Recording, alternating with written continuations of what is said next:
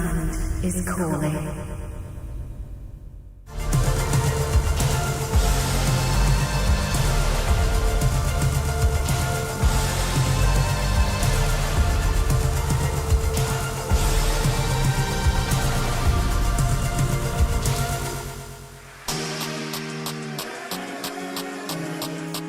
Hello, everybody. Welcome to the Esports World Cup 2025. My name is Grandmaster Aman Hambleton, and I'm very excited to be joined by my good friend and colleague, Grandmaster Eric Hansen, as a commentator. Hello, Eric. Hello, Aman. It has been a while since we've done commentary together, and for one of the biggest events they've done in chess, so couldn't be more excited. Yep. This is going to be amazing. This is part of the Esports World Cup. We are covering the last chance qualifier today. And over the next 3 days, of course, players are going to be competing for just those remaining 4 spots in the Esports World Cup. And this is the schedule as we know it.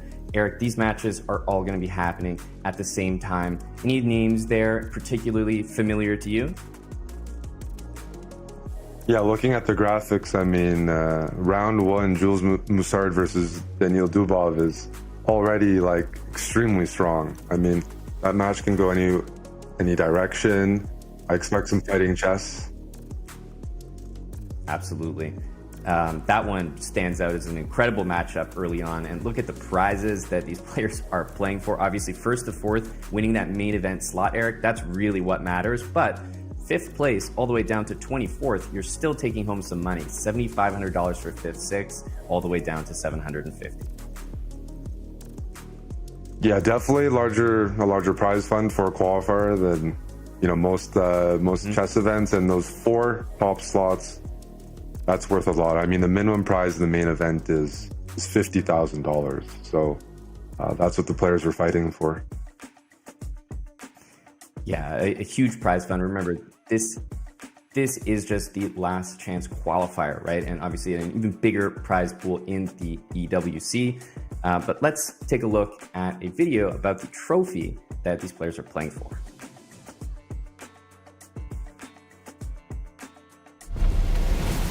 No competition is as ruthless as the Esports World Cup. Its trophy system is no exception.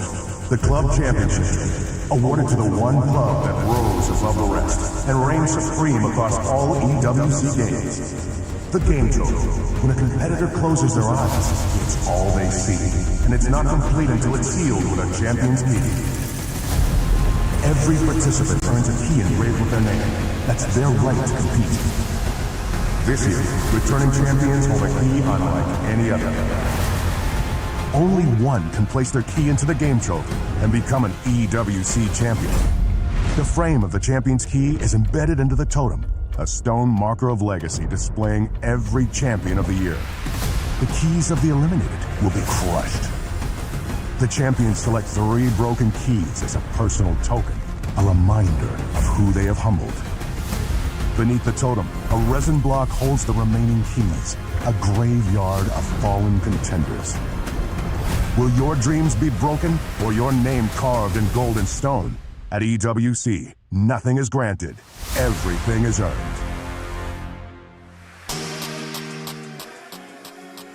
Well, Eric, I mean, you and I both played chess tournaments. We both won trophies before, but I think it's pretty crazy watching that video. That's probably the coolest chess trophy you can imagine. The keys of the people that you've beaten go inside the trophy. That's probably the coolest trophy I've ever seen.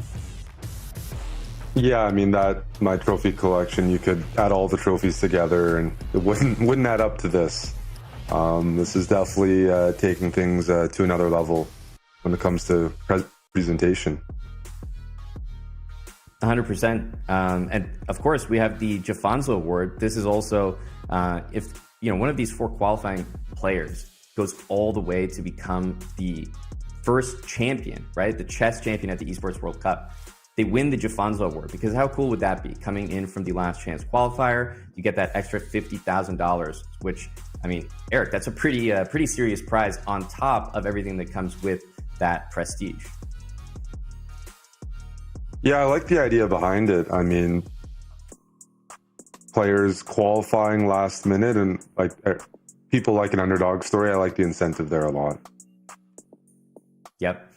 And of course, a lot of our players that are in the event are representing a team. And, they're not just playing for individual glory. They're not just trying to win games for themselves. They're doing it for a larger purpose and be part of their team's success. So let's hear some more about that. This is the Esports World Cup Club Championship, the ultimate cross-game competition that will crown the best esports club in the world. Let's break down how it works. Clubs will be able to compete at the Esports World Cup and as many titles as they can qualify for. The clubs will then earn points based on their placement in each title. To qualify for the club championship, a club will need a top 8 placement in at least 2 competitions. But to win the championship, a club must place first in at least 1 competition. At the end of the Esports World Cup, the 24 clubs with the highest number of points will earn a share of the $27 million, with the winner taking home a staggering $7 million. And of course, the title of the best esports club in the world. Who will rise above and write their place in history? Watch it all here at the Esports World Cup.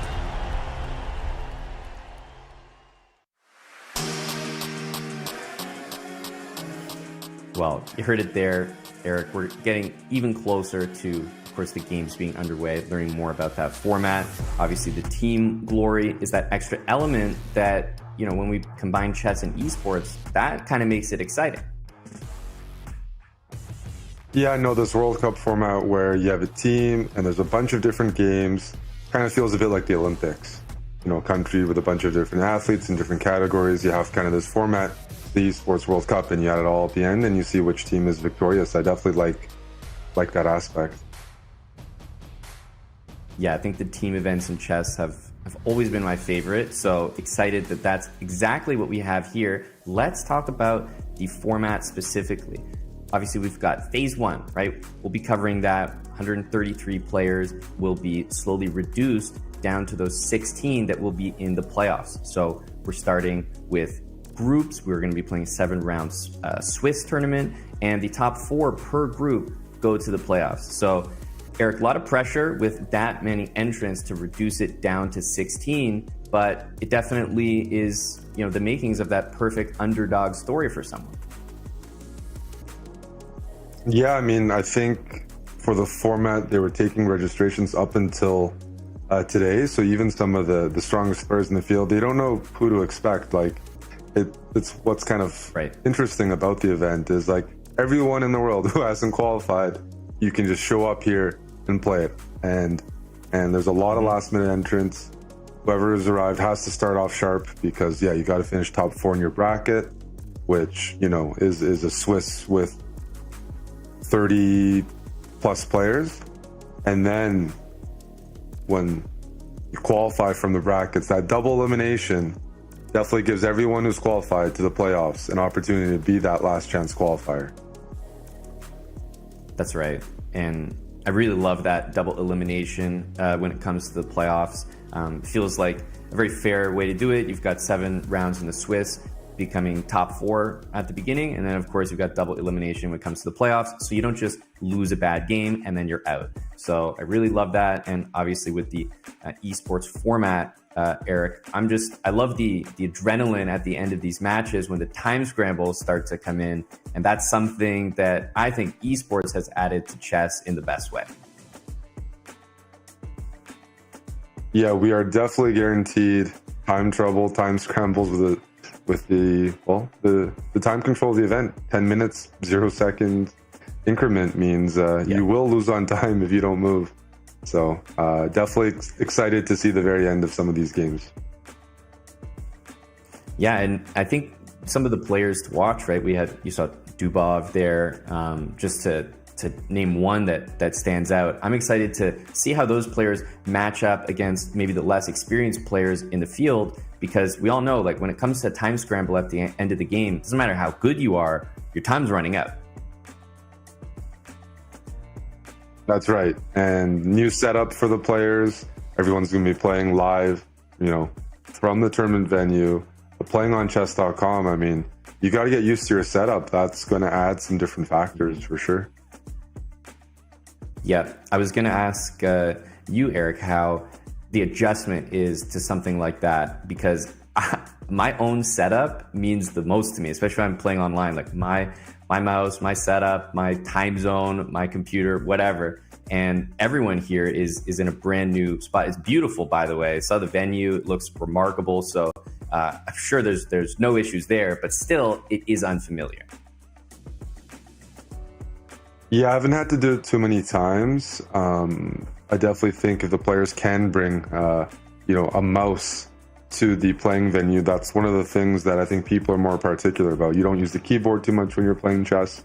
The screen, you can kind of adjust maybe the board size when you're actually logged in. Assume the players will have that option, but yeah, it's all about the mouse, I think. That's the main one. If I was a player, I'd be interested in. And we can see the sort of the overview here of the remarkable venue that they have there.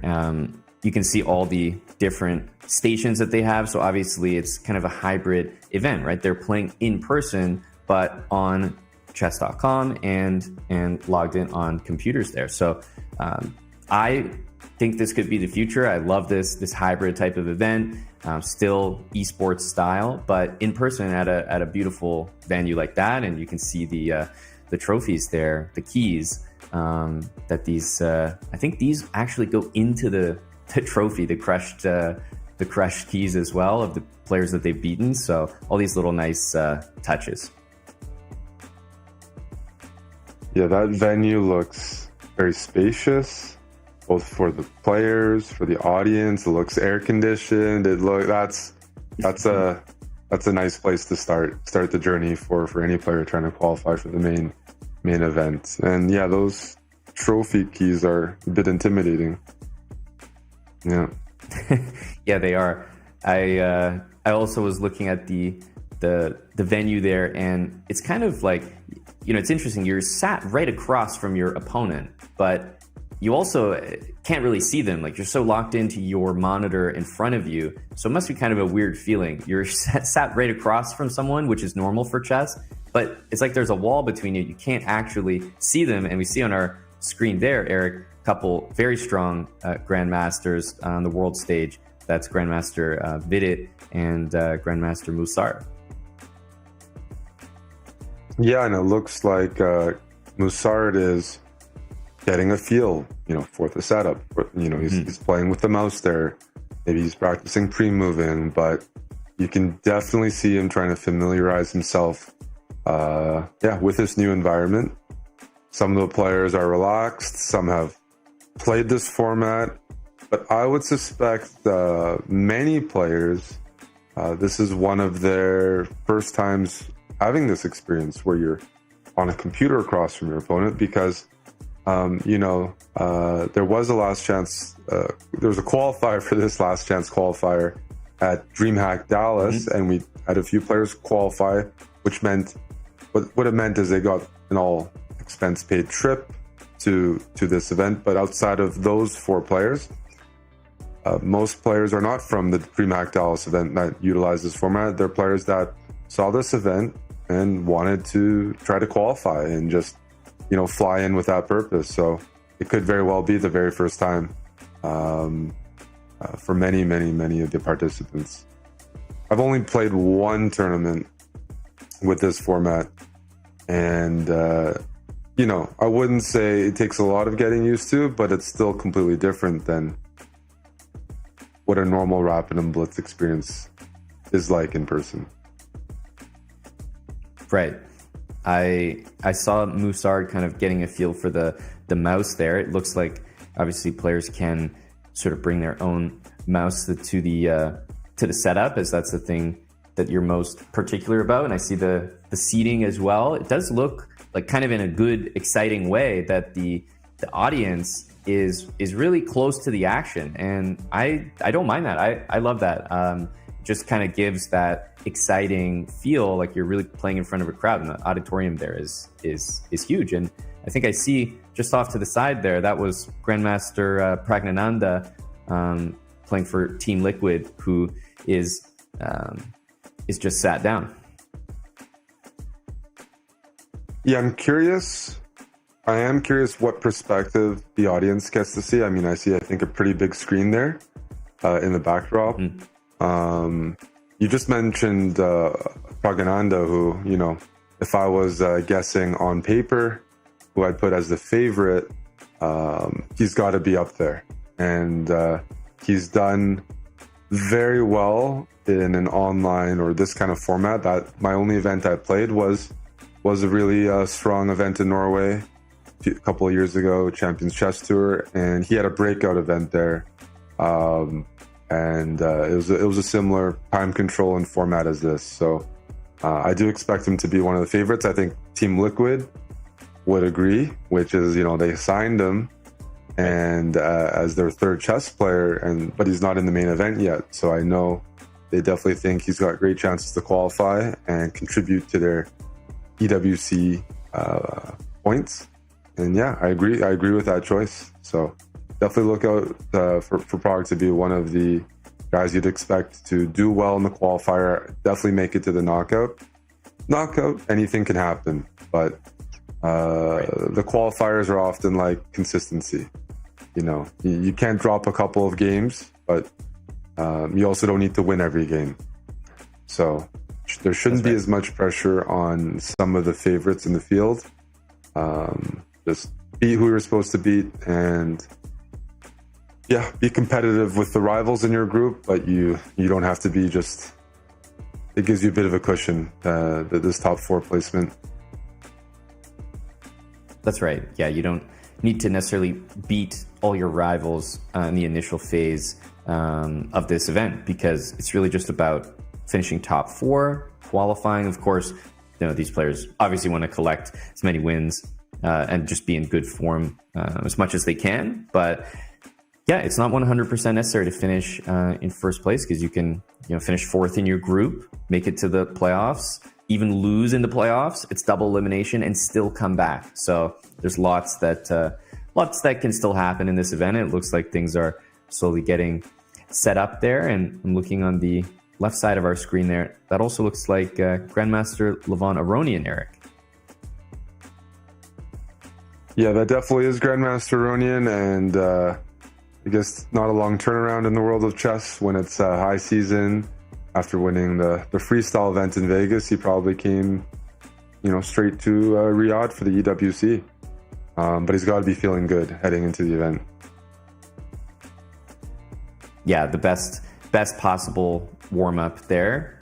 He's really doing well. That was a fantastic event for those that followed in the chess world. We're speaking perhaps to the larger audience right now, chess fans, but also fans of esports, and they're following the Esports World Cup. Just on a kind of taking a step back, Eric, it's the first time that chess has been a part of an event that has already existed, right? The Esports World Cup, but it's the first time that chess is a part of it. So just on a personal level, that's pretty exciting for chess. Absolutely. I mean, I've followed this event for a couple of years. Some games, that we both have played, like League of Legends is in there. StarCraft, an old game that one of my first games I've ever played, my first love. That's at EWC, Counter-Strike. So I kind of go through the history of games, online games, competitive games, and many of them are featured here. So chess just joining that level of prestige is, I think, definitely very cool. And I hope it's here to stay, because we do have a large wave of players, even maybe playing at this last chance qualifier, that got into chess in the last 10, 15 years, some young players. And if you did in the last 10, 15 years, at the minimum, well, playing online is the most popular medium for chess. It's, that's how it is. That's how it will continue to be. And, Chess.com being the biggest website, this is the pipeline, right? You can learn to play chess, you can play tournaments online, and then you can compete, in something like this. And so it's a very similar progression as some of the other titles at the EWC, in that like anyone can play from anywhere and just grind the ladder, until and you try to make it. So I think it makes sense. I think it fits in the group. So I am looking forward to the next week of chess at EWC. Exactly right. And this feeling of sort of an open qualifier is something that's been used in other esports before. So it's certainly not unfamiliar, but I feel like in the world of chess, you often do see the same competitors in those top events because they're usually private, invite only. And it's exciting to see an event like this where, of course, you have those same top players. We've seen them flash on the screen as we've been talking here. A lot of some of the strongest players in the world, but it's also mixed in with not just weaker players or lesser known players, Eric, but also a lot of players that do have that talent and just maybe don't have the opportunity. Because I'm just going to say right now, we are going to see some upsets in this event, and it's just who's going to write that story. Yes, there are going to be upsets. They're showing a lot of the players right now, and it is interesting for me to see because many of them I just saw in person last month. There's the World Team Rapid and Blitz Championships, and I saw like even one of the only Grandmaster couples in the world, Almariaki and Zuchen. Looks like they're both playing. They're also on the FIDE team last month. The French guys. Yeah, we have some of the top Indian players that haven't yet qualified. There's more Rapid and Blitz events than ever. So, whether it's the top seeds or even some of the low-rated players, it's easier to gain experience. But at the same time, there's only so many spots in many of these events that there are, hundreds of talented players vying for an opportunity, to play one of these like really good Rapid and Blitz events. And you can absolutely bet that there are players here that have been practicing for this last chance qualifier for the last couple of months, probably, mainly in secret and private. But you can bet that you look at the chess calendar and you look at an event, hey, I want to train, take some time off from my normal schedule and put my eggs in one basket. Well, this is the event. This event has the highest ceiling. You can qualify for a main event, $1 million prize fund with a chance to play against the likes of like Magnus Carlsen. So I definitely expect to see like some underrated players here and new names. It's also interesting, the location of the event. It's fairly close to Central Asia, which is becoming not only Central Asia, but also India, both regions of Asia, where tons of talent are, being like just discovered, breakthroughs every single year, like Uzbekistan, Kazakhstan, India. There's a couple of Chinese players, but these are countries that are producing new young players by the month, like breaking records, youngest IM, things like that. And yeah, close proximity to this event. I definitely expect to hear and learn about some new names today. Yeah, that's well said. There's certainly going to be some names like that we'll have to keep an eye on. And, as we work through these, Swiss 7 rounds, we'll certainly become familiar with those names as they may reach the playoffs. So Eric, before we eventually get underway here, as we can see the players starting to take their seats, you and I are just going to take a short break, and we will be back with the coverage of the last chance qualifier. See you soon.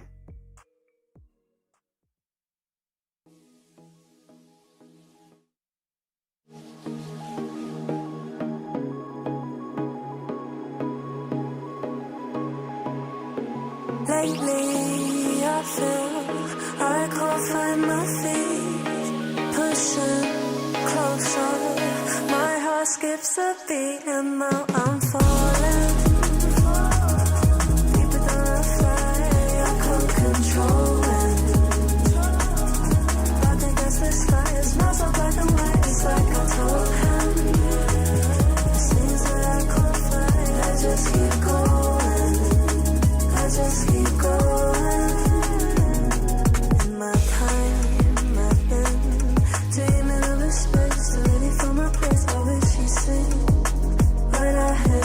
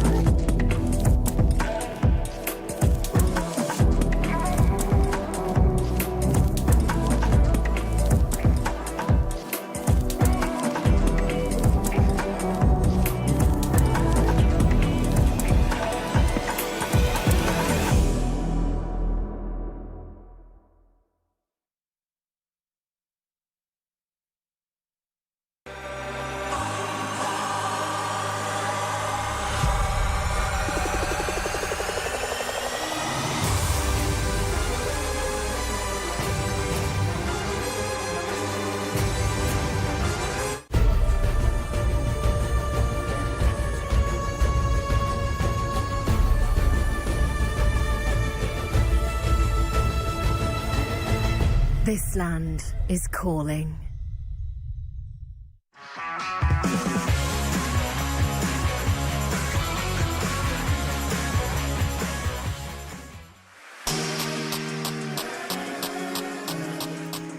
Welcome back. Of course, we have the last chance qualifier.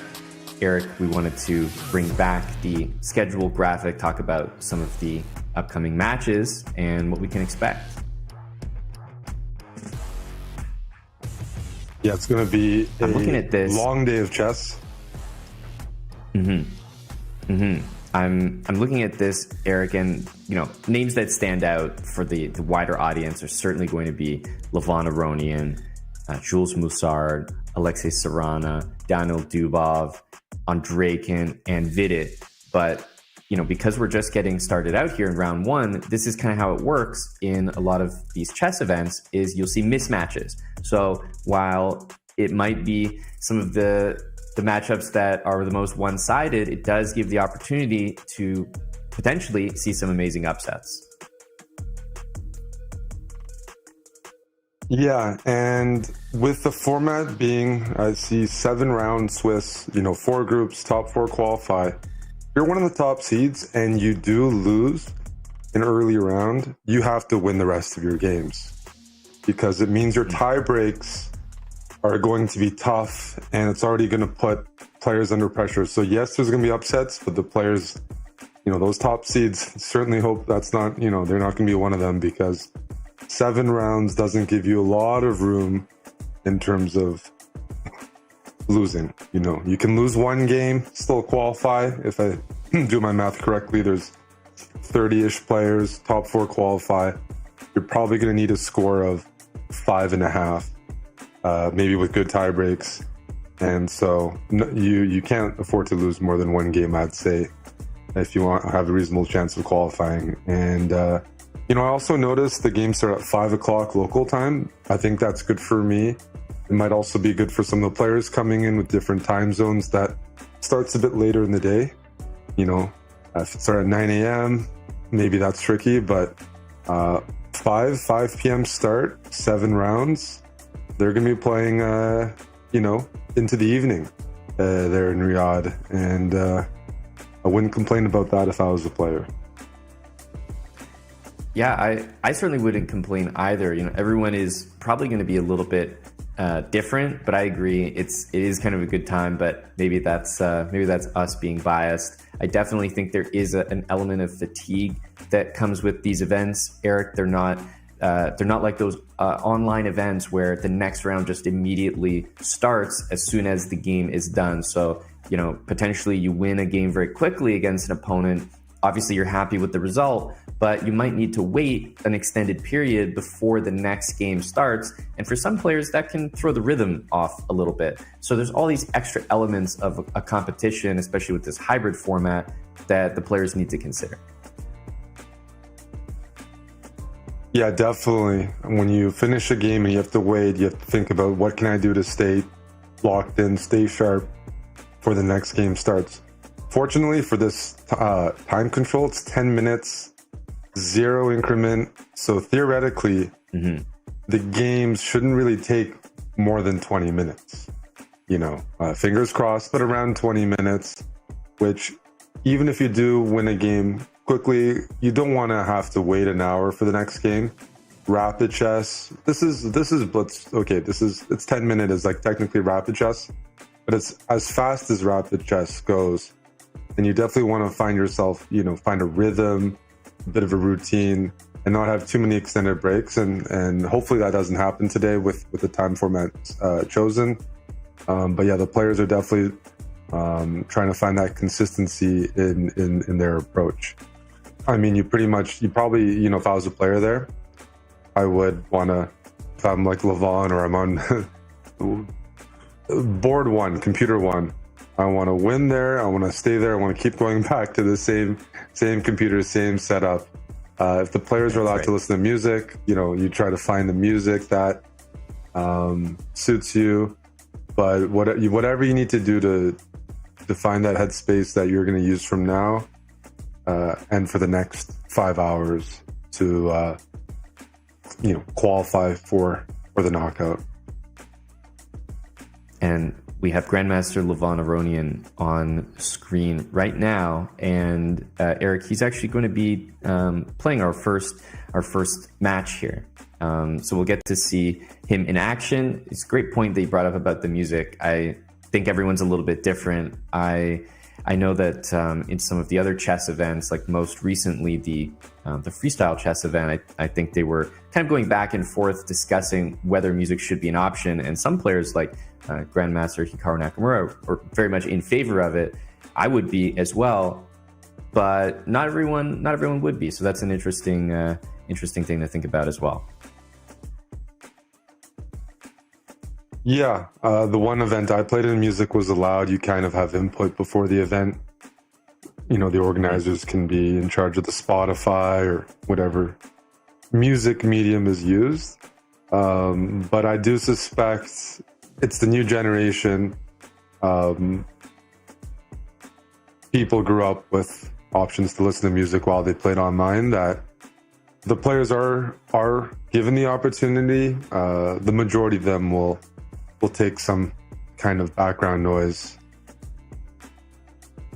Yeah, completely. The venue looks pretty quiet. I don't know how it's going to be during the games. I don't, if you are a fan, you're probably going to the main event next week.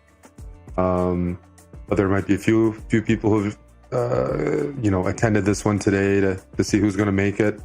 But it shouldn't be too loud, so I guess the players could go without music. But just to be safe, I'd rather have what I would like to hear than risk it and potentially, there's some audio that you hear, some background noise.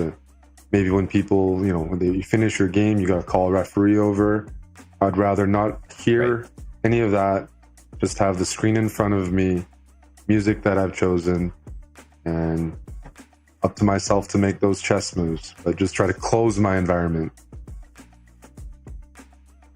Yeah, and we can see one of the screens right there. I can see the music option available. So it looks like that may be the case. I know we're just minutes away from the games getting underway, which is very exciting to kick off this last chance qualifier. And probably for the players as well, because while we've been just observing the room, a lot of these players have been sat down, and there's kind of a feeling when you get to the board, or in this case the monitor, ahead of time, and some time passes before you can actually get underway. I think these competitors are they're ready to go, right? They've been preparing for this moment, as you alluded to earlier, probably more than we can even appreciate, maybe in private, so that their preparation isn't public knowledge, and they're ready to go. So I'm as excited as they are to get these games underway. Yeah, but question, Amon, have you seen Hans in at the playing venue? I think he is. We spoke about Levon winning the freestyle event. Well, second place finisher Hans Niemann was on the list of pre-registered players for this last chance qualifier. So in terms of names to watch out for, we mentioned Dubov. There might be Artemiev, but Niemann's got to be up there, right? If he's scheduled to play. Certainly, I can't really think of a reason why he wouldn't want to play. Not only has he been performing very well in recent events, but I'm quite certain that this would be of interest to him. And you mentioned he was on the list, so we haven't seen his name on one of our matches just yet. But obviously, there are 133 players, so we haven't yet mentioned every single matchup to you guys. So yeah, entirely possible. We see, of course, Grandmaster Daniel Dubov on our screen right now, and Grandmaster Levon Aronian, basically just the who's who of strong players, as the last chance qualifier has kind of attracted anyone from like the top players in the world to younger aspiring players who would just love the chance to play against them, maybe upset them, and be even more exciting if one of those more unexpected names actually makes it to the playoffs and into the EWC.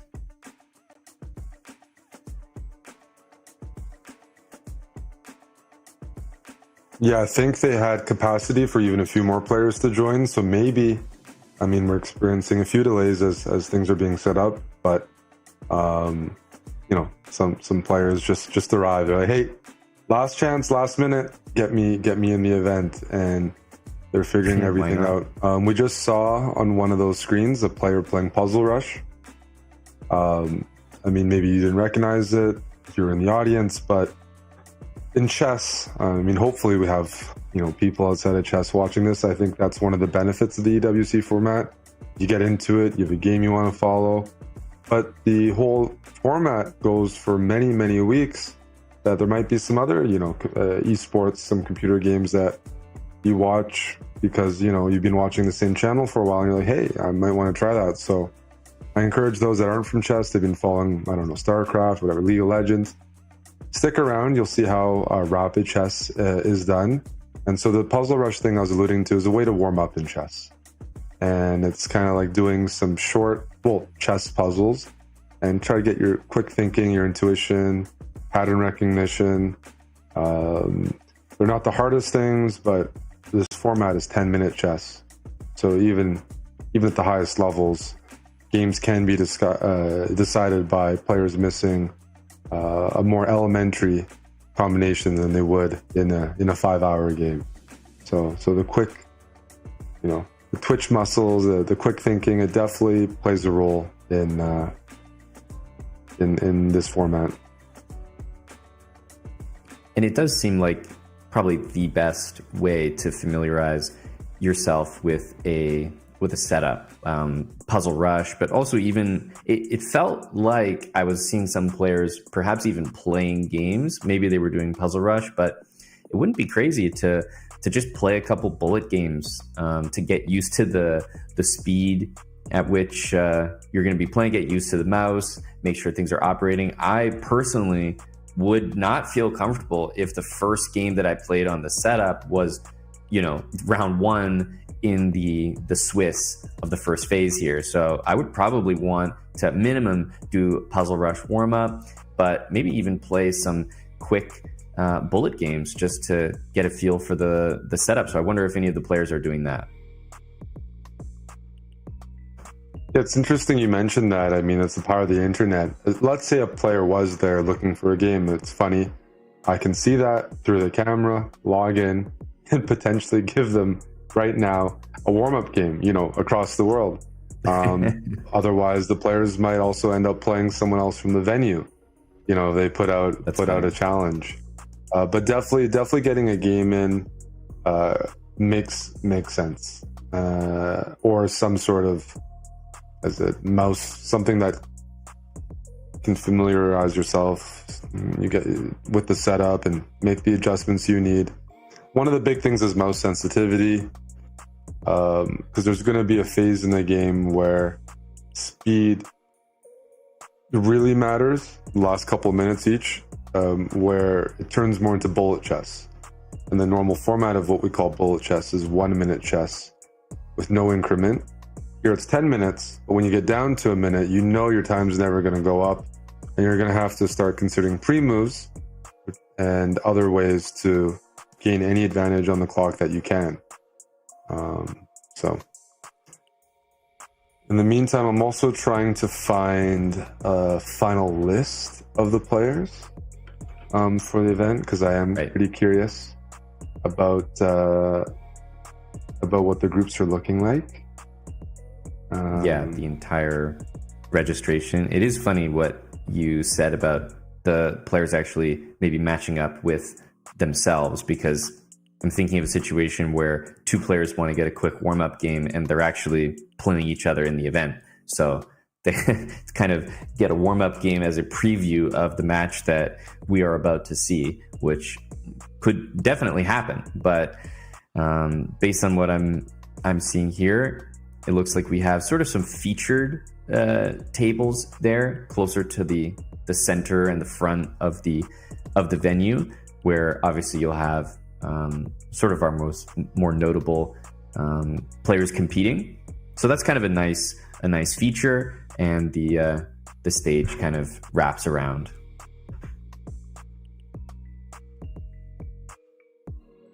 Yeah, and if I'm understanding correctly,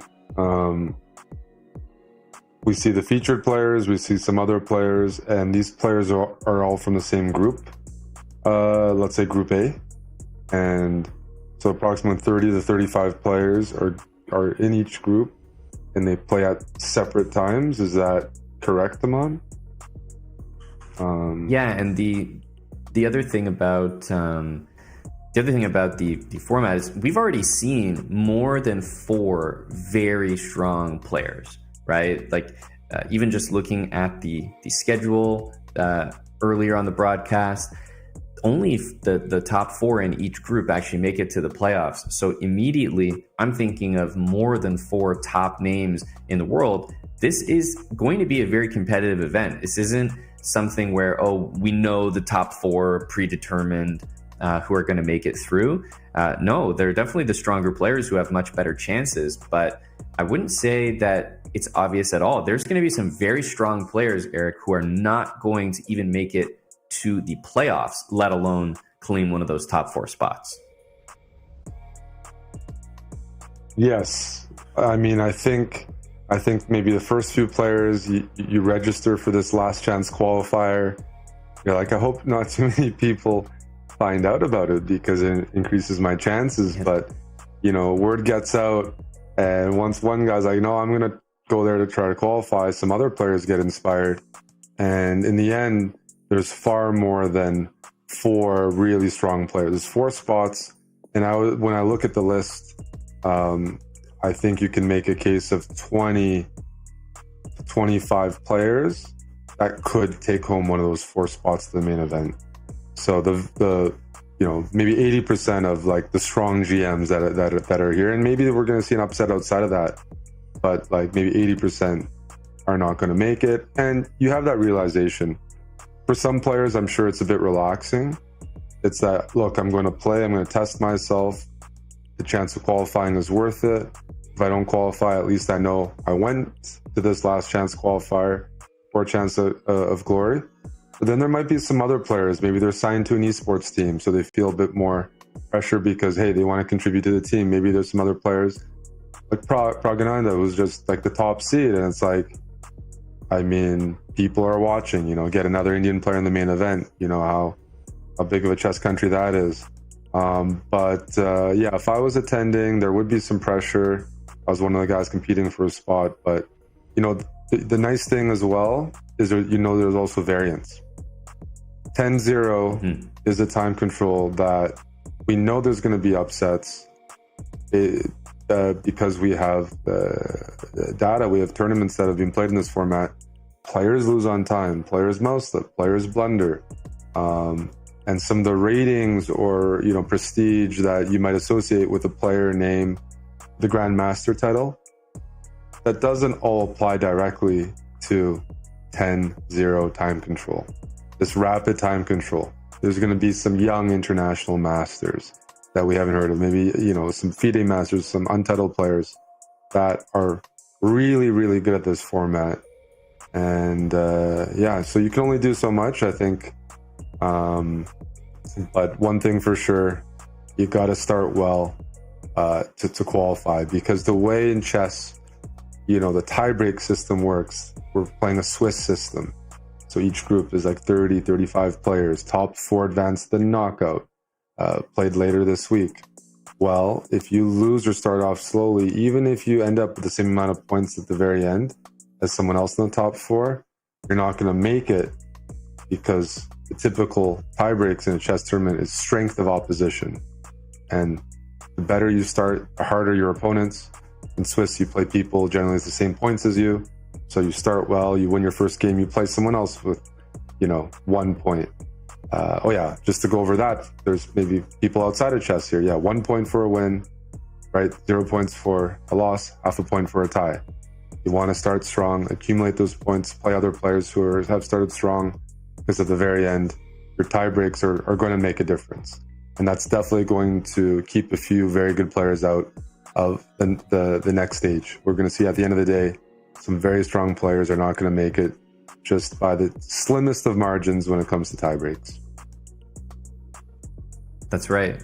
We are going to be covering two groups. You mentioned earlier, Eric, we're going to be covering Group A, Group B, and those two are going to happen today, and then tomorrow we're going to do the other two groups. So keep that in mind. That's sort of the schedule, and then obviously day 3 will be the playoffs. And with that in mind, it really looks like things are close to getting started, Eric, but we're going to jump to a short break before we hopefully come back to the first round of the last chance qualifier.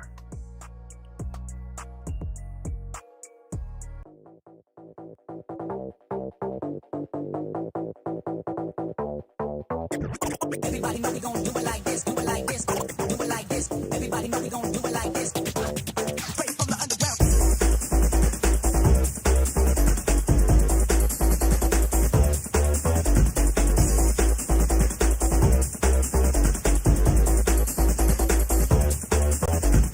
Everybody know we gon' do it like this, do it like this, do it like this. Everybody know we gon' do it like this, do it like this. Straight from the underground. Everybody know we gon' do it like this, do it like this, do it like this. Everybody know we gon' do it like this. Straight from the underground.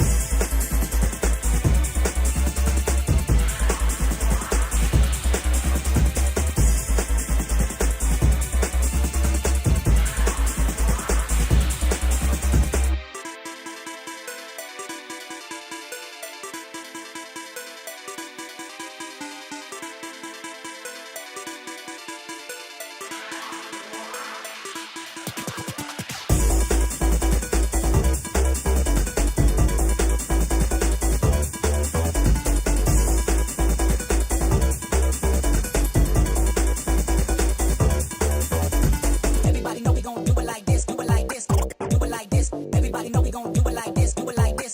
Straight from the underground. Everybody know we gon' do it like this, do it like this, do it like this. Everybody know we gon' do it like this. Straight from the underground.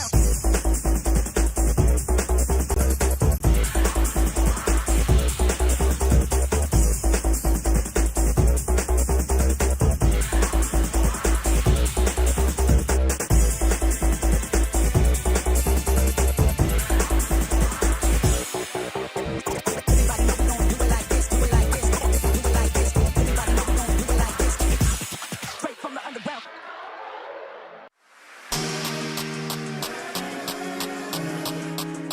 We are back.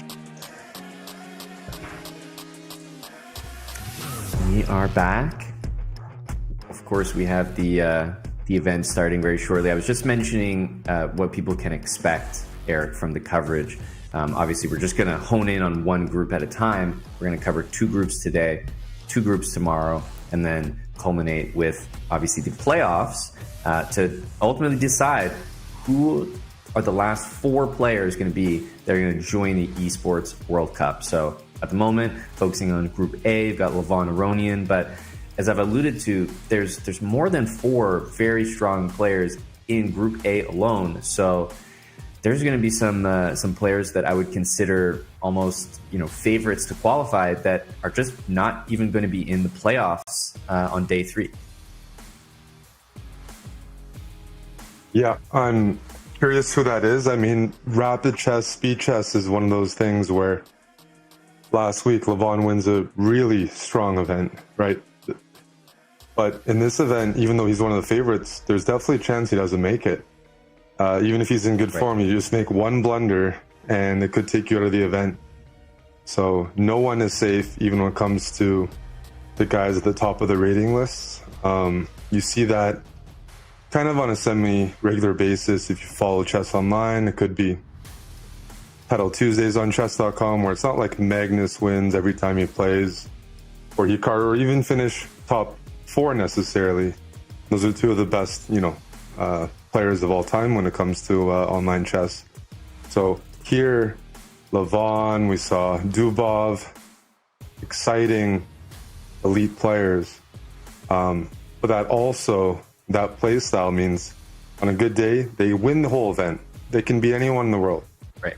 But even on an average day, could suffer a loss or two, and all of a sudden, no ticket to the knockout stage of this event. So I wouldn't say there's a single player that I would say, is a shoo-in to qualify.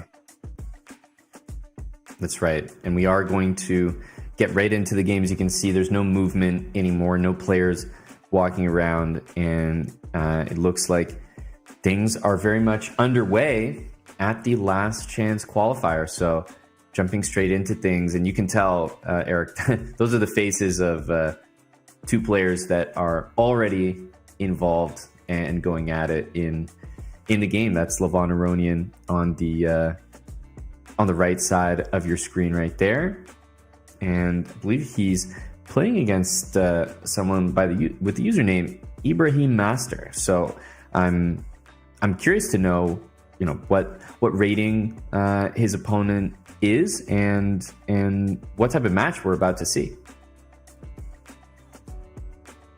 Yeah, it's a bit of a guessing game. The world of chess has expanded. Even when it comes to strong players, I don't recognize everyone by face anymore, and maybe I did 10 years ago.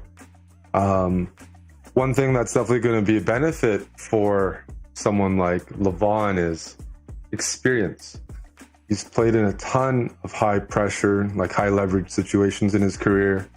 Yes, he'd like to make it to the main event, but he's had, ups and downs and been in eliminations and these types of events before. Maybe not the exact format, but once you get used to playing the very best players in the world and things like that, it's going to give you, it should be somewhat of a calming, thought going into an event like this.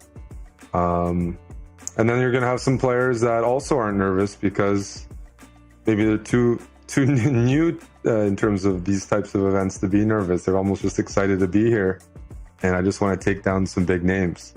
You often see that, like when you see the pairing, top player versus someone from the bottom, a lower seeded player. You see this in tennis and chess.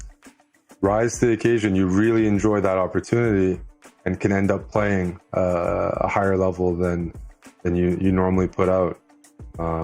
So we should have hopefully the board on the screen soon to kind of match the players' expressions with the position. And I am assuming that it's in progress here. And yes, okay, there we go. At that point, I was trying to maybe intuit the moves based on the facial expressions. But as we can now see the board, of course, Levon Aronian, right side of your screen, he's got the black pieces. So he's on top of your screen there on our 2D board. And immediately, of course, what our viewers can follow along with is the evaluation bar directly to the left side of the chessboard. And that will indicate, a very clear idea of who's better. So you can see it's kind of more on white's side of the board right now. The black bar is bigger, and that means that black has an advantage.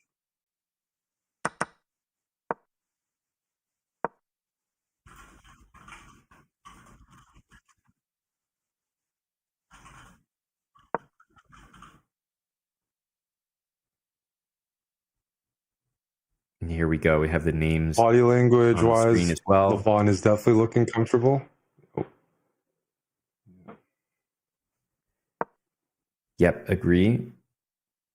Very, very good position for Levon here, Eric, and he's starting to really move in on both sides of the board. We've got the knight, the black knight, in between the white knights on the C file on the left side of the board, but he's also not forgetting about the king side, right? Where the two kings are, Eric. He's just played this move, bishop to F3, and he's looking to actually involve his queen all the way from the other side of the board.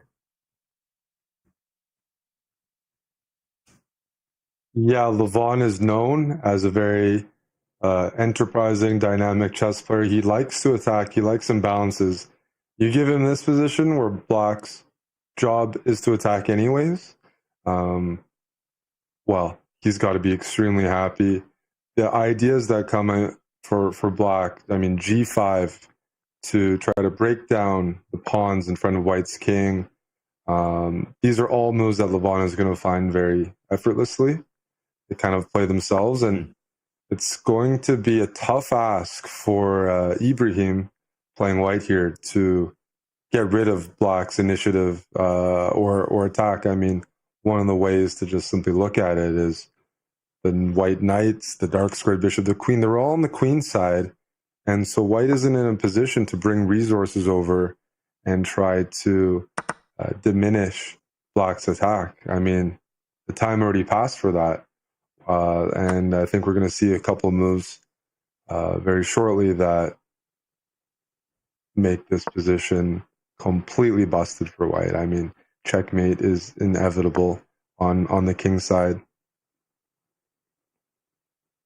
Yep, this is going to end probably in a couple of moves, as I think the computer is already finding a forced checkmate. And I think that sip of water right there, Eric, if we didn't have the chessboard in front of us, if we didn't have the evaluation bar, I would look at that sip of water and say he's probably completely winning or has checkmate in a couple moves. And that's exactly what we see here. The problem is that the bishop in front of white's king has to move. It's now attacked 2 times, but if it would capture the black bishop, for example, the queen would recapture and white would have no way to stop checkmate on the G2 square directly in front of the white king.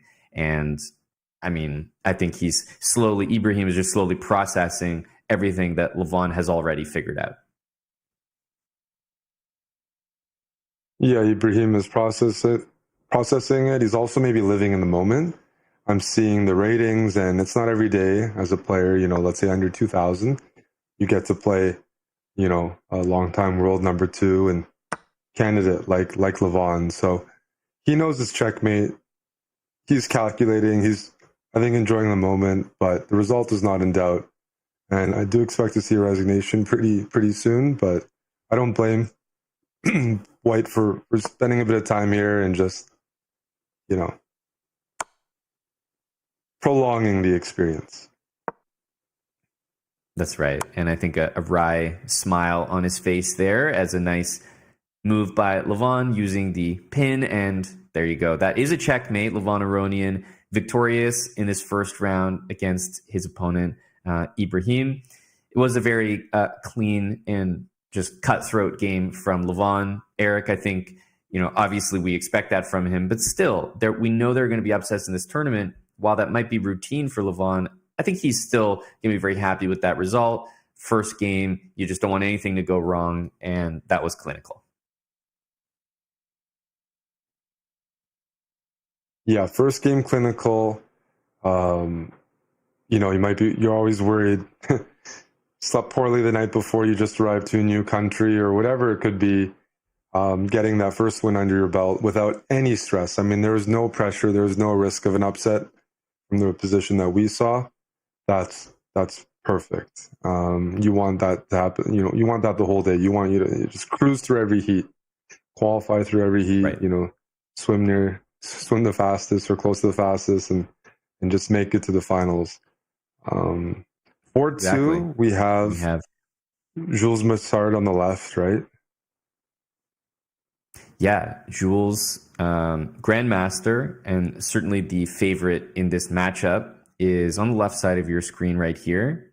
And don't believe this game is exactly the one that we're looking at here, but Jules will have the black pieces. So what I'm noticing is that most of the higher rated players, Eric, have started with the black pieces, and I could be thinking about things a little bit too far in advance, but when it's a 7-round event and the most likely outcome is that you alternate colors, black, white, it does sort of indicate that these players we've seen so far will end up with playing the black pieces more than the white pieces. And in chess, it is a small but definitely noticeable advantage to play with the white pieces. So it's interesting that they already might be thinking, oh, I'm gonna play the black pieces more than the white pieces this event, which can actually matter at the highest level.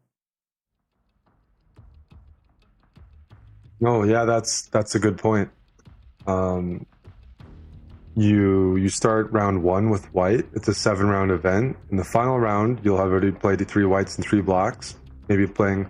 You get white in the critical game for qualification, and that makes a huge difference. Like, and another thing is, in terms of qualification, for someone like Levon, if you start off well and you're one of the top players, players are also more likely to not try to beat you. Like, hey, a draw would be good. And so if you get a good enough start as one of the top seeds, you can also almost, I won't say the word cruise to the finish line, but implying that it can be a possibility you get 4 or 5 wins. Like, you want to map out a good day. I'm here to qualify for the knockout and, win the knockout, make it to the main event. Well, the qualification game plan is to win your first 4 games, 3-4 games, and then, depending on the positions and whatnot, you can choose to try to win more or make some draws. But you're not under pressure to win if you can get that, 3-4 out of 4 early start. Because the players aren't playing for first necessarily in this event. It's just top 4 qualifies, and it could mean that there's situations, and this is where drawing in chess is an interesting aspect, where a draw is beneficial for both players. And when qualification has 4 spots, then you're going to see players looking at being a bit risk adverse in that sense, and looking at that as an option. Like, look, you look at the field. Who's one of my rivals? Who's a guy who can actually beat me? I have to be worried about, and you might want to focus your energy on players that you consider are a better matchup for you. So, an interesting ecosystem. That's right. A lot of things to think about with the pairings and the potential matchups. But obviously, in round one, the most important thing is just getting a good start, getting a win. We see here Ahmad Samhouri against Vidit Gujarati. Vidit is a grandmaster from India, and certainly the heavy favorite when it comes to a matchup like this. But a stark difference, Eric, when you compare this game to the one that we just witnessed from Levon. Much more chances here for Ahmad with the white pieces. In fact, he's just played the move G4. He's kind of launching an attack of his own. We have something in chess called opposite sides castling right here, where the 2 kings are found on the opposite sides of the board, which incentivizes both players to go crazy, launch an attack, basically go all out. And look, if you're playing someone as strong as Vidit, Eric, I would say this is the ideal situation. It's going to be more unpredictable with an attack on both sides, whereas in Levon's game that we just looked at, he was the only one attacking.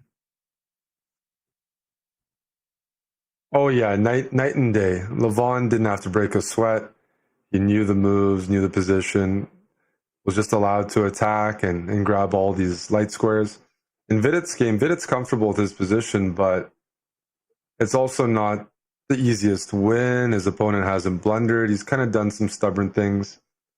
When you're the higher rated player, you don't want your opponent to trade off a lot of pieces. You want them to make some mistakes and weaknesses. And looking at this position, it's not like white has you've pushed the kingside pawns, but you're not hanging any pieces. You're not giving any permanent outposts. And if you trade off everything, there's going to be a small chance that, the lower rated player can eke out a draw or find some counterplay in a rook end game. So I don't think Vidit is stressed. He knows that at some point my opponent should make a mistake.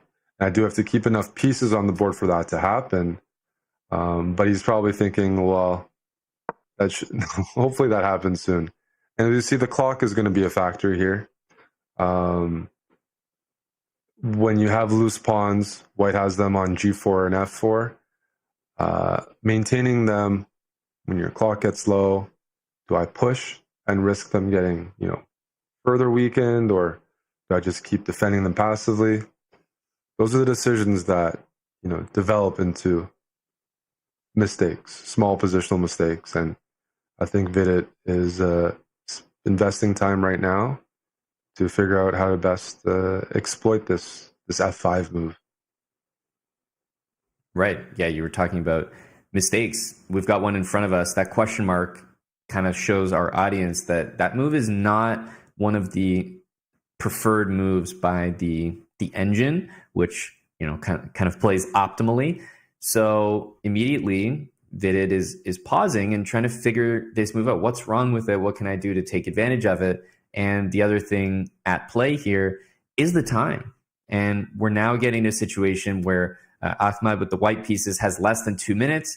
Vidit is also approaching the 2-minute mark. Now, of course, you would always go with the experience of a player like Vidit when it comes to a time scramble where both players are low on time.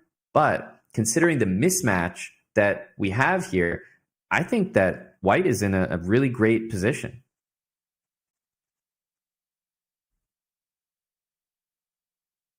Yeah, I mean, we still have even material heading into the end game, and when we're playing black, you see this open G file. You have a couple decisions. Do I trade everything off?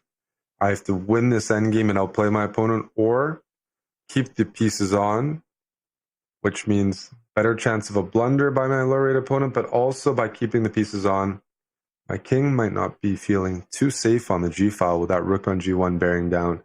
I have to acknowledge there's some mating threats or ideas that white can utilize. So some tough decisions. I'm concerned about the time. Obviously, less experienced players, especially in a high pressure match like this, are just not going to manage the time as well. But less than 1 minute, and as we keep saying, Eric, there's just no increment to save you, meaning your time will not go up. So with only 46 seconds here, he's just made a move. It's a fine move, but still big trouble here for white, at least based on the clock.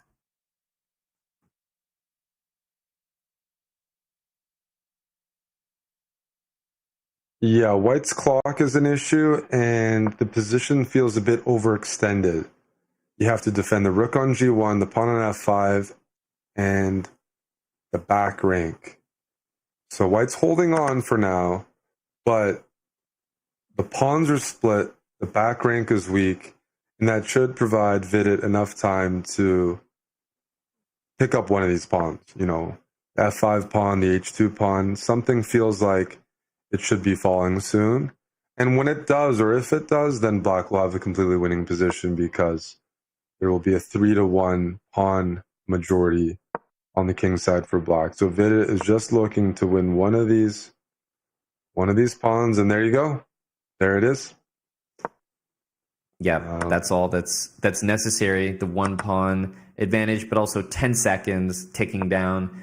That is going to be impossible. And his body language here from Ahmad kind of explains he's got a couple checks. He threw a pre-move in, but it's just not going to be enough, as 3 seconds will quickly become 0, and Vidit will win in round 1. But that was a much more competitive game, and certainly a good fight, I would say, Eric, in that one. Certainly a good fight.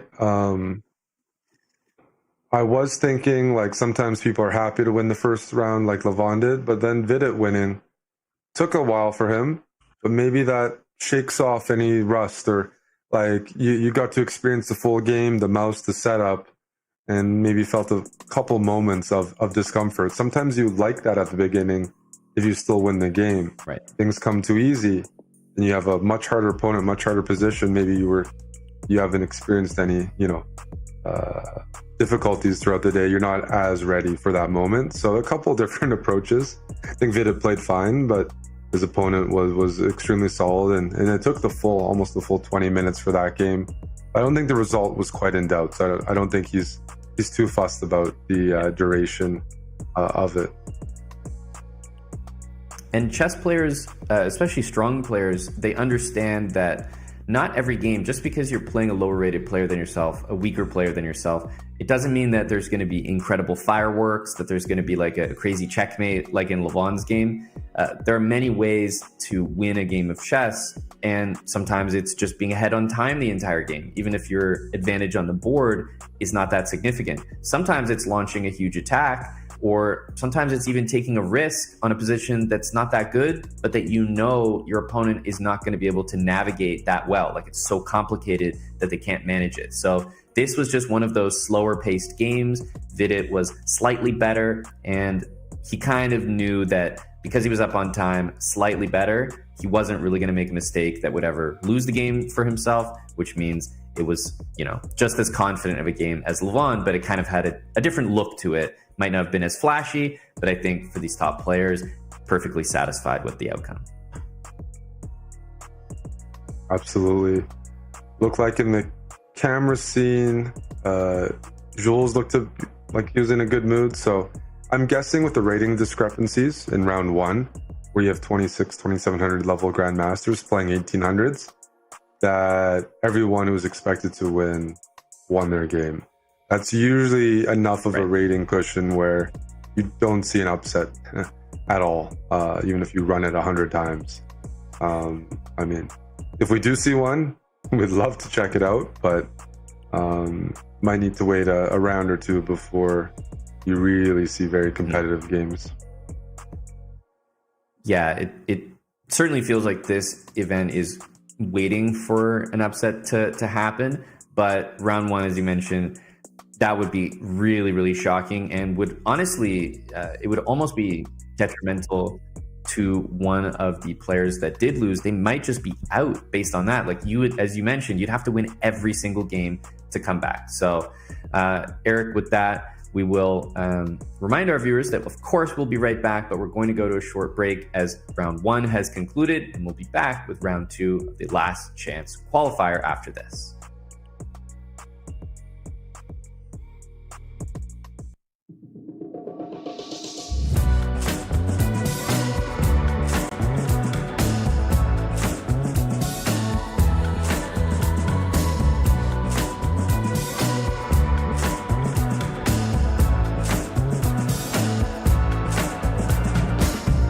Music playing on the radio, driving slow.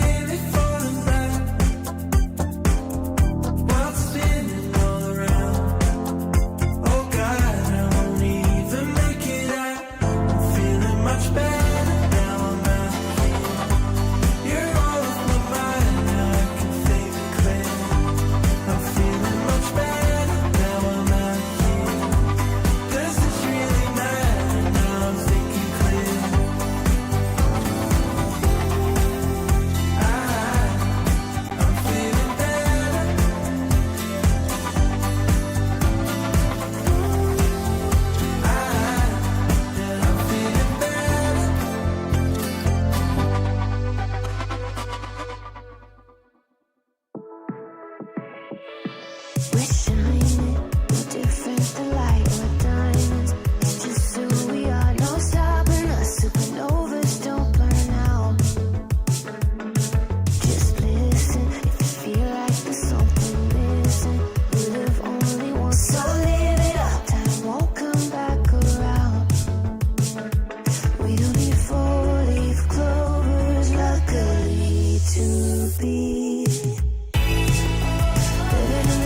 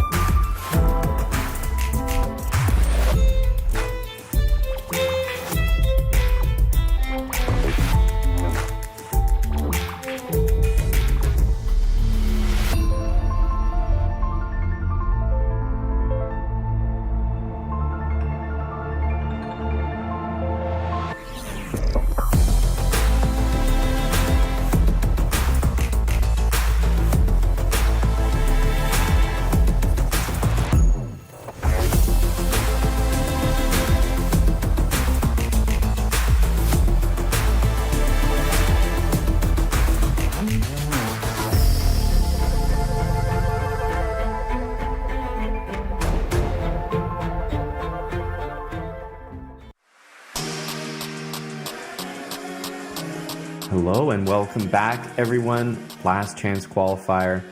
I'm here with Grandmaster Eric Hansen. And Eric, we just saw round one. There's 7 rounds for Group A today. We're also going to be covering Group B, but let's not get ahead of ourselves. We're about to get into round 2, and I think our brief summary was sort of business as usual, right, Eric? All the guys that were supposed to win their games did win their games, and that's sort of where we stand right now. Yeah, that's absolutely right. We're hoping to get a graphic with, an overview of the group, but I can say some names that we didn't catch that did win the round 1. Alexei Sarana, Moritzi from France, Andrejkin won, Dubov won, pretty much all the Grandmasters won by everything I've seen. So, and looking at the group, we saw a couple of games from last round, but there's almost 10 Grandmasters in Group A. And so generally speaking, okay, there can be some strong IMs in the field, but only 4 of them are going to make it. Everyone's on a perfect 1 out of 1 right now. But we're going to start to see that shrink as we move, deeper into this qualifying round. But yeah, as you said, story of the round, favorites all won, business as usual. The ratings that appeared on stream as well, by the way, for round 1, do not always match up to the FIDE ratings. I did a little bit of digging. The player that Vidit was playing was an FM from a Jordanian FIDE master, 2353 FIDE, semi-active. So those actually are pretty strong round 1 pairings. 2350 FIDE playing, 2700. And so it means round 2, we can definitely expect upset potential. That's right. I was looking at some of the matchups that we have here in round 2. And first of all, on your screen right there, Levon Aronian is playing Dangla from India, who's an international master. So this will certainly be a much more competitive matchup for Levon than the first round. And we also have a couple matchups that feature all Grandmasters. So Vidit is playing Grandmaster Hesham from Egypt, and Jules and Moritzi from France are playing each other, 2 Grandmasters that probably know each other pretty well. So we have a couple matchups that are about to happen in this round 2 that are a little bit more difficult. Some other Grandmasters are probably playing lower rated opponents. So these ones are the ones that stand out to me as, a place where potential upsets could happen. Yeah, definitely. I just took a look. Even Aronian's opponent, Dangla, he's a 16-year-old IM, and he gained 114 FIDE points this month and got his first GM norm. Wow. So he's 2480 off of a big summer. 114 FIDE points in 1 month is, I miss those days. But yes, he's looking to score upsets here. Definitely a name to watch out for. And that's probably why we're on this game. Born in 2009 and 2480 FIDE. That's incredible. I mean, to be that strong at that age it's incredible, but it's actually feels like more the norm these days in the chess world. But I would describe someone like that as an opponent that you really don't want to play in an event like this. So young, so talented, improving so quickly, and just someone like that is a little bit more unpredictable, and that can certainly work in their favor. So we have the game in front of us here. Levon, left side of your screen, has the white pieces, and Dangla is playing with the black pieces on the right side of your screen, and you can see the evaluation bar is hovering right in the middle of the board, which indicates that this game right now, Eric, is dead even, and certainly a lot closer than Levon's first round.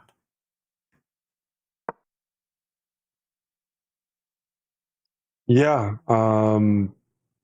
we have a position unlike round 1 where we saw Levon had all these squares, pawns were fixed, there was outposts available. Here we have a more symmetrical position, maybe more of a, could have been a queen's, a Slav defense that started things out, and And black is playing very steady, standard chess. And probably with the mentality, I mean, the draw would be great. I mean, just play your game as black. The pressure's on Levon to try to do something as white. And as I said, this is a young man with a lot of confidence going into this tournament, scoring the first GM norm and gaining a bunch of ratings. So he's probably feeling pretty good, not only about his chess, but even the position in front of him. Because what's Levon going to do when everything gets traded? And when I mean everything gets traded, I'm looking at the C file, and we spoke about tournament strategy where you don't want to lose any points in the first couple of rounds because of how it affects your tie breaks. Well, round 2 is already early. I mean, it's not the end of the world. You're actually playing a strong player, but for qualification, the tournament originally was scheduled, I believe, for 9 rounds, Amon. So that would actually favor, I guess, the higher seeds even more because less variance. It's 7 rounds based on the amount of players that have entered.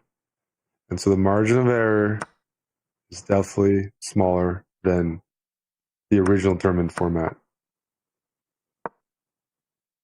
And we see a exchange on C3, which, if you're looking at that evaluation bar, it's creeping down the board, which is indicating that black's position, Dangla's here, is actually much better than Levon's. And it just comes from that control, as you mentioned, of the C file. So black's position is compact. The knight for black can jump into the center of the board to the E4 square. And also the black queen can start to play, I was about to say, a move like queen A3.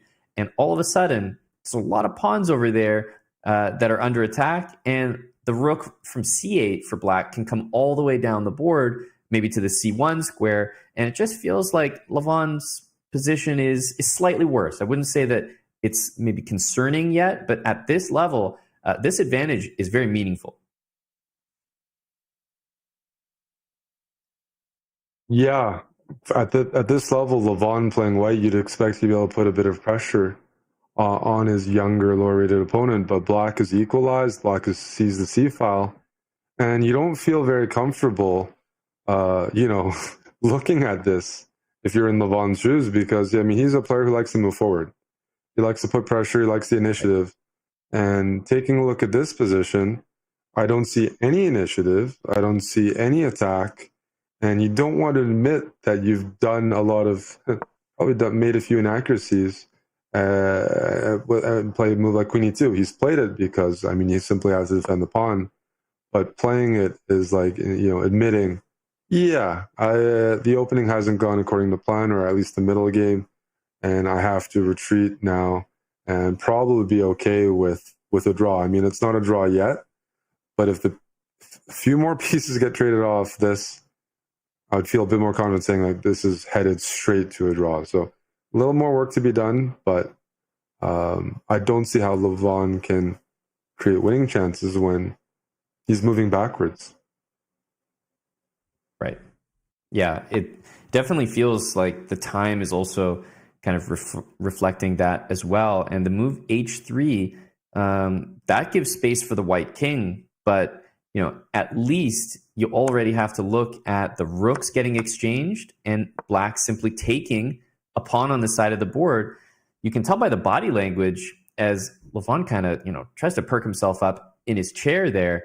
This has not gone the direction that he was hoping for. He's down a pawn currently, and the pawn on B3 next to the black queen can just be taken on the next move. Now, Levon is going to be looking for counterplay by bringing his queen all the way up the board, maybe to C7.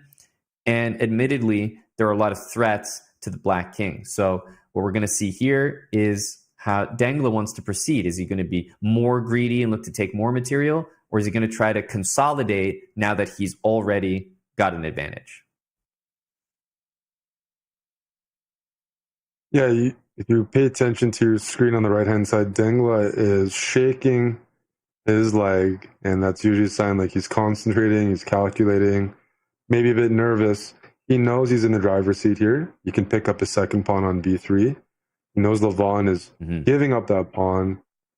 with the mentality, you know what, you can be up 2 pawns, 1 pawn, 2 pawn, it doesn't matter. I'm going to bring in my queen and go for checkmate threats.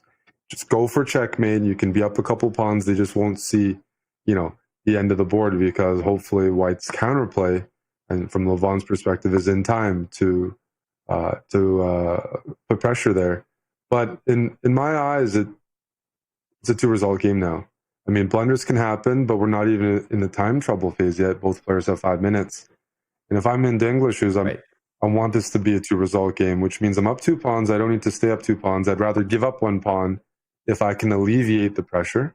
Queen b4, which was just played, might be an example of that. Giving up a7. I thought he was going to go maybe queen a3 first. But yeah, I don't want to lose this game. I want to try to massage my opponent with the extra pawn. If it works, it works. If it doesn't, still a good result as black. But I don't want to get overly committed to the idea that just because I'm up a pawn, it's winning. Black's pieces are not set up ideally to support the b pawn, like in this position. So you have to try to be a bit objective still, and a pawn up isn't always just like, oh, it's a winning position. And it looks like he's maybe taken that advice here, and he's trying to go for perpetual with queen takes b6, queen c1, queen f4. The perpetual, there might be something for White to try to avoid that, but I think we actually are headed to a draw, that Black's given up the 2 extra pawns to try to, or offer the 2 extra pawns to try to force a perpetual and just secure a draw with Black against Aronian. Right, and that would be a fantastic result, although you'd have to appreciate a bit of disappointment as well from Dangla, who was probably a little bit better earlier. We saw that move that he played queen b4 was a double question mark, which is a significant blunder in chess. But it's important for the viewers to note that that wasn't a move that was really, I would consider, a huge mistake. It's maybe a missed opportunity. He had a way to maybe maintain some of his advantage, and that was not the move to do it. So instead of capturing that last pawn on b6, Aronian's last move, Eric, would you say that's him maybe sort of feeling out the position and his opponent and saying, I'm sensing some nerves from my younger opponent? He's already from a better position earlier, now comfortable with a draw. And for that reason, Aronian might, at least want to continue the game. And remember, he's also up on time. So there's a lot of ways that Aronian can still find a way to win this. Yeah, I think when Aronian, approaching the position, he wanted to be annoying, get counterplay, but then seeing his opponent not even try to fight for the material advantage and offer to give it up to force a draw, I think that definitely is a moment where he saw that. He's like, no, I do sense a bit of weakness, some nerves. And as a result, he's going to try to play this position, which is a draw. I won't say the word dead draw, because that's actually misleading, because we see results happen all the time in rapid chess. Even if the position's objectively drawn, dead draw, no, we're humans, we make mistakes. This position with correct play, or even imprecise play, should be a draw. But when you get low on time, we're capable of much more than just imprecise play, just outright poor play. And I think what White is trying to argue is, it's all equal, but your pawn on d5 is on a light square. We have light square bishops. My pawn is on a dark square. So I have a little bit of a more convenient position because I can put pressure in areas that you cannot. And that's just referring to the pawn on d5. Yeah, the pawn on d5 can be attacked by White and needs to be defended by Black, whereas the pawn on d4, you can't really say the same. I think that Levon we'd be okay trading queens here, because then the bishops would remain on the board. But I do think that if the bishops exchange, then the position is much closer to more of a dead draw, where there's just not really any hope for either player to win the game. So I think from Aronian's perspective with White, he'd be okay trading the queens, but not the bishops. And you also have to keep in mind the time situation. Still quite a lot of time. I know it's only 3 minutes, but for these players, that does feel like an eternity. So nothing to really worry about time pressure just yet, but we'll have to monitor that because at this point, if you spend 30 seconds on one move, immediately your opponent has a great chance to just play for a win on time.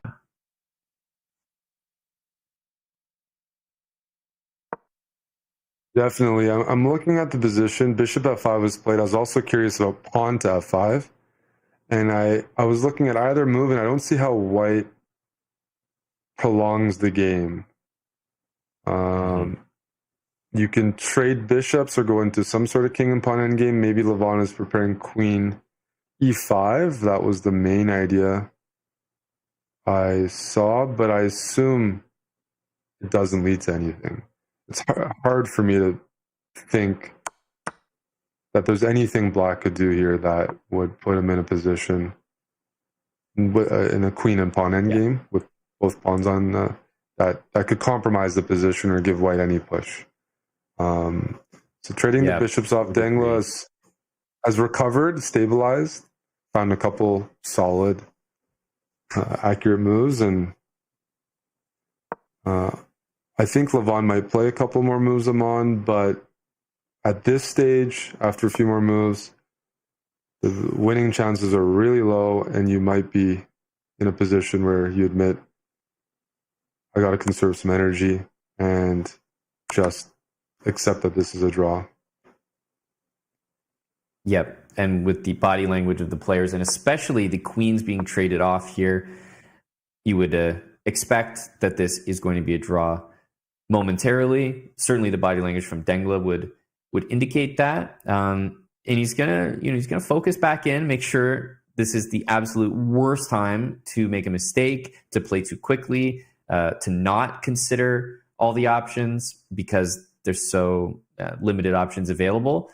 If you make a wrong move here, you will certainly lose the game. But I think they know that the result is a draw. The king position is a little bit better for Aronian, just a little bit further up the board. But that's pretty much all that he's working with here.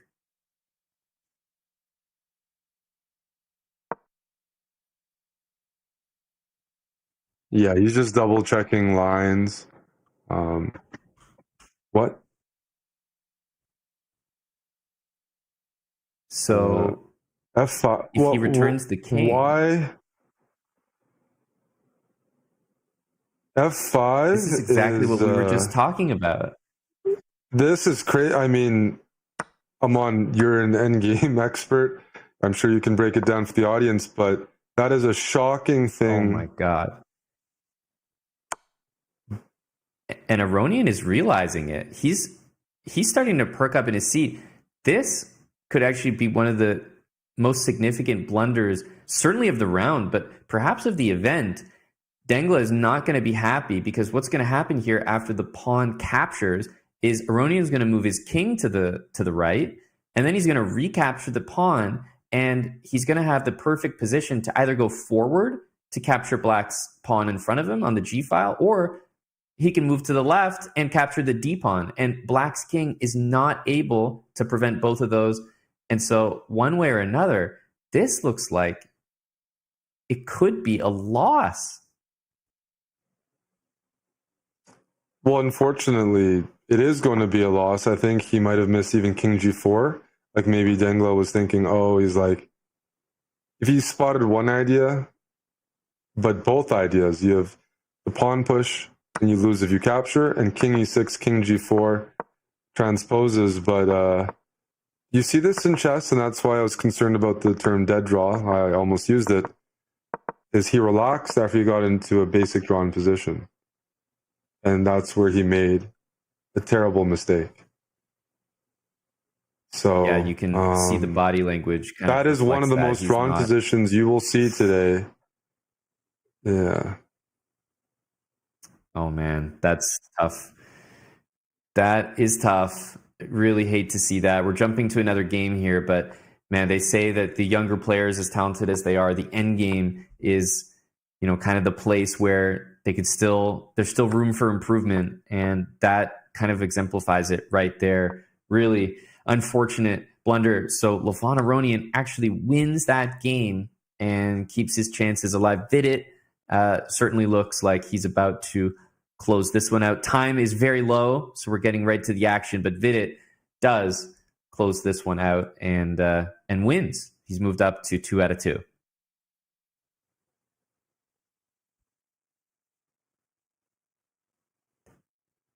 Wow, and I think, Eric, the majority of the games, if not all of them, have just finished at once. That's kind of what you get in this format when it's this 10-minute game with no increment. There is a point where just every single game is in crazy time trouble. So we saw the results there, and with everything finished, we're going to jump to a break before we return with the next round of this last chance qualifier.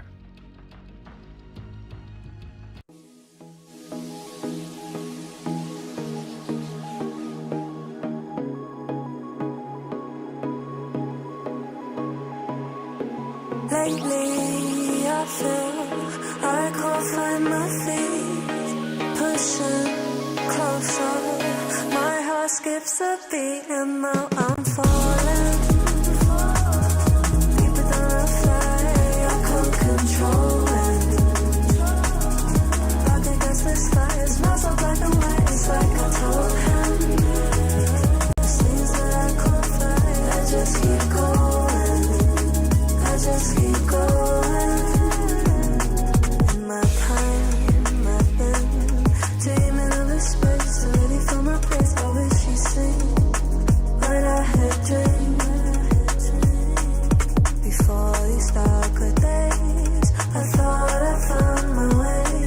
Quickly it fades, losing the race, closing the page. In and out, I'll move myself again.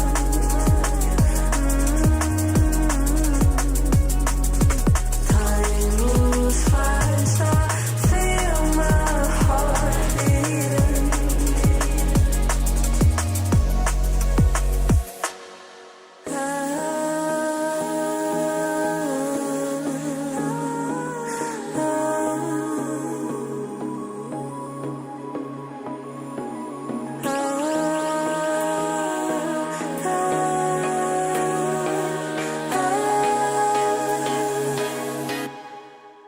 And now I'm falling, deeper than a fly, I can't control it.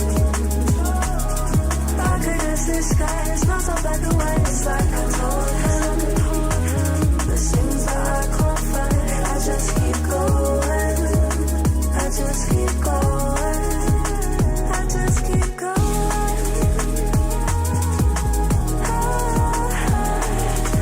I just keep going. Dark against the sky. There's things that I can't find. I just keep going. I just keep going.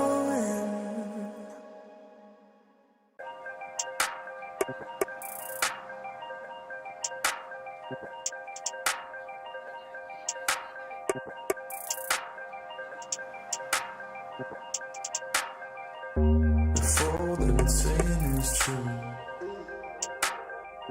there's a war for your eyes. Tell me, can you see right through? Right through, right through. Down through the wires and the pipelines. We go disconnecting from the city and the skyline. This is the numbers again.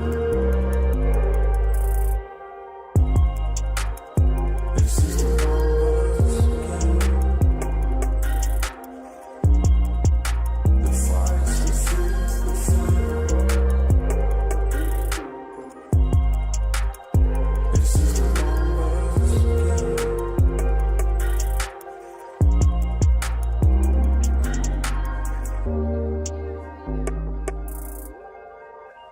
Counting up coins for a silver can. And there's nothing going on, no game plan, no plans. So I'm jumping out the fire, back into the frying pan.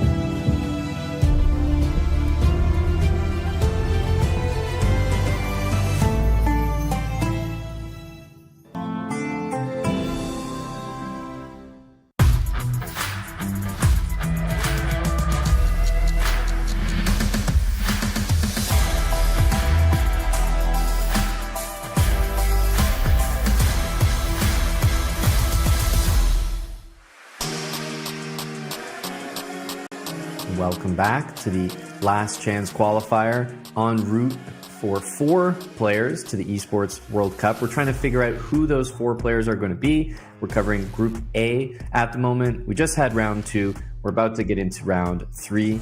Eric, and I think the story of that last round, we focused on it the entire time, but Levon Aronian, I really did not think that he was going to escape with more than half a point.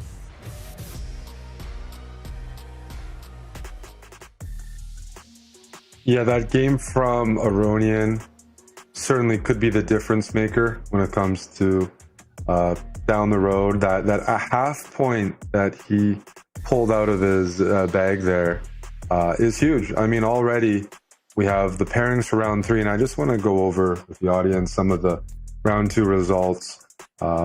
We know Aronian won. We saw Vidit pull win 2-2. Andrekin, Dubov, Modiaki, Tuchen.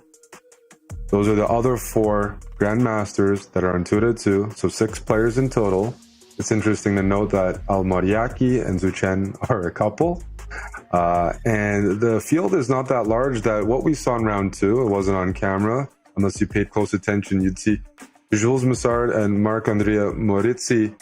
They were talking 2-3 minutes into the round.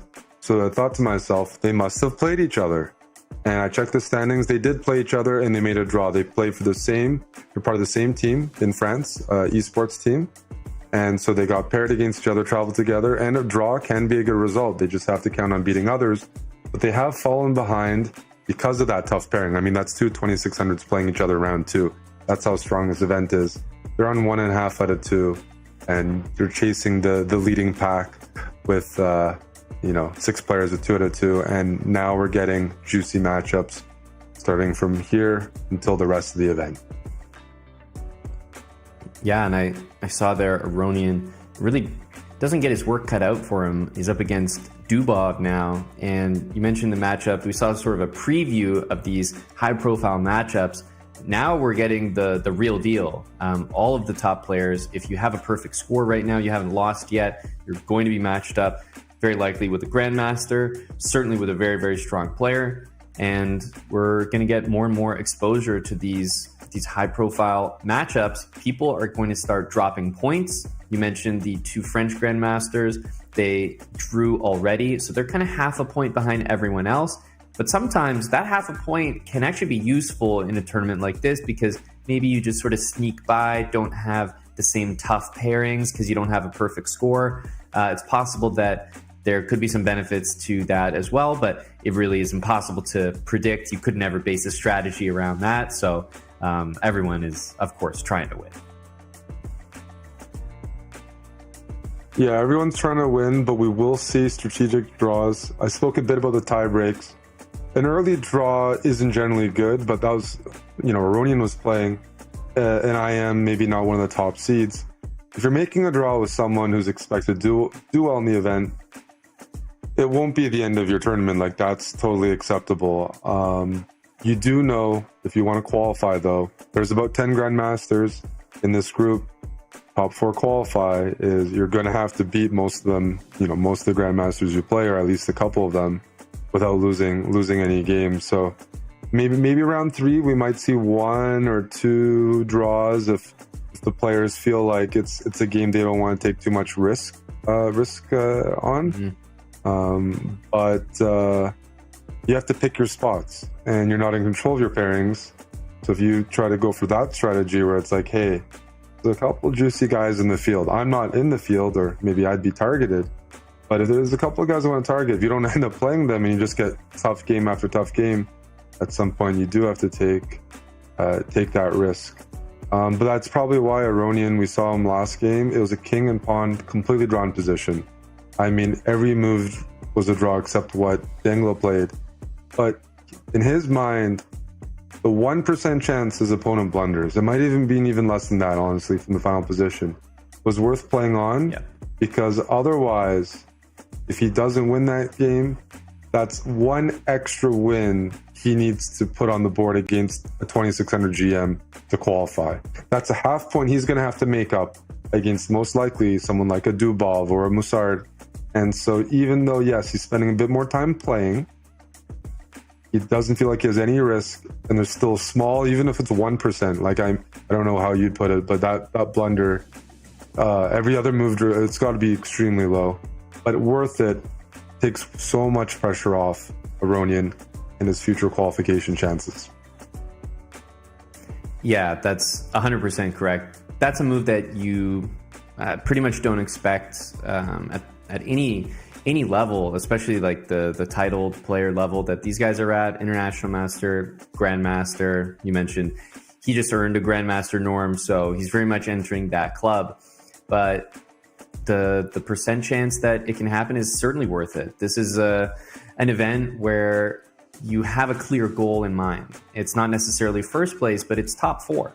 You have to be top 4 in order to make it to the playoffs. So for Aronian, there's no risk for him, and he may as well play it on just to see. In this case, it really worked out for him. He's got his work cut out with a tough next pairing. And another thing about chess when it comes to draws is draws are, they're usually thought of as a bit more acceptable, or maybe more of a good result than a bad result when you have the black pieces. And it just comes with the territory of white being a very small advantage for chess players, especially at the level that we're witnessing here between these players. So, Aronian with the white pieces last game, that would have been a really bad moment for him to maybe give up that draw, because he's going to be put in positions maybe with the black pieces later in this event by other strong players where he might not have the ability to play for a win all the time. Like in chess, sometimes if a really strong player with the white pieces pushes you into a situation where it's just really, really equal, it's hard to fight back and play for a win without taking way too much risk. So again, doing that with the white pieces, making sure he wins that game, will maybe enable him later in the event to make a draw with black, which would be more preferable.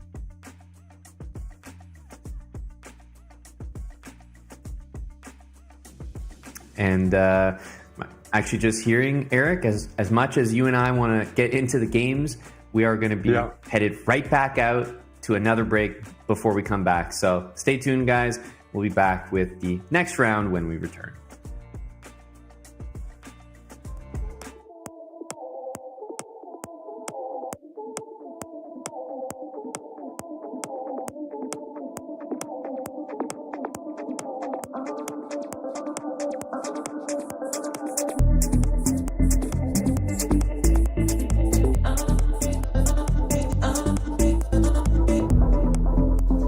I've been looking for something that will give me peace of mind.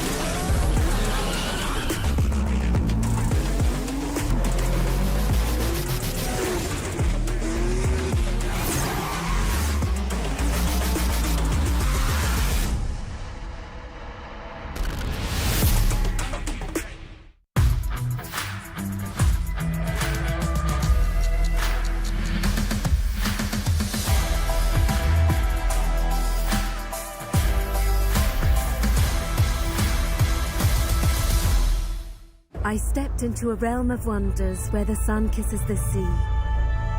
Two worlds inspired by each other. Two worlds making one. This land is calling, Saudi Red Sea.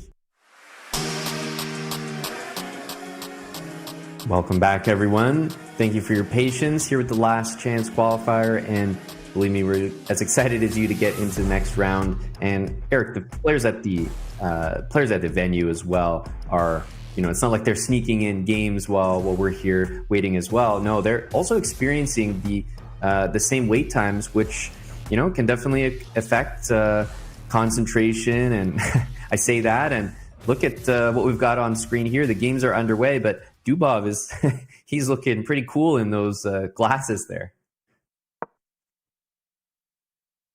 Yeah, I'm on. I wanted to get your opinion on that, actually. We have a big matchup, round 3, Aronian versus Dubov. If we go by maybe even like Blitz or some speed chess accolades, some people might put Dubov as the top seed in this event. He's been a medalist at the World Championships and whatnot.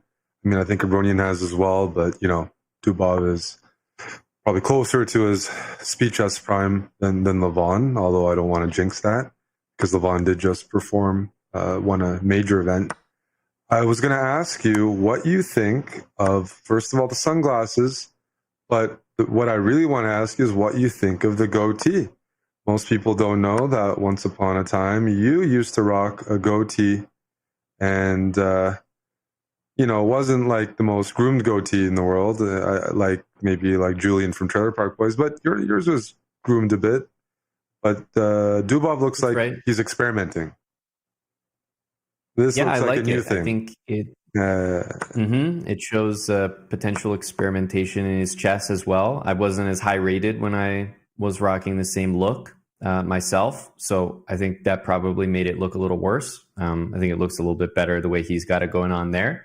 And honestly, he's got a position that matches it. Bit of a position that looks a little scruffy, rough around the edges here for white, but ultimately has an advantage. I think it works. The bishop on c1 doesn't look great here, Eric. It's locked behind a couple pawns, but conversely, Aronian with the black pieces also has a weak pawn on e6, and it's on an open file. So I think that Dubov can be pretty satisfied on and off the board here.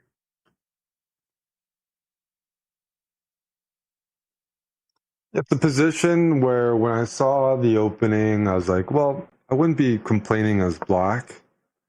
Got castled. We both have pawn weaknesses. There's a pawn on e6, but with the queens off the board and no light squared bishop for white, kind of thought black could manage it. And still looking at it, thought black was okay, but that I kind of see what you mean in that if Dubov can stabilize, maybe his weak pawn on a3 is not very easy to access for black. And in the long run, if white can double up rooks on the e-file, you're just looking at a long-term position as black where you're kind of cramped and suffering. Because let's say both sides have weaknesses, accessibility is going to be one of the determining factors, and the e6 pawn is much easier to target than the a3 pawn, if I'm going to call that a pawn island. Sometimes black is going to try to play c5 and knight c6 and make d4 weakness, but that could be double-edged. Some trades could actually improve the scope of this bishop on c1 that's currently blocked by its own pawn. I think if Dubov managed to stabilize and just turn it into a game where he's piling up on e6, I feel like he's got to be pretty happy. But it's a few moves to go from that. Yeah, rook a2, that standard move you see in the same-ish structure of the Nimzo, and this is kind of similar, is rook a2, rook e2. So very curious what Levon will do here, because Levon and Dubov are both players known for their dynamic chess, and how that kind of pertains to this is I expect Levon to look for an active solution to the e6 weakness as opposed to a more solid, rook e7 followed by rook d to e8, defend, standard defense, bit more passive but effective, he thrives more with some active counterplay. If he's playing passive defensive moves, it's usually because that's the only acceptable solution. But otherwise, he would prefer something active, and I'm searching the position for that. Is it going to be a c5 followed by a knight c6? Outside of that, I don't see what you can target. I mean, you can make moves like knight b3, but it's funny timing. Plays knight b3 as soon as I mention it. And I guess the purpose of that is just to simply say, look, if you want to preserve your bishop, you have to put that dark squared bishop. You have to move to e3. But if you move it to e3, you're blocking the pressure on the e6 pawn, and maybe the knight on a5 is transferring over to the center because there's knight c5 check in certain positions because the d pawn is pinned. So probably an argument to reroute the knight from a5 towards the center and to ruin white's coordination. White wants to coordinate the rooks on the e-file. Knight b3 stops that a little bit. And I like this move. Idea of bringing the rook to the center is really logical, just to hit that pawn. And it's kind of forced Levon into this knight b3 idea that you mentioned, where the knight has now captured the bishop on c1. I wouldn't say that bishop was a fantastic piece, but by the same token, the knight was sidelined. It was on the a file. It didn't look like a great piece. So a bit of a win there for Dubov. He gets rid of his bad bishop, and his king is already centralized and ready for the endgame. Now, I do think that overall, I would probably classify this type of advantage as like just not significant enough to be too concerned. If you're Aronian, I think he's probably fine here. But the king position I think is impactful. White's king on d3. It's ready for those end games, and we see some exchanges. The knight jumps into the middle. I think that Aronian is probably not going to be terribly interested in the exchange on e5. And if we are playing a rook endgame, it really just depends who has the open files, because right now you look at the pawns. Black has more pawns on the queen side. White has more pawns on the king side, which means it'll be kind of a race to create a pass pawn, which I think Dubov is going to be a little faster at. Yeah, we see Dubov initiating or offering certain rook endgames, and if that's the case, that usually means he's evaluating them as a bit more pleasant. And this game has a big impact on the tournament, because if whoever wins this game, in my eyes, is pretty much a shoe-in for qualification. You start off 3-3, beating maybe either the 2 or 3 seed. I think you're in the 90+ percentile to qualify. And if you lose this game, then all of a sudden it might go from like a 70%. I don't have all these stats handy, but like to more like 50%, because you have to make it up a lot. So Dubov is looking for a rook endgame where he's the one better. So it's a 2-result game. A 2-result game is good, especially against these are, both Aronian and Dubov probably consider the other player as someone who's capable of like beating them and being a threat. So you don't want to lose this game. You want to be in the driver's seat, but still keep solid options. And by keeping the knights on the board, that might help in that pursuit, because in a 10-minute game, or when you have 5 minutes on the clock, trying to calculate if certain pawn endgames with rooks are holdable or not, it's like, well, you might not have time to evaluate all that, and you don't want to end up in what we just saw in round 2, even a king and pawn endgame that someone lost. That's right. Knights on the board, there's no reason to trade. It makes sense from Aronian's perspective, trading the knight on e5, giving white that protected pass pawn, unnecessary. Yeah, and it looks like basically with the move a5 by Aronian, he's saying at some point he may want to play b5. Even if it's a pawn sacrifice, it would allow him to get an outside pass pawn, that A pawn running down the board. And similarly, if Dubov ever plays the move G4 to try to get his pawns rolling, it also opens an extra file. Black could capture it. Aronian could bring the rook over to the H file on the right side of the board and start invading with the rook. So it's unclear as Dubov which side you really want to open up, because you got to be careful not to allow too much counterplay.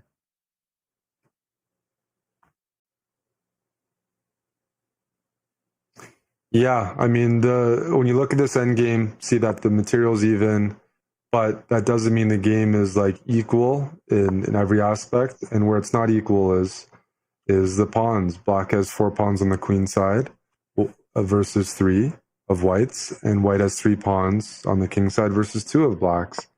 And that imbalance means that both black and white have a chance to theoretically create a pass pawn if they try to push hard. Dubov, if he tries to play G4 and create a pass pawn, the issue is black can take and maybe swing the rook over to H8 and use that H file for counterplay. So either player would need to take some risks to try to get a pass pawn or really try to play for a win. And I'm not surprised here, Amon. I was kind of talking about tournament strategy, and if I was either, these players, they are aware of that. Like, they do think about this of who's an actual threat, and unless a player makes a glaring mistake, I did not expect these guys to necessarily expend their energy trying to beat each other when it's simply not necessary. There's easier opponents for them.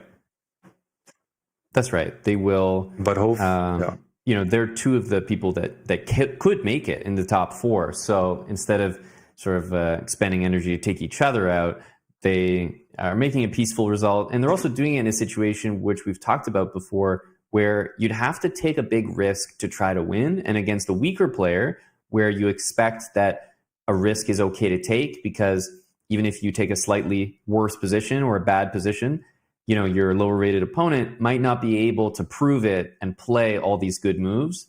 Whereas someone like Aronian, if you take a risk against him, he might just play perfectly from that point on, and you could just lose the game. So it's just not worth the risk. A draw is a fine result against probably one of your top competitors in the event, and the game ends peacefully, and both of those players are still undefeated as we join a different position here. Actually, it looks like those guys are still sat down at the board, and the position that we're looking at, though, is match between 2 other grandmasters, and here we go. Dmitry Andreikin, and actually Dmitry Andreikin is he's just up a piece here, so this looks like a very, very winning position.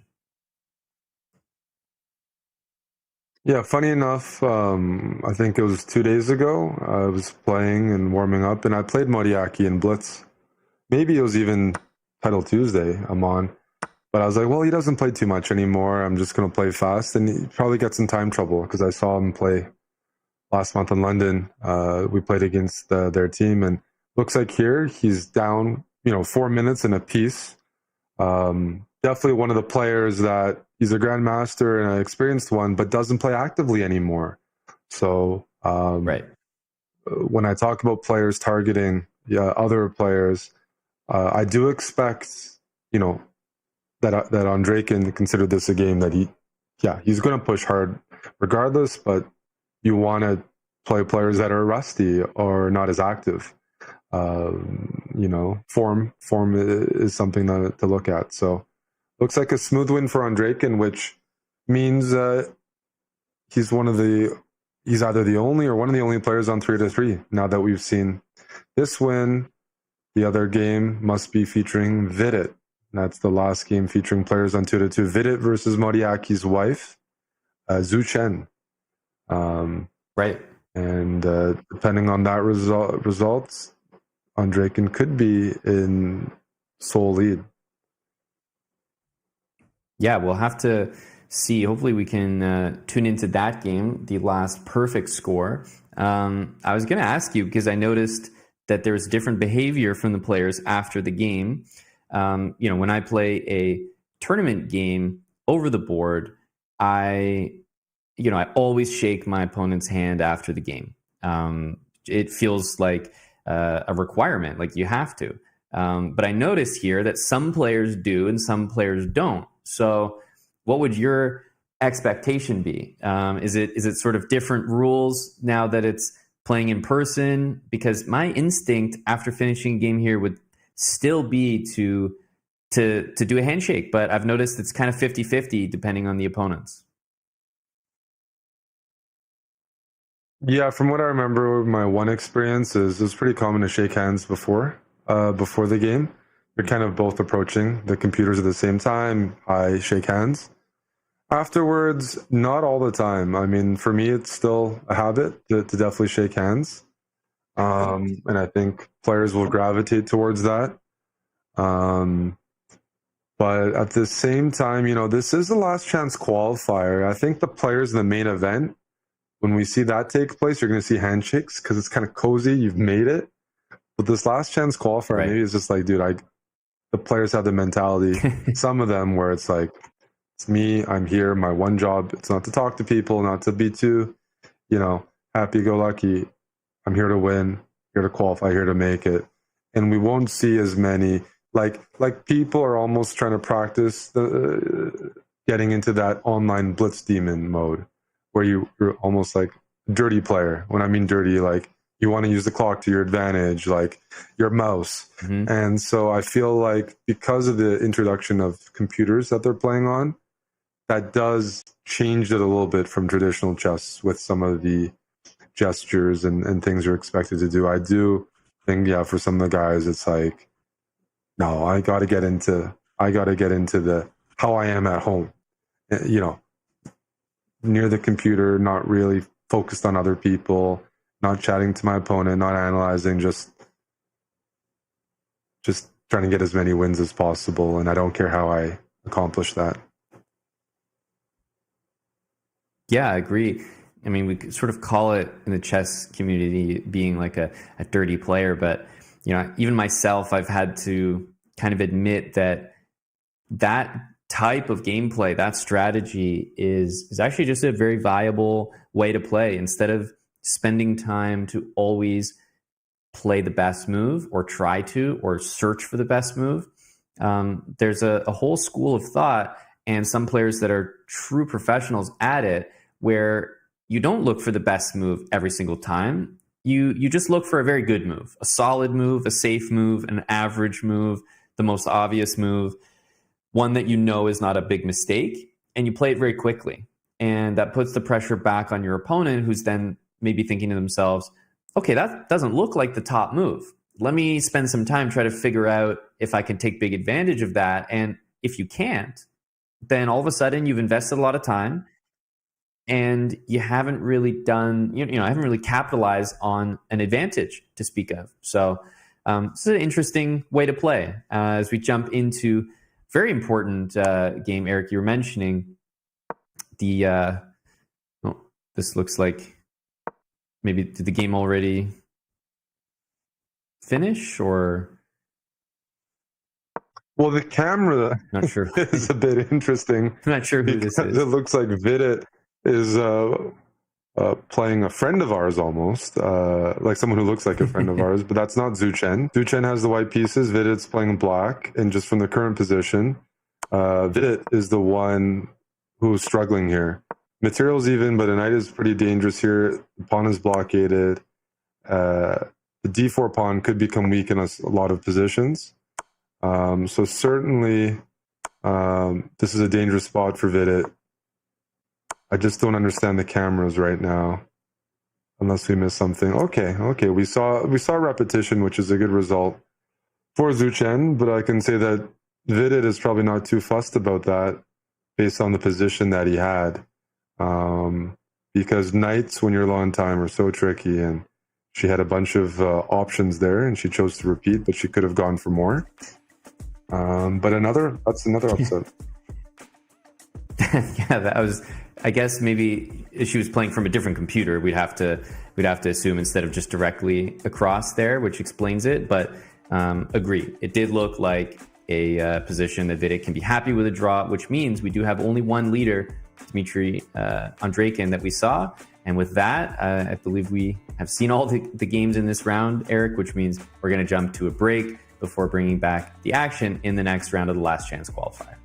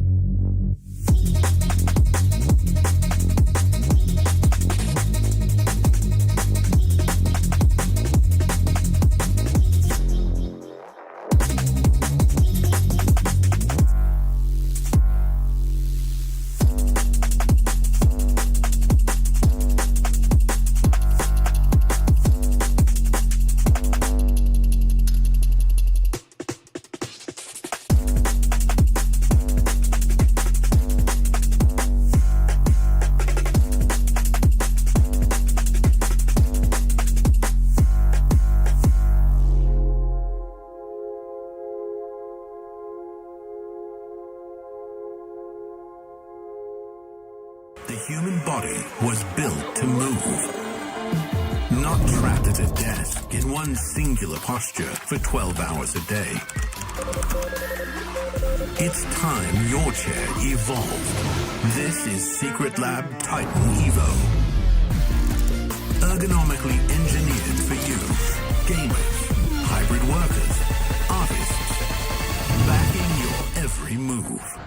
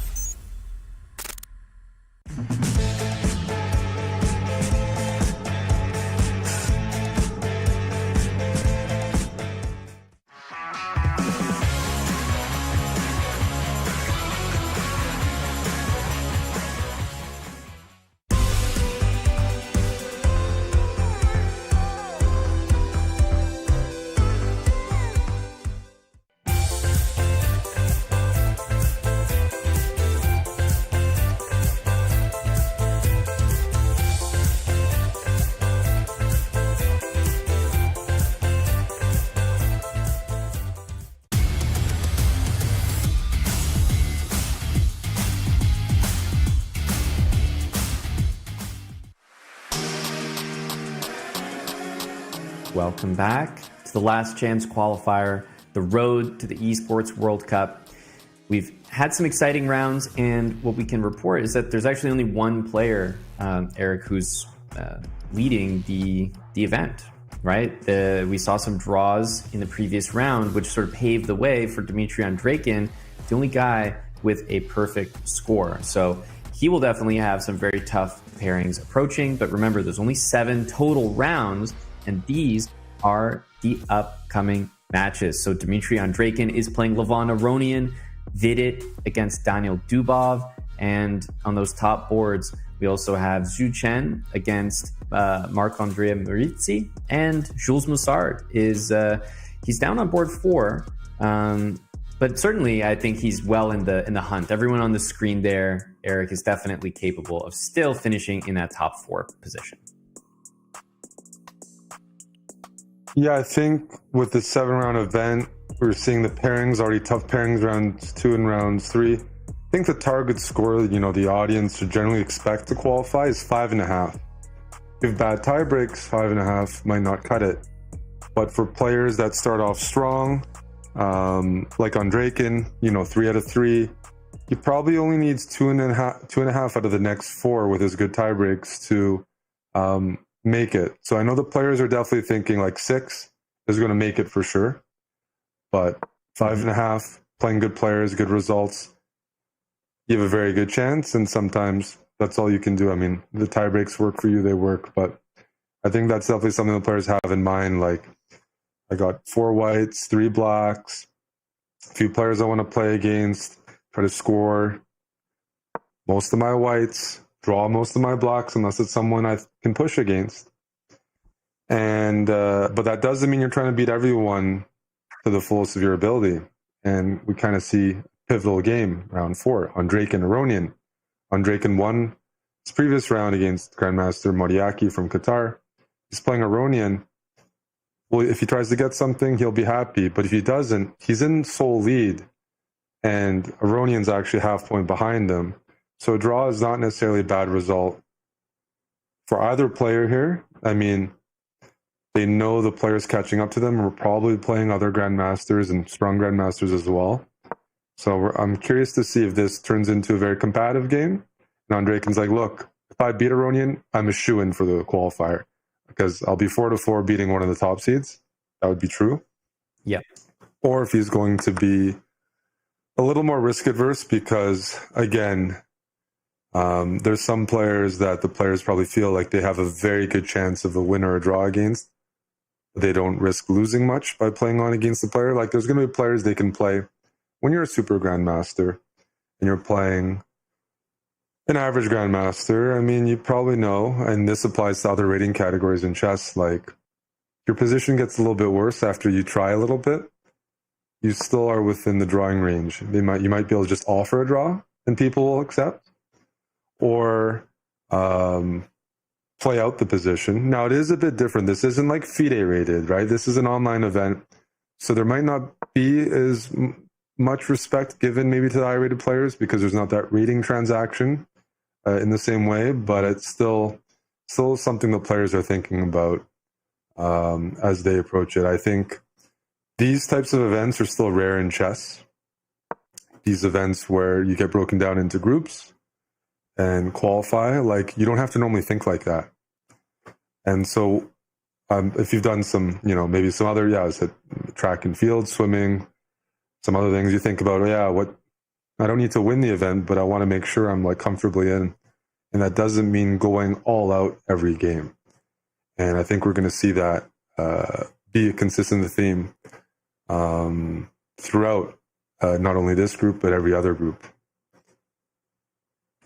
Yeah, that's an important thing to realize is that we mentioned it earlier that Aronian, he survived a position that should have been a draw earlier, and that had a big impact on his tournament because, the match after that, he just drew against Dubov.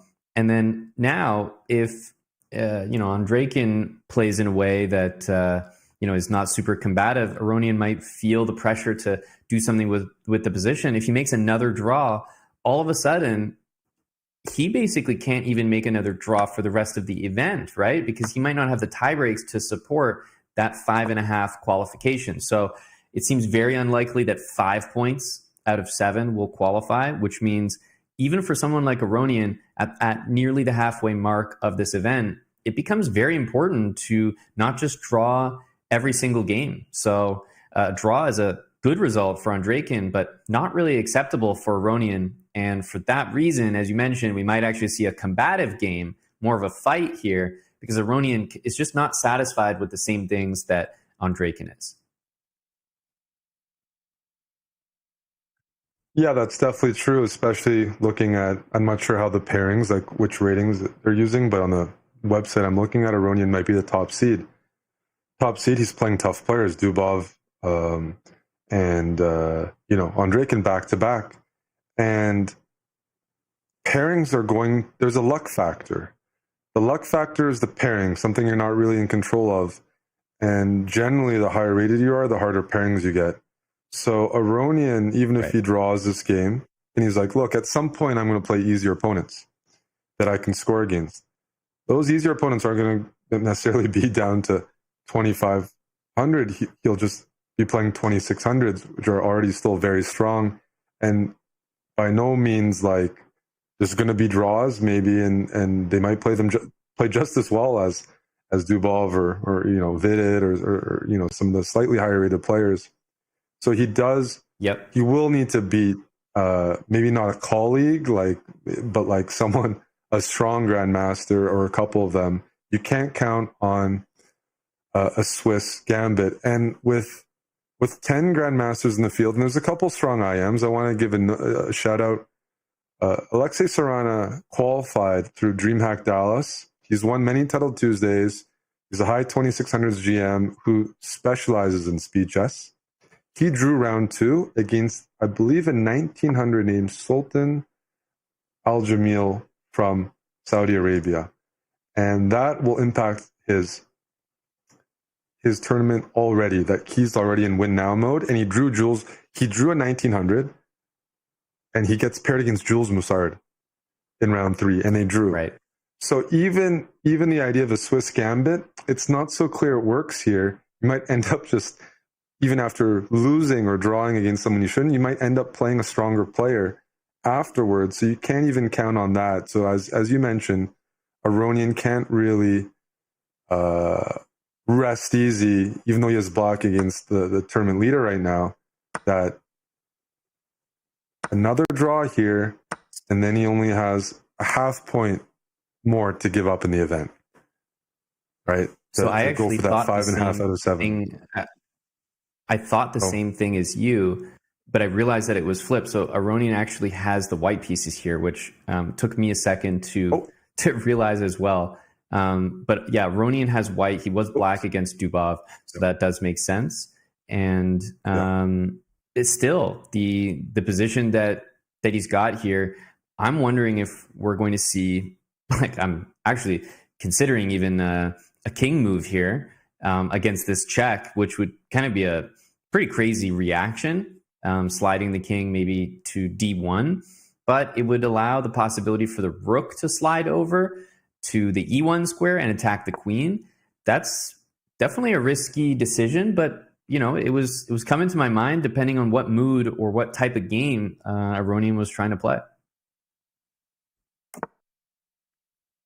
Yeah, me having the colors confused makes a big impact because I do expect Aronian to push with white, and that changes everything. This is a very important game for him, and so we should be in for a long fight. The position is definitely imbalanced with the bishop pair for white, but semi-locked. And even on the board in front of us, Andreykin's posing a big question. What are you doing with your dark squared bishop? And you know how you attack the pawns? You attack the base of the pawns. White's weak pawn is the d4 pawn. Black's weak pawn is going to be c6 if white exchanges, but if before that exchange, it's going to be the b7 pawn. And you can't allow too many exchanges here. Then we're going to start to see opposite bishop potential. So this is a big decision for Aronian, and I don't think whatever just happened was intended for him. We can see that both by clock, like he's down a minute and a half. And frankly speaking, when you lose your dark squared bishop in this position as white, I don't see where the advantage is, because your weak pawns are on dark squares, and it's going to be very hard to put pressure on black while having to defend that d4 pawn for the rest of the game. So I think Andrejkin is doing very well here. I don't think Aronian is happy with the position. It's okay, but it doesn't even allow for a lot of maneuvering, because for the rest of the game, you're going to have to maintain the d4 pawn. That bishop on g7 is just staring at a weak pawn. White's bishop on g2 is staring at the d5 pawn, so you either sacrifice there or you have to break through on and break the base of the pawn chain, which isn't going to be easy. Like, I'm even curious if black ever has to put a knight on b8 in some position in the future where white takes on c6, plays queen a4, that black might even put a knight on b8, which looks passive. It is passive, but it's still not easy for white to defend d4 and overcome the defenses on the c6 pawn. So, yeah, remains to be seen, but Aronian is a very creative player, and he's certainly looking for a way to make the position complicated. Yeah, I'm also noticing if the white knight moves, for example, behind the rook on e2, that the bishop is not just attacking that pawn on d4, but is also pinning it to the queen all the way in the corner there. So that probably explains Aronian's last move, queen a4, and also explains Andrejkin's move, queen d8, because now, in reaction to this, he's sliding it all the way over. He's looking for a trade. And I think what's going to happen is there's going to be a position where, you know, you could envision the pawns exchanging. b5 takes c6. And that means that the base of the pawn chain, as you've been talking about, is going to be the c6 pawn for black, whereas it's the d4 pawn for white. And I do believe that the d4 pawn will be easier for black to attack than the c6 pawn for white. And for that reason, even though it's maybe around equal according to the engine here, I would probably say that Andrejkin can still win the game. It looks very equal, but the weakness of the d4 pawn looks much more significant than c6. So unless there's some other sacrifices or ideas, I do think that it's equal, but I kind of liked what Andrejkin has done with the game so far. Okay, Amon, after rook e7, what happens after knight takes c5? This is what I anticipated. It's the only thing Aronian can try. Trades and everything should be a very comfortable hold for black. Rook e7, knight takes c5, with the idea of bishop taking on c3 at the end of it. But the b7 pawn could fall in that line, and that would give an imbalance that white is looking for. So, as I said, Aronian, he's not the type of player to passively defend d4. And if you do that, it's very hard to overpower your opponent. Rook e7, now we see some ideas. You know, rook d8 runs into rook takes d7. This is what I'm talking about. If white wins the b7 pawn, objectively, with best play, might still be a draw, but it's going to be a position where white's happy to no longer have to defend the d4 pawn. They're losing it, or it's transitioning to c5. But let's say black has won one of those pawns, but white's winning the b7 pawn, the base. I guess a key feature might be this rook a1 check in intermezzo at some point to force the bishop to f1, because otherwise, if white can take on b7 and take on d5 in some position where black's pawn on c6 has to move, all of a sudden that'd be really, really good. But here, the bishop has to go to f1, which means it's still going to take some time and hard work to ever get to like a key square. Plant the bishop on d5, put the king on g2, you're happy. Andrejkin's making that as hard as possible. But Well, this is no matter what, this is the type of dynamic play that, whether it's good or not, Aronian was happy to play it anyways because he needed to. He's not playing with white and just going to accept a draw. The tournament situation doesn't allow that. And Andrejkin has already made a mistake. What's he missed here? This is crazy. Rook. He's missed that after King G7 is available. Yeah, he's missed after King G7 that there's Bishop H3 and F5 doesn't work. So it's just a basic. Aronian went from an equal position to a winning position in 10 moves by going for a dynamic solution and baiting Andrejkin into something forceful. Wow. And that is a shocking result right there. Comes from what looked like an equal position, but I love what you brought up about Aronian just not being the player to sit back. Like he never plays that way. He doesn't defend that way. And that's exactly what led him to a position that he could take advantage of and score a really much needed result to knock down Andrejkin a little bit, but also build his score back up. And he's up to 3.5 now. Yeah, that's a huge win for Levon. He's back,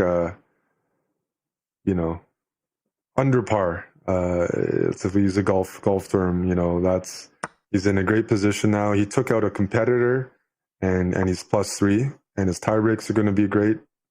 And now we've moved on to a really fun matchup. I think we have some fans who not only have Dubov but also Vidit. They're playing each other, and the position in front of us, there's fireworks already. Vidit is down a pawn, but he's attacking a pawn. Black's king is looking a little naked without the fianchetto bishop. The queens are on the board, which immediately brings a bunch of attacking ideas that otherwise wouldn't be available. If the queen's off, Black could use the queen side 2-pass pawns as an advantage, but as long as the queens are on Vidit, we'll have attacking chances. The one thing I want to say is I finally put a thought to how Dubov is dressed. Like, it kind of reminds me like he'd be like an informant in James Bond or something, like the guy you go to a new city or country, a local who's like selling information, who's got all the hookups. Like, he looks kind of like he's on holiday, very, very relaxed. And very relaxed. He knows where to get stuff. He knows how to get some things done. If it was like an action movie. I agree. And the first time I saw the look, I was like, this is a guy to watch out for in an event like this, because I feel like a lot of people are coming in really stressed, nervous. We saw some blunders that I can only look to nerves as an explanation for. And meanwhile, you got Dubov looking cool. And, he's got to play it pretty cool here, because his last move is getting a question mark by the engine. However, question, would you prefer to play white or black here, given that you have almost an extra minute with the black pieces, regardless of the position? Yeah, so I was expecting Vidit to take on G6 first, and I think the key point is white is trying to play rook C7, but black had queen A4, and it wasn't entirely clear to me how that was going to proceed. But if white has a chance, they want to take on G6, use the 7th rank as an attacking point, and here we see that taking on G6 and rook takes D6, queen C7 check is an opportunity. So Vidit is playing patiently and actually very accurately, which signals to me that he has understanding here. He's not playing off of full tactics. He sacrificed the pawn for initiative, but he fully grasps that initiative and compensation to the point where he's not in a rush, and he sees what he has to do, and he realizes it takes too long for black to play A5, A4, A3, and whatnot, and get queenside counterplay. That his attack is there. It's there to stay. It's a long-term attack as long as he's got these heavy pieces on the board. And look at the instant reply from Vidit to go queen E2. He wants to take the 7th rank. He wants to place the queen on G4. And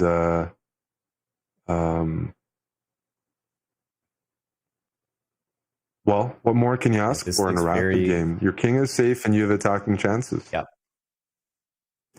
Yeah, I think there's even ideas of like knight F5 check, even if the knight can be captured, because you can kind of use your queen and rook to launch an incredible attack here. And okay, the rook's been exchanged, but yeah, this knight check is really going to hurt.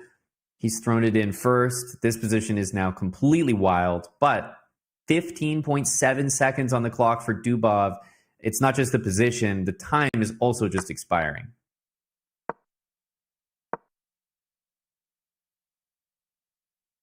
Ooh, this is a fantastic find by Vidit. Amon, this is a model game. As you mentioned, Queen G7, that is just impressive. A tremendous game by Vidit. He just fully understood the position and the initiative there. Sublime.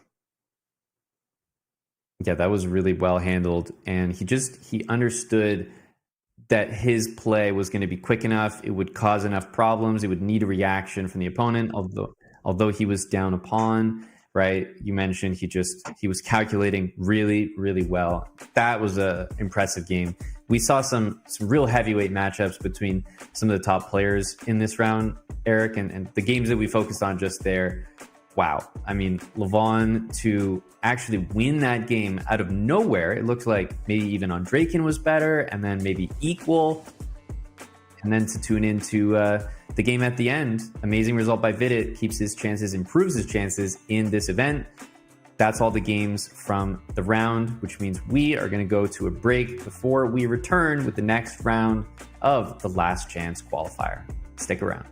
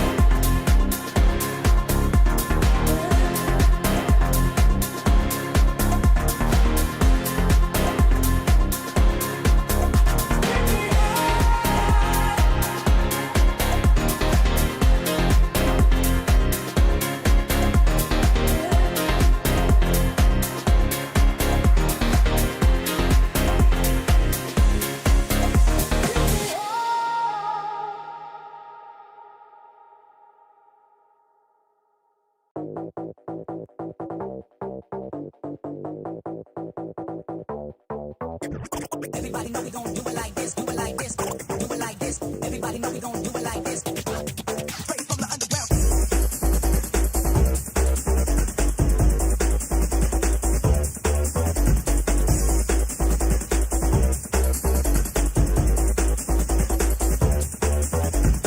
Everybody know we gon' do it like this, do it like this, do it like this. Everybody know we gon' do it like this, do it like this. Straight from the underground. Everybody know we gon' do it like this, do it like this, do it like this. Everybody know we gon' do it like this.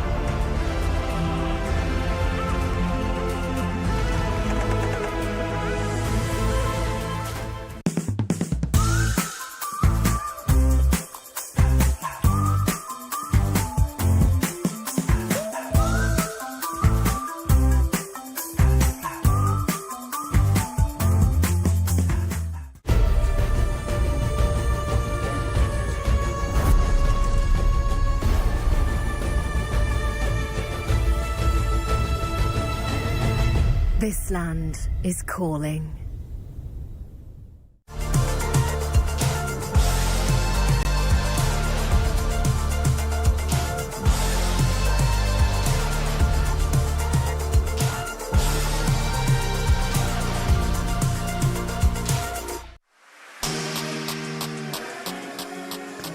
Welcome back, everyone, to another round of the Last Chance Qualifier. Eric, we're really starting to see those top players go at it with one another. It started off, tame, some really imbalanced matchups, maybe some easy wins, but now things are getting serious. Every single point really matters for the qualification. Remember, only the top 4 from this group qualify, and there's only 7 rounds. We are getting into the thick of it, Eric. Anyone can go home with just a loss right here because they just won't be able to come back. Well, yeah, round 4 was huge. The standings have shifted completely. Some players in the qualification spot are out of it. Guys like Dubov, a fan favorite, a tournament favorite, he's at 2.5 out of 4. He needs to win his next 3 games to really have a chance, as far as I can tell. He is fallen from, tied for second to 7th or 8th right now.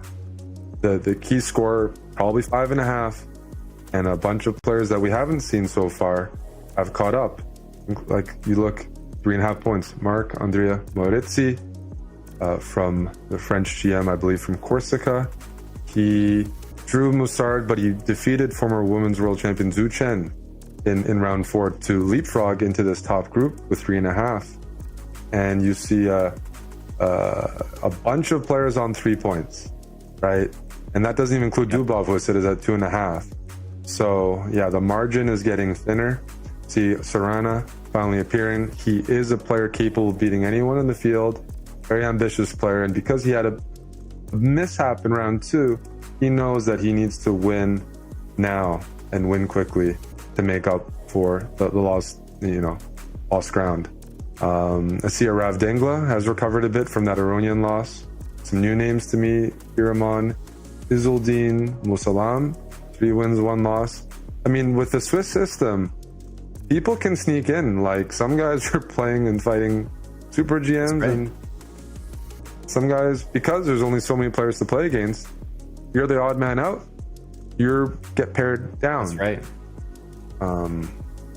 We see so many names like Daniel Dubov. We're now seeing him on the ranking chart here, but he's down at number 10, right? Even tied from 10th to 12th with 2.5 points, along with Zhu Chen. So this is a very, very difficult event. And if you lose early, for example, Arab Dangla, he lost to Aronian, but he won the rest of his games. All of a sudden, he's back up there with more points than Dubov. And it's just the way that the pairings sort of worked out as we're going down the full list here, obviously, with about 30 players in each group.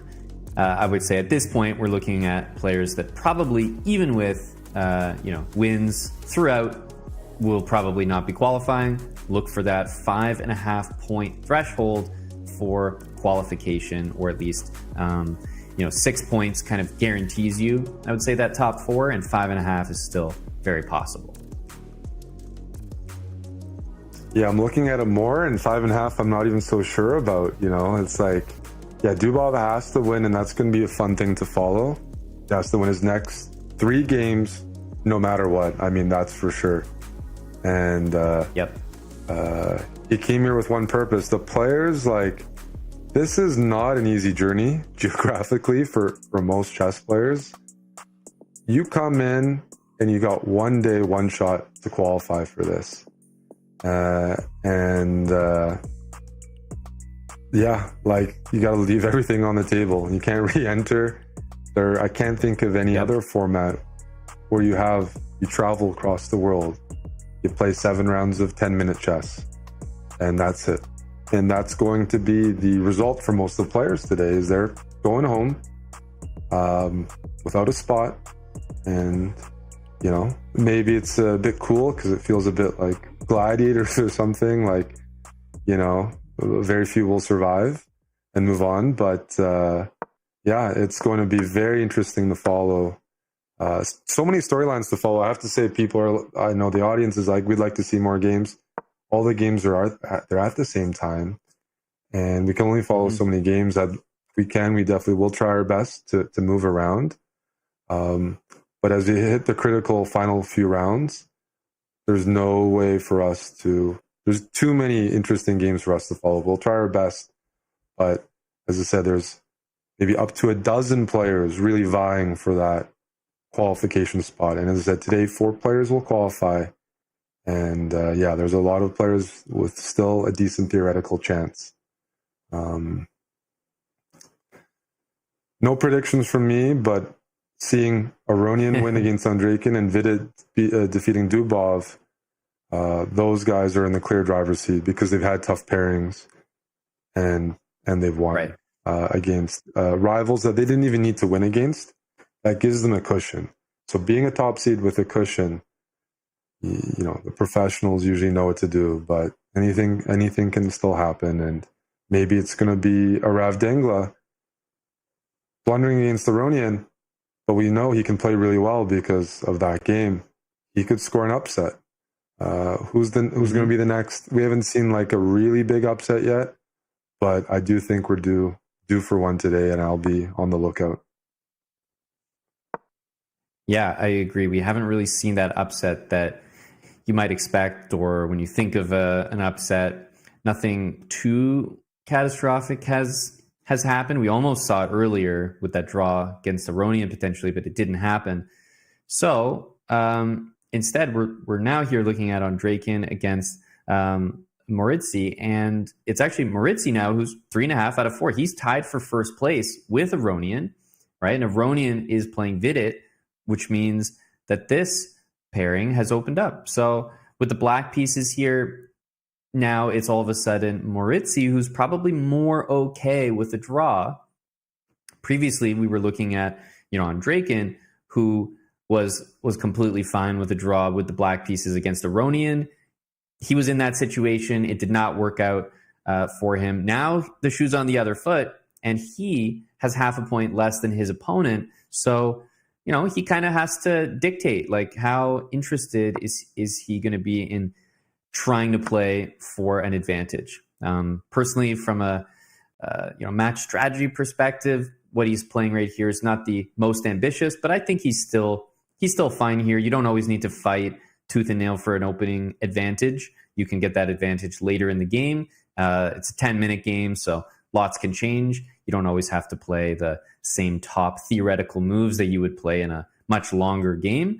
And instead, I'm looking at the pawn structure, which does look like he could do pretty well here with the light square pawns on e4 and a4. But Eric, do you reckon that the king side is going to be a little bit dangerous here if you have to take this bishop back with the king, maybe? I do. I don't think White has achieved much, and that's usually a bit of a knock against Andrejkin. He's a very resourceful player. Openings haven't been a strong point, and he can find himself in tough positions. Like he's not the most theoretical player, and what Moritzi has done here, I think sometimes in these positions, you put a bishop on c5. You can definitely argue White has a little bit. There's some light squares to pounce on, maybe b5 or c4. But black, I think, is doing okay. I don't see the long-term push. One of the ideas is to maybe trade your dark square bishop for White for the knight on f6. And the reason I say that is, in the long run, I'd love to get a knight on d5. So at some point, rook e1, knight c4, bishop g5, something like that. But that requires quite a bit of cooperation. Yeah, he's put his bishop on c5, and that's usually considered an effective counter against White's idea of putting the knight on e3, because you can actually trade your dark square bishop as black for White's knight on e3, and it's not like the dark square bishop is really good. And when you include a4 and a5, which we see in the game, it makes this bishop on c5 that much more effective, because there's no b4 harassment that can ever come. And the pawns are a bit more fixed. It's not as flexible. So as far as I can tell, I think black has done a totally fine job, but we saw last game, Ondraken was doing totally fine with black. And it just took 3-4 moves. Some options were provided by Aronian, and he won the game immediately from what was originally an equal position. So anything can definitely happen, but at least objectively, I think black is fine. And the main thing is you just don't want to end up with some endgame where your pawns are all in the wrong color as black versus an active white dark squared bishop. But we're not near that right now. If I'm playing black, I'll go h6. Yeah. I will bring my queen back to e6. I'll put pieces on d1 and d8. But I mean, even that move is surprising to me. I'm on knight b3. Can I just go h6? Yeah, it's definitely. And knight b3 is not where you put your knight. Thing you look at, by the way. Anyways, mm-hmm. Yeah, knight b3 is not a move you want to play. It's an artificial move because the bishop can drop back to d6, for example, and the knight has no future on b3. But it's because Ondraken has to play for a win. He lost on 3 out of 3. He's on 3 out of 4. He's got 2 whites left in his remaining 3 games, and you don't want to leave until the very end. It might even be too late if the players in front of you keep putting up points. So he's going to be very ambitious this game, which means he's even going to make decisions that might not be objectively the best. But for the tournament situation, you have to take some risks. And, you know, this is one of the games, theoretically, that he should be taking risks. And I think he did take that risk with the move knight b3 because there probably was an opportunity for black to play with h6 a bit more aggressively. But instead, you know, he's half a point ahead of his opponent. Maurizi just not willing to take that risk at that point in the game. He had a safe move available by retreating the bishop, which is what he chose. And that kind of worked out for Ondraken because now he's organized the pieces a little bit better. But still, it's very hard to find any type of meaningful advantage in this position. I think, as we keep discussing, it's really just that end game. If you can trade the queens off as white, play an end game where maybe black's bishop is kind of on the same color as all the pawns, and it's just not a very good piece compared to white's bishop, which can attack all of the pawns in question. So I think that, yeah, he'll exchange the queens, maybe rook e1, even moving the knight from the f3 square at some point to maybe push the pawn up and keep everything defended. White wants to put a knight on the c4 square, but black is completely fine. It's just, I think this is the position that Ondraken was looking for when he played this game from the start. I think this was his dream. He trades the queens off the board, probably do not trade black's bishop, leave the bishop on, and instead you've got an endgame. So, Eric, I'd say Ondraken, while it's not a massive advantage, is very, very satisfied here. Yeah, I mean, from the perspective of a lot of these players, 2-result position, he probably feels like this is a position if he can win some light squares or get his knights on, you know, c4 or d5 or b5. He feels like he's making progress. He's not risking anything. At the same time, if black eventually plays f6, or just plays even what we see on the board, I'm still interested to see where Ondraken can imbalance the position further. And I think one thing we might see is, because this is a time control without increment, we haven't seen too many players utilize that in the sense, like, it's an equal position, let's say. Let's play until we both have a couple minutes on the clock, shuffle a little bit, position still equal. And then in the last 2 minutes, it might be equal, but time pressure is going to be real. And then they can maybe count Ondraken as, you know, he can, I don't know about Maurizi and his bullet skills, for example, but Ondraken has played speed chess for 20 years at a very high level. Like count on some bullet and some tricks coming from that situation, using the clock as a way to imbalance the position. So I think that's going to involve a lot of shuffling. I think that's one way this game could continue. White's going to play f3, bring the king to e2, put a rook on d1. There's always that long-term factor. Black's pawns are in dark squares. They both have dark squared bishops. that you prefer to be the white pieces in those sorts of endgames. There's also an idea of trading off your dark square bishop as white for the knight on c5 and to play knight versus bishop. Just different ways to think about imbalancing the position. Interesting. But we have it here. It's knight versus bishop. Yeah, we have that exact imbalance that you were talking about. It does just optically favor white because the pawns are all on the wrong color. And I'm wondering about this move because basically if black moves the f pawn up 2 squares, attacks white's rook, then black can start to shift all those pawns onto light squares, which is definitely where they want to be. But instead, we saw knight e3. It prevented it momentarily. White could even consider the move g4 to prevent f5 once again.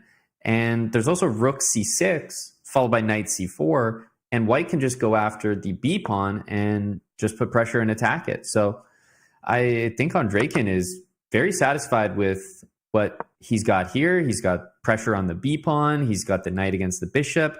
And he's most importantly got an imbalance. He's got 3 pawns against 2 on the queen side, and then obviously 3 against 4 on the king side, but it's easier to create a pass pawn for white. It is. It is. It feels like white's making progress on the queen side. You've mentioned a move rook c6, which I like. Right now, the knight on d1 is a little misplaced. You'd love to be able to go rook c6 and then have a follow-up move. But what I'm seeing is that after rook c6, bishop c5, he's going knight e3. I was going to suggest you could bring your king to e2, play b3, knight b2, knight c4. This is critical because he's offering a rook endgame, and if black doesn't oblige here, the knight goes to either c4 or d5 and makes a big impact, hitting b6 and e5. And I'm not sure black, as it gets low on time, is in a position to want to allow that, because it feels like white has improved their position significantly once the knight reaches c4. It covers d2, which is counterplay for black, bringing the rook to d2 to try to hit f2, not possible. But that means I actually have to find a good move for black here, and maybe you can help me. What do we do? Because I am very concerned about black's holding chances after knight c4. And that is where time pressure is really going to come into play, because Maurizi has to start calculating endgames here, and you can't do that on a whim. You have to invest time.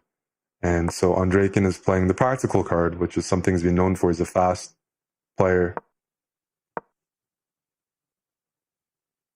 Okay, interesting. I was actually going to suggest maybe e4 and rook b8. I know it's very, very passive, but at least it sort of buys you some time.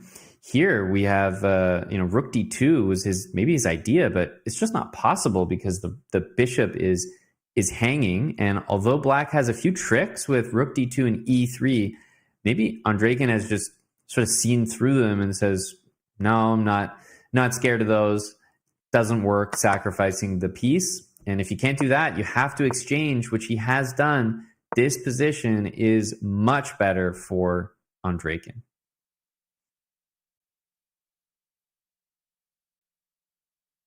Much better for Andrejkin, and I guess the goal here is he's trying to brainstorm how to get connected pass pawns.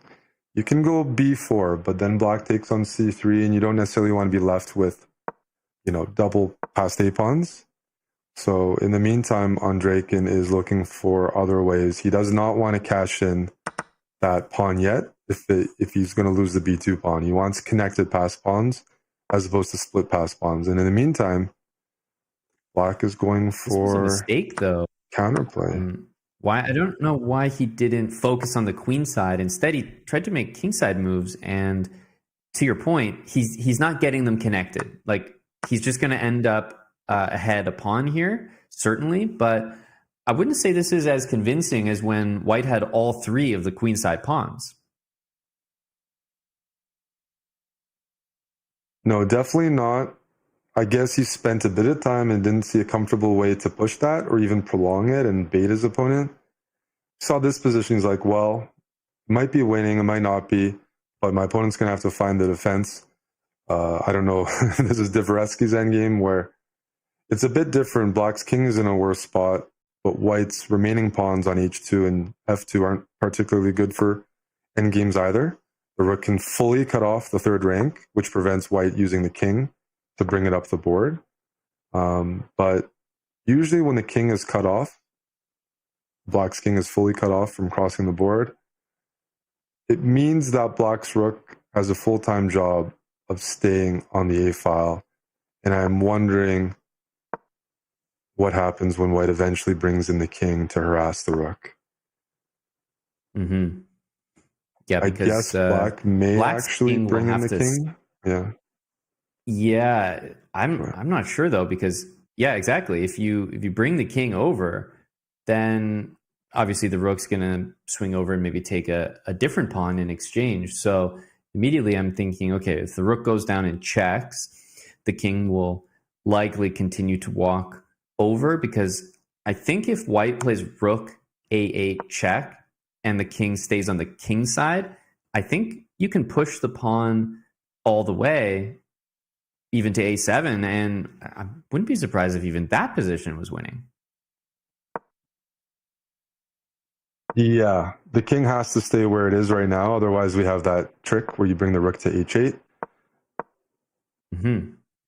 But this looks winning. Yeah, this is the kind of position I was worried about, because white will be able to advance the king up the board, and that e-pawn is not that easy to defend. And when you win the e-pawn, then you can just push your f-pawn down the board. And we actually see a resignation, because, yeah, once you'll eventually win the e4 pawn, and you run out of moves. Wow. Those rook end games are always so tricky. And, you kind of mentioned that Andrejkin, not necessarily known for his opening prowess, but, in saying that, you're also recognizing him for what he's able to do in the other stages of the game. And an end game is exactly what he wants. This game, however, we're just jumping in. It looks like it's just wrapped up. I mean, I was about to say any guesses based on the body language on the result there, but we see it on our screen right now. Levon Aronian wins via checkmate, by the way, but jumps out to 4.5 points, and he's almost cemented his spot in the top 4 right here. Yeah, Aronian, he's famous for winning games with black. Like, he's one of the players capable of some beautiful chess, risky openings, and beating Vidit with black after defeating Andrejkin with white. I think it's fair to say that Aronian, his form has continued from his win last week, and he looks comfortably on his way to qualifying. That he's in clear first. Yeah, really impressive, especially because he had that shaky moment early on, but sometimes that's just it. You have a shaky game, nerves, surprising young player, just not able to get an advantage, but it's not really a knock on his level, which he was able to show against some of the best players in the world, certainly in this competition. So Aronian well out in front, and we will take another break as the matches from this round have come to a close, but there's only a couple rounds left, Eric, so we will be right back. Stay tuned for the last chance qualifier.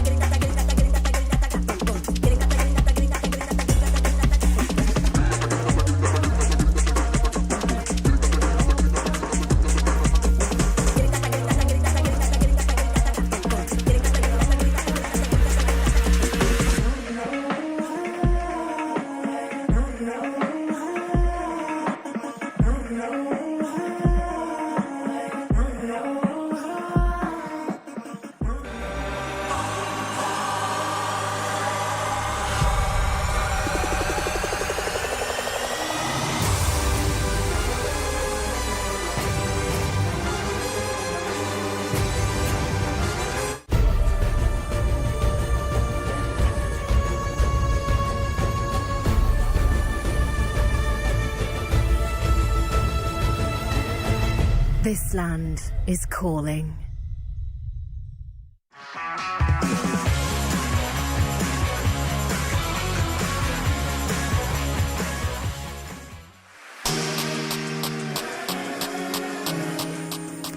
All right, we are back at the last chance qualifier, road to the Esports World Cup. Obviously, a lot has been decided in these rounds, which means we're learning more and more information. I will say it's really looking like Levon Aronian, not just with his form, but also certainly with his score, what he's been able to do after that scare earlier on to a lower-rated opponent. He's on top, 4.5 points, which means unless he just completely collapses, he will absolutely be the top 4. So I think Levon Aronian has nearly punched his ticket, but let's pay attention to the others. Dimitri Andreikin, Jules Moussard, Alexei Sarana. These players all have 4 points, and remember, 6 points would definitely be a guaranteed qualification, but even 5.5 is looking possible. And now you're seeing the rankings take shape. Everyone on this front page here, the top 8, all titled players, grandmasters. This is just exactly what you expect as the event goes on. So all the grandmasters just kind of float to the top of the standings, as one could expect. Taking a look at the other page here, Arav Dangla must have lost just his last game. He was at that 3-point threshold there. But I think at this point in the event, you need to have 4 points or at least 3.5 in order to be competitive for those final scores. Because remember, 5.5 and 6, I think those are the target scores. And we can see the upcoming matches. Of course, Levon Aronian, Jules Moussard, a very, very tough matchup. And you know what? It is really brutal when you are the player that needs to qualify and you're up against someone in first place who has just done such a good job at beating everyone. You're like, man, why do I have to play the toughest player in the event, Levon Aronian? It's not a great pairing, but of course, everyone's got to play everyone at some point here, and the pairings are sometimes a little bit lucky. You can't really control them. Sarana against Andreikin. We haven't actually seen Sarana on the top boards yet in the event, but Eric, I would say like Sarana is someone we definitely expected to be up there, and so seeing him up there now is really no surprise to us, but it means that we'll get to see him in action. Yeah, he's rectified that early draw against the lower-rated player. He's on 4 out of 5, and 1.5 out of 2 will probably do it. There's been enough blood on the top boards. When you're a player chasing the pack and you see players ahead of you drawing each other, you don't always want to see that because they're still either tying with you or staying ahead, and they have good tie breaks. But we've seen multiple players, Aronian just beating a Vidit with black, winning a couple key games. That compresses the field a little bit in the chasing pack. You'd rather have one player score 7 out of 7 or 6.5 out of 7, because it means the qualifying scores are probably going to be lower than if they're all drawing each other at like 6 out of 7, if that makes sense. So decisive results on the top boards definitely gives more chances for the players chasing to catch up. And Sarana and Moussard, 2 players we haven't caught in one of our live games yet, will probably be featured this round. And it's Vidit looking, outside looking in. Dubov, story is he's got to win this round, final round, to finish the 5.5 with a chance for qualification. Moritzi, after losing that round, has to win the last 2 rounds. It's going to be really exciting because I think this is the round. This is the round where some of the contenders will be eliminated. This is the elimination round. Theoretically, there's 8 players with 3.5 out of 5. Any of those players could qualify, but no one with 3 out of 5 can qualify anymore. So we're down to 8 contenders. That's Dubov, Zuchen, Moritzi, Vidit, Sarana, Moussard, Andreikin, Aronian. And I'd say it's looking like 7 players competing for 3 spots because Aronian, the way he's playing, he's got a spot Right. locked down. Would be my safe prediction. He needs 1 out of 2. Yeah, it looks. But we've pretty, seen crazier pretty things happen. expected. That's right, we have, and you certainly can't count on anything when it comes to this. We've even seen blunders in this event where a game has gone from equal to winning for one of the players in just a single move. So we won't call anything just yet, but obviously Aronian looking poised to qualify, and then a lot of people that are vying for those final 3 spots. So 7 players for 3 spots. We're gonna see 4 players that you'd even think are favorites before the event not qualify to the playoffs from Group A today. Yeah. Looks like in the last round, Musard got to 4 out of 5 by beating Moriaki. And so, 2 of the GMs, Hisham from Egypt and Moriaki from Qatar, they are out. And so is Arav Dangla, the young Indian international master that we enjoyed following in game 2. But yeah, here we go, round 6. I'm excited. Right. There's going to be a bit more nervous energy. You probably saw in previous rounds, people following and the cameras, some players finished their games. They analyzed even after losses, they spoke. Well, the nerves should be at the highest point in this round because there's absolutely no more room for draws or errors for many of these players. Yeah, I certainly agree. We're at the point where we're playing the last 2 rounds of the qualifier for Group A.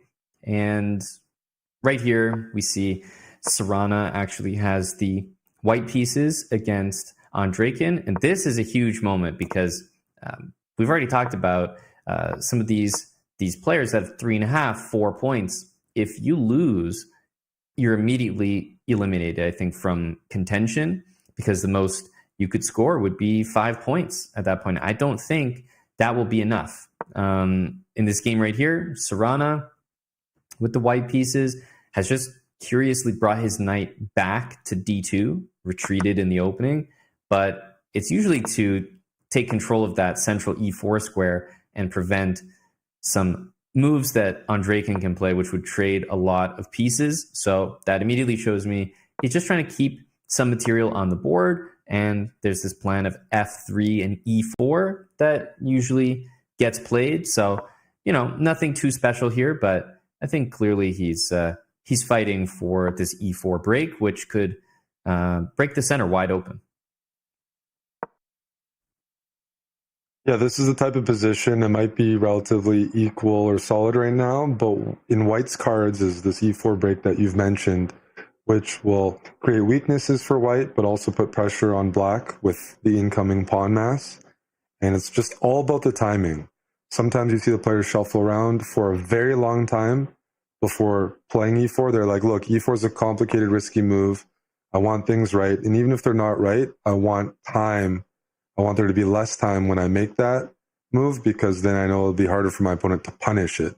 If there might be some issue with the move, I'd rather wait till we get into time trouble and it gets complicated.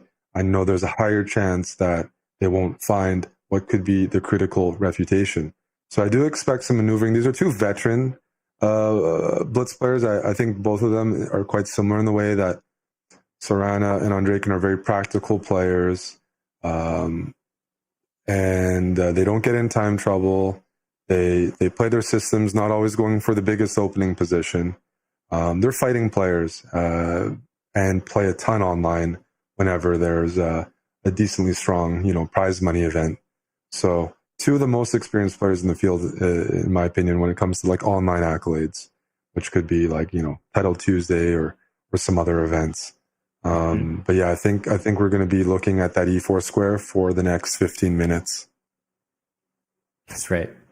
It's all about trying to make that move work. The move A4 has just been played. So the knight on B3 surely has to move here. And when it does, the pawn on A4 will then be under attack. So it looks like the follow-up move is likely going to be B5. by black to support that pawn. But I'm starting to like Serrana's position. You move this knight, and eventually you'll bring it back into the game. I don't know if this makes sense, but I was even considering something like knight A1 into the corner with the idea to move the queen all the way over to the F2 square, and then bring the knight back into the game on C2 and maybe into the B4 square. So he's going back with knight C1. I think probably almost any move with the knight was good there, but I do like how the pawn structure, we started talking about the bishops and the pawns in the previous match.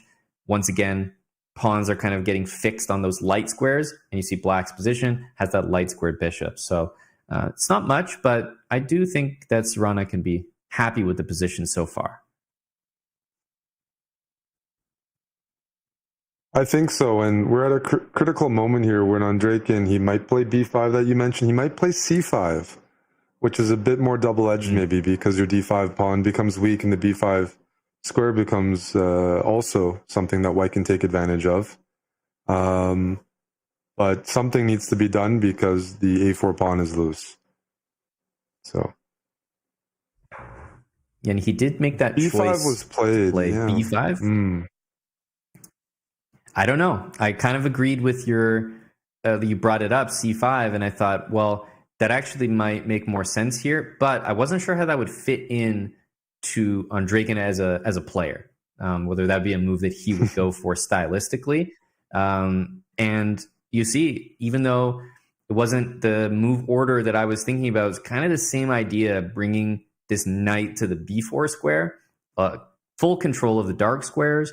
I really like the maneuvering from Serrana here. He's got a little time advantage, and that pawn on c6 we kind of referred to as a backwards pawn on the c-file. White's queen is staring directly at it, and the knight's about to join the b4 square. That pawn is going to be a liability for the rest of the game. Yeah, I think we can be a bit more even ambitious in our evaluation. I think this is a bad position for black. Bad temporarily, bad long term. The knight getting to b4, the pawns for black being c6, a4, b5, d5, all in light squares. It means that endgames are going to be a struggle for black. c6 is going to be a target. We have light squared bishops on the board. Queen trades are possible. Maybe at some point white decides to try to play e4 by backing up the d4 pawn, shifting the rooks to d1 and e1, bringing down the bishop. But by committing your pawns and committing this like c6 weakness, it introduces, is that even just endgames are going to be a two-way game where white is playing for a win or it's going to be a draw, but black should not be better or be on the comfortable side in any of these positions. We're almost at the point in the board in front of us where that rook is trapped. Unfortunately, it's king f8, but knight takes b5 and knight takes d5 gets you two pawns and a rook for two knights. Do you need to do it? No, but the fact that it's even possible to me shows there's an issue with the position, because that might even be playable, because you'll eventually try to push your center pawns, the E and the D pawns, and black will still have weak light squared pawns. I really like this position for Serrana, and I don't think this is the type of position Andrejkin wants to be in, because I don't see the counterplay at all. Your pawns have been pushed in a way that you can never touch the c6 pawn. White has just a risk-free game. How do I put pressure on c6? He might be thinking about the sacrifice I mentioned, because maybe black is thinking knight d6 and eventually the knight might go to c4 in some positions. Does that scare me as white? No, but it might be something that white says, oh, I don't even need to allow that. I'll go for the two knights and two pawns. Two knights for a rook and two pawns. This knight takes b5 idea. Or there's bishop takes b5 to keep a knight. I don't know what you think of that as well. Right. Bishop takes b5, c takes b5, knight c takes d5. They're all looking very attractive to me. The reason you probably go for this line, which we've seen, is you want to keep the light squared bishop, because black will eventually put a knight on d6. If you don't have a light squared bishop, the knight can go to c4 and delay the rooks from gaining the c-file, or maybe fully block them. So Yeah, I think that's important. Actually, this the makes knight sense. jumping into that c4 square would be too hard to deal with, and here the bishop covers it. So white sort of wants to build it up slowly, like king f2, maybe bishop back to e2, pawn to e4. A move that I would have considered for white was actually g4, just to gain a little bit of space, because I'm wondering if maybe black could or should consider h5 or f5, these moves to prevent that expansion and gain a little bit of space for himself.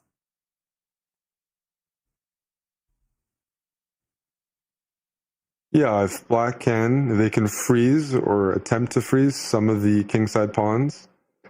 That would be an accomplishment. The most direct approach by white is to play d5 followed by e4 and f4 and try to get pawns on e5 and d5, just rolling down the board. I mean, easier said than done. Undraken with rook b8 is indicating, yeah, he maybe wants to go b4 and try to get counterplay on the b file, whether it's on the b2 pawn or on the a3 pawn after the eventual exchange.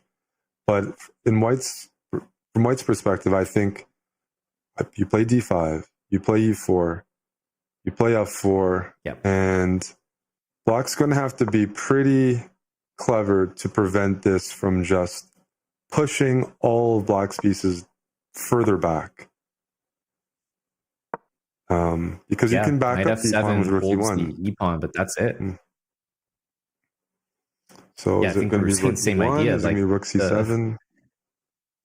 Yeah, I don't know how this pawn advances past this square, but you have other pieces, right? The pawns alone can't do it, but you can play rook e1, pawn to e5. To be honest, there's no stopping that pawn from advancing. I don't want to call it too early, but does this just look like, from a practical perspective, it just looks impossible to deal with?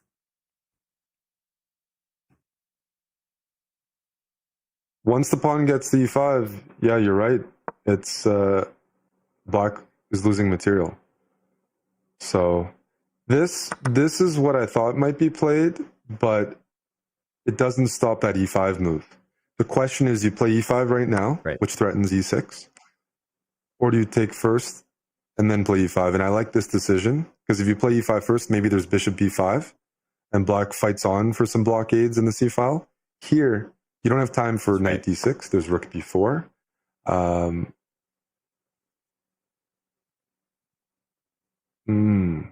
Yeah, this is definitely a way to keep everything locked. So I feel like it's kind of successful, this move king d6.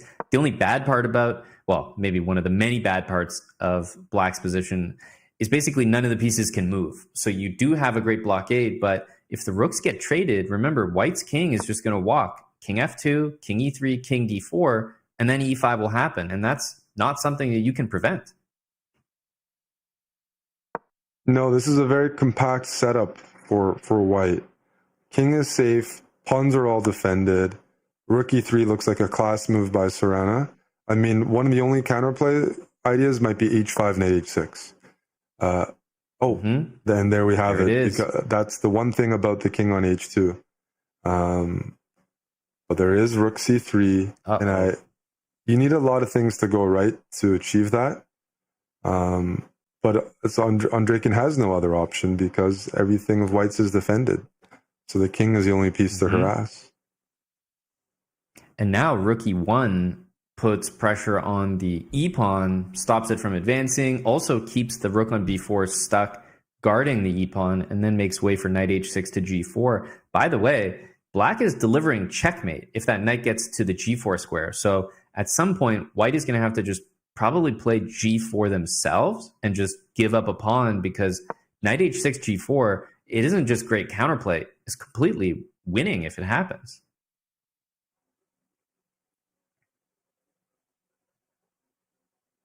Yeah, I mean, I don't know exactly what Serena missed. I liked his moves. I've been complimentary, but Undraken has found a way to generate counterplay. And it's serious counterplay. The e5 pawn, the e4 pawn can't push because d5 is loose.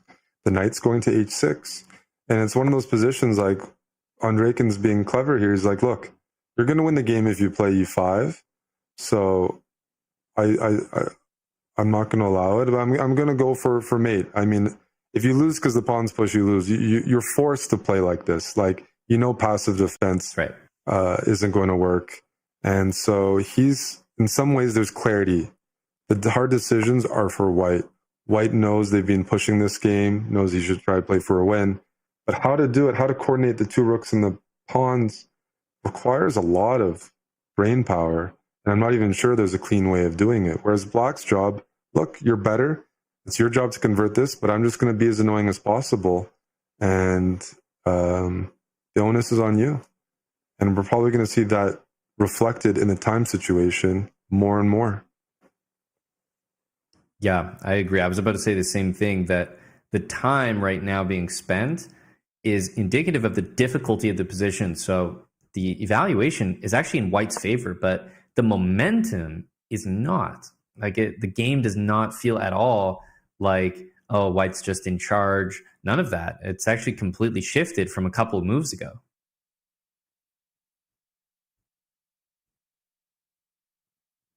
We were looking at positions where we're getting an e5 and we're happy, and Andreykin has been resilient and made life so difficult for Sorana.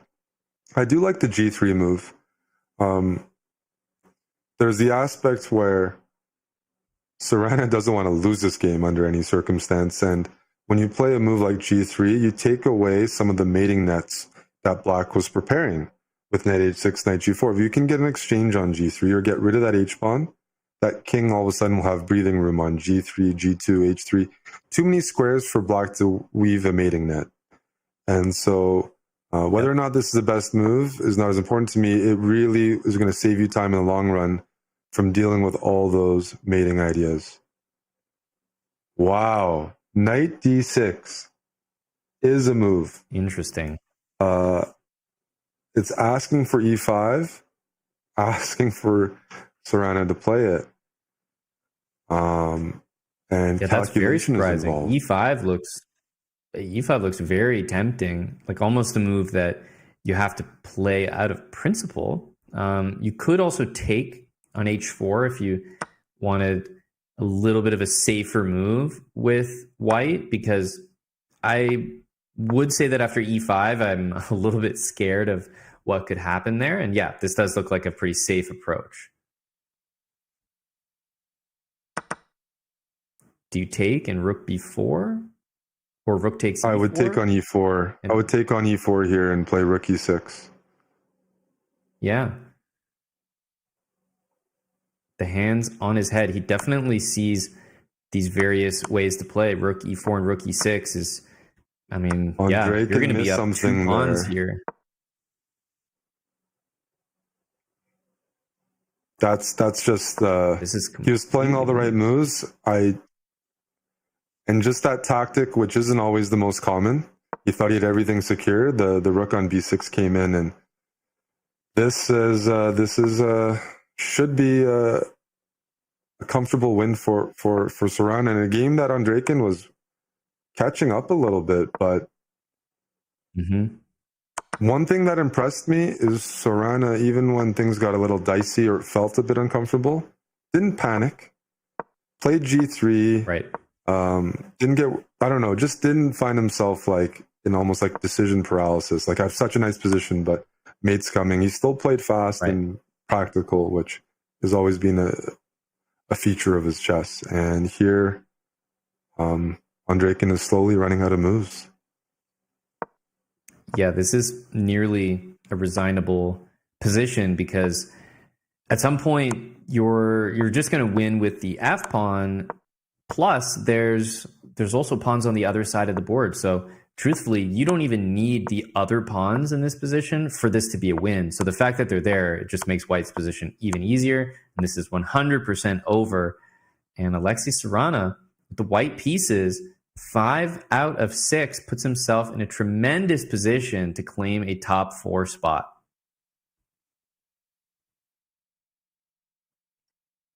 Wow, that probably eliminates Andreykin. These are two of the favorites to qualify, but paired against each other, good chance only one of them gets through. And Serrana, he went for it, right? I mean, he could have gone for a prolonged game, but he went for the breakthrough. Agree. That was, I mean, I think you're highlighting that it was just his resourcefulness, his lack of panic. We all saw that knight h6, knight g4 counterplay, but I'm amazed how calm he stayed. He just never panicked, and it never shifted. The advantage never really went to Andreykin. So credit to him for that. And he set himself up beautifully going into the final round. Speaking of that final round, you and I are going to take a break. We'll be back with the final round, and ultimately we get to find out who are the top 4 players that are going to make it through to the playoffs from Group A in the last chance qualifier. We'll be right back.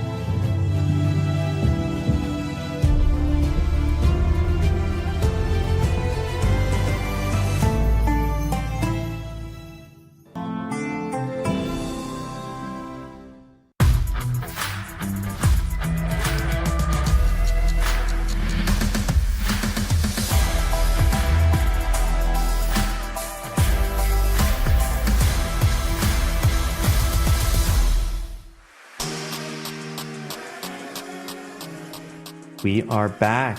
Welcome everyone to the final round of Group A in the last chance qualifier. We're looking on our screen at Grandmasters Levon Aronian and Alexei Sarana. And this is a matchup between two players that definitely feel like they can make a draw perhaps and both qualify. Even a win for Sarana here just, might qualify them both. These two are certainly top four material based on their events thus far, but 5 points each. Kind of a tense moment, Eric, at the end of this event. Well, Aman, during the break, I try to calculate everything. I think a big result to mention in round 6 is we had a knight and pawn versus knight and pawn endgame. Daniil Dubov versus former women's world champion Zhu Chen. Dubov flagged her. He needed to win the game, and he did flag her. We finally saw, a time scramble, which pushed him to 4.5. What it means is we have 3 players on 4.5, 2 players on 5. We see the 2 players on 5 right here, Aronian and Sarana. 3 players on 4.5. 2 of them are playing each other. That means that a draw here for Aronian and Sarana guarantees them qualification, because there you go. Only so many players can reach 5.5. It also means there's a chance someone could qualify with 5 and some really good tie breaks. The chance of that is very low, but 5.5 guarantees a qualification. And so it would surprise me to see this game have any other result unless the players don't have the full standings in front of them. Because yes, I believe Dubov is playing Maritzi this round, if I'm not mistaken. There you go. And so that kind of Jules Moussard is the 5th player. Yeah, it does set the stage. We have Jules Moussard as another player with 4.5. And this variation, Eric, is also one that has a reputation, I think, at the top level for being very it's a old theoretical line, very equal, very discovered, nothing new here. So would you say also that the variation that we're seeing on the board might speak to perhaps a shorter game here and maybe a draw? Yes, and even looking at the body language, I'm looking at Levon right now. He's very comfortable. I mean, if you force him to play, he'll play. He's very strong. But if they're looking at the standings, it's not the hardest calculation to make out that they will qualify with a draw. And I'm not sure if they're fighting for seeding into the knockout or something, or maybe Sarana wants to, I mean, this is just a thought, eliminate Aronian from qualifying if he plays for a win, to have one less rival in the knockout stage. Because, I mean, game theory wise, I really do think a draw is a good result for both players. When you see this in other events in chess, players make draws. Unless there's some incentive for seeding or some special thing. But otherwise, I don't quite see the motivation to take that risk here and just put the pressure on the other players. Right. I mean, there's not even pressure. You're guaranteed to be in but we'll see what happens in the next few moves. When it comes to playing like deep theory, I mean, Sarana is capable of doing that, but you mentioned it's a solid line. I do think we're headed towards a draw, and which will mean that we can hopefully move to some other boards where players are fighting tooth and nail for one of the coveted four qualification spots. Yep. I also think because this is not a direct qualification to the Esports World Cup, I think then there might be a little bit more on the line. But this is, remember, just to the playoffs, and then things get decided on day 3. So, probably not a moment to really take too much risk. And we can see from the game right here that the moves are coming in fairly quickly. Aronian and Sarana both seem to know this variation. I know that the moves have kind of zoomed by us as an audience, but there was like a queen sacrifice there briefly. But as you may have noticed, the evaluation bar on the left side of the board pretty much didn't flinch, meaning all those moves were some of the best moves that you could play in the position, and these players knew it. So all that to say that I think we're going to maintain the equality here. But for now, the players are playing. It's got me thinking about some of the other matchups, as you mentioned, though, Eric, that may have more of an impact on the standings if we feel that this one is even. But I'm not sure that I'm quite willing to admit that just yet, because they are still playing here. They are still playing. Levon played the moves really quickly. His position seems totally fine for me, so he's not stressed at all. I'm really trying to understand what the players are playing for. But Levon knows his position well from everything I see. I mean, You've traded off the queens. It's even material. Your pieces are active. Your rook is probably coming to d8 unless you go for another forcing line. I don't see any opening problems for black. So if you wake up Levon, we've seen what he can do. He's taken out 2 of the best players in this event. But the decision is on Levon here. Do I liquidate, or do I bring a rook to the middle and keep a bit of tension? There is tension. There's a pin with that dark squared bishop bearing down on d1. There's a pin on the e file with the bishop on e3 being loose. And there's exchanges that are playable for either side. Another big thing to mention from round 6 is that Vidit, Gujarati, has been eliminated from contention here. He lost against Maurizi, and so that means Vidit's on 3.5 out of 6. And so he'll, there's one more game left, but no chance of qualification, which is a big turnaround. He was, he defeated Dubov in a great game, 3.5 out of 4, and it shows in 7 rounds. Just all it takes is 1 hour of, couple losses and you're out of it. Even though if you play 2 hours of good chess, just a couple losses and you're done. So that is a big result, and I don't even think he played poorly. But there's so many strong players vying for just 4 spots, and that's what you see. There you go. And as you've been describing that situation, I think this game has all but indicated that it is going to be a draw, completely equal here, but also we've just traded so much material that we've also got a rook end game in front of us. Rook end games are known to have more of those drawish tendencies. So I do think that that's where we're headed here. And so, it's making me think about those other matchups that we have at the top. It was Jules Moussard, also Dubov and Maurizi. I feel like those games are where we should jump to. Yeah, Dubov Maurizi is a key game, and I believe that Jules Moussard with 4.5, he's not playing. He's the one that got paired down, and with 4.5 and 5.5 guarantees qualification, he got paired down. He's playing, I believe, an IM, which is a very good last round pairing. So he's in control of his destiny as well. Those are the first 3 boards. Players like Ondraken, 4 out of 6, needing a lot of luck to qualify with 5, a lot of results to go his way. That's what he requires. If Moussard wins, he's in. Right. If Moussard draws, and let's say Maurizi Dubov is a draw, all of a sudden we have a logjam at 5 points, and the qualifying threshold, it's definitely lower than what I initially anticipated. Someone with 5 might get in, and that's going to be very interesting.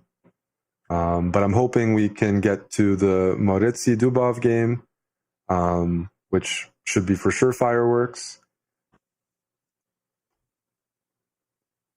Yeah, this one is definitely decided. I mean, the thing about this type of game is even if a pawn changes hands, it is still a rook end game, which has those drawish tendencies. Whereas we're looking here at players that are in a much different position than the others, right? 5 points, they can draw and they're at 5.5, whereas most of the other players are at 4.5 points and have to win to reach that same threshold. So a lot more pressure on some of the other games.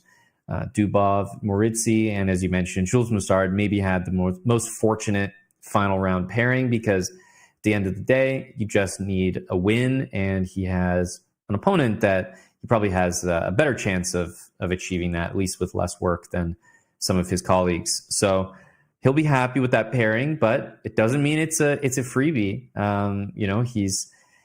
He's struggled in games as well. It hasn't just been an easy walk through this event for anyone. So I think that one of those games is where we should end up here, because this one is basically going to be a draw. Yeah, the body language tells the story. Aronian has calculated it. He's ready at any time any moment to shake hands. Serrana's just, I don't know, calculating a little bit, maybe as a formality. Or like Amon, there is a possibility that the players do not have the full standings available. And so he would like to keep this game going until he sees the result in another board, so he can calculate himself to make sure he qualifies. Right. I can't say for sure, but once again, I don't know why the players are playing on. There might be some detail that I've missed about qualification spots or something and seeding. But even with that said, even if there was that's a dead run position, and the players know it. That's right. So we've moved on to a more critical game here.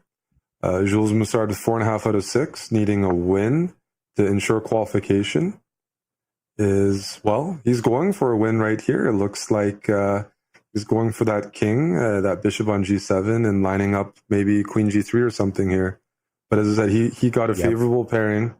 He was the odd one out, and got paired down significantly. That's right.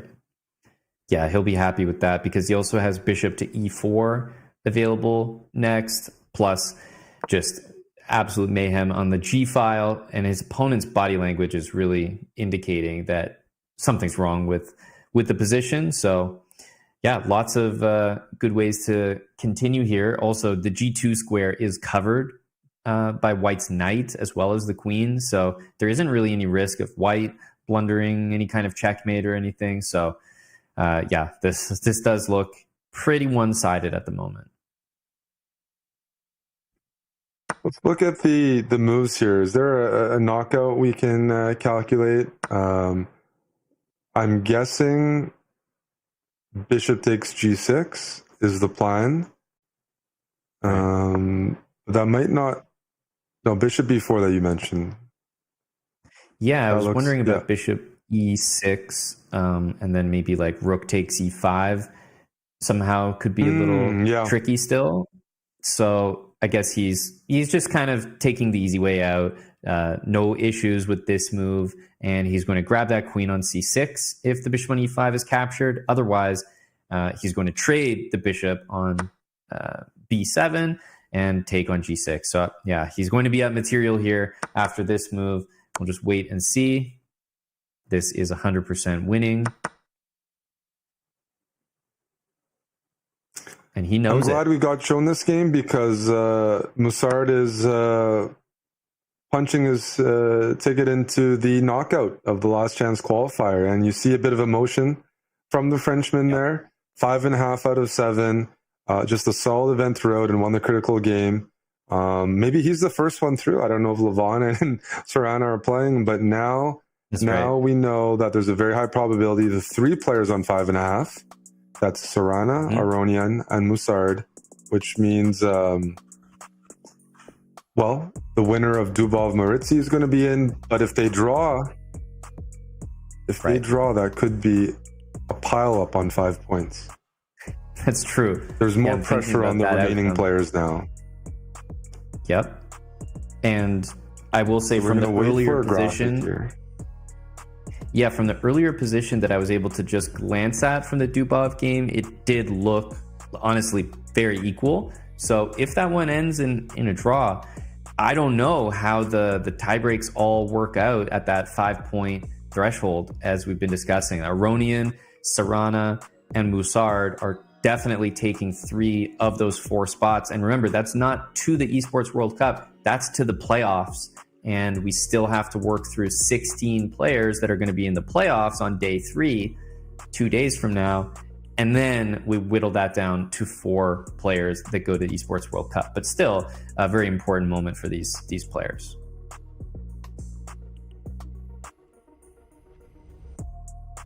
Yeah, very important moment. And if you're the players remaining and you see the results trickle in, that just adds to the pressure. And then you start wondering, are my tie breaks good enough? Well, you start thinking about that takes away from the game.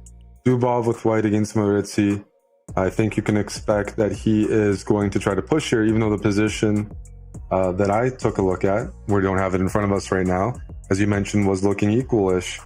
So if we can get that game brought up at some point, that is the game with the most, highest chance of a player there making it as the 4th and final qualifier. And this is all me assuming that Sarana and Aronian are either have made a draw, they're going to make a draw, but that position was really, really drawish. And so, story is 3 spots likely confirmed, 1 final qualifier. And remember, this is the last chance qualifier. This is the group stage. There's a knockout stage, so we extract 4 players, from each group. So the work's not done. It's just first day's work is done, making it to the next stage. And right now, you're Jules Moussard. You're very happy to post in like that. And he's chatting with Moritzi, which I don't know if we got a body language expert there, but does that seem like, 2 guys who've qualified, or what do you think? Seeing that body language, it looks like 1 guy that's qualified and 1 guy that's not sure. Right. And Aronian and Sarana did draw officially confirmed, which means, of course, those 2 have qualified. So Aronian, Sarana, Musard, as we've been discussing. But the other game is finished, Dubov and Moritzi. Waiting to hear confirmation on the result of that game, because if one of the players won, they would take that 4th playoff spot. But if we have a draw, then it remains entirely unclear, as I think we have one of the lower rated games on our screen right now. Yeah, this game does not impact the final standings in terms of qualifiers. This is a random game, but I was just double checking the details. In case of a tie, I think it goes just to the, general tie breaks. They don't play tiebreakers. So we will have to wait and see. And every game factors into that. So even though we maybe have a random game in front of us, how your opponents perform in the event affects your tiebreak typically. So we could be seeing, again, Andreikin, it could be Dubov, it could be Moritzi. One of those guys could make it through with 5, but only 1. And it depends on those final tie breaks from this 7-round qualification Swiss.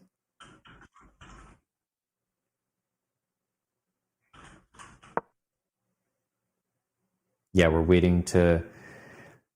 I think this is probably the final game of the entire round. So kind of we're just waiting for some results to trickle in for us.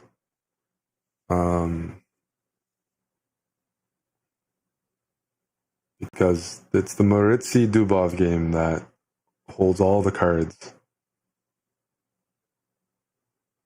Yeah, that can open up big chances. I saw that Zhu Chen, she won her game on her board as well. So, a lot of people kind of waiting, hoping for a certain result there to maybe unlock potential last second qualification. And Eric, we're just being told in that game that there was a result. Dubov lost the game, which that would immediately give us our answer about who has qualified. It means Maurizi qualified from that game to join his countrymen, Jules Moussard, as well as Alexei Sarana and Levon Aronian. So those should be the 4 qualifiers from Group A.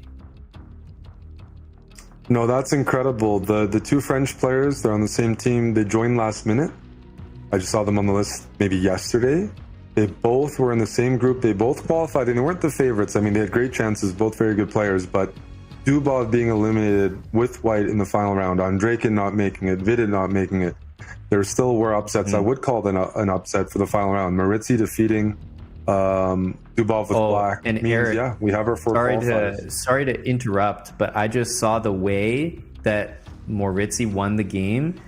Dubov had, I would say, a pressing position, and he forgot to defend his rook. He hung an entire rook in a at least equal position, so that is completely devastating the way that he went out in this one. And wow, just a 1-move entire rook blunder in a position with no danger, and in fact, a position where it looked like Dubov was even putting some pressure. So a real disappointment for Dubov. But you know what? When it comes to qualifying, Eric, you'll take it any way you can get it. So congratulations to Maurizi for taking that rook and punching his spot. Yeah, that's when you get a chance, and if you're watching at home right now, you're like, hey, I'd like to see more of the games. They're being broadcast. There's a bit of a delay. These are, big prize events. But you go to Chess.com, you go to events, and you can live vicariously through the wins, the losses, the blunders. And this final round blunder by Dubov stings. Otherwise, he would have had a good chance at making it through as one of the qualifiers. But that's all it takes. And so, yeah, we're just getting ready for that final standing graphic. But we do know the 4 qualifiers. And I am surprised that out of the top 4 seeds, I believe only one of them made it. That would be Aronian. Vidit, Andreykin, and Dubov were probably seeds 2 to 4. So, yep. That's huge. If not seeded. And players. Yeah. Incredible. If you're a player from another group, you're very happy to see that, because it doesn't mean that the players who qualified aren't easy, but you have like medalists from World Blitz and Rapid Championships. On paper, these guys, over a course of a longer event, and keep in mind the knockout is double elimination. So again, less variance, and it gives some top players a chance to even get eliminated and come back. We've seen that happen in knockout events where they do come back.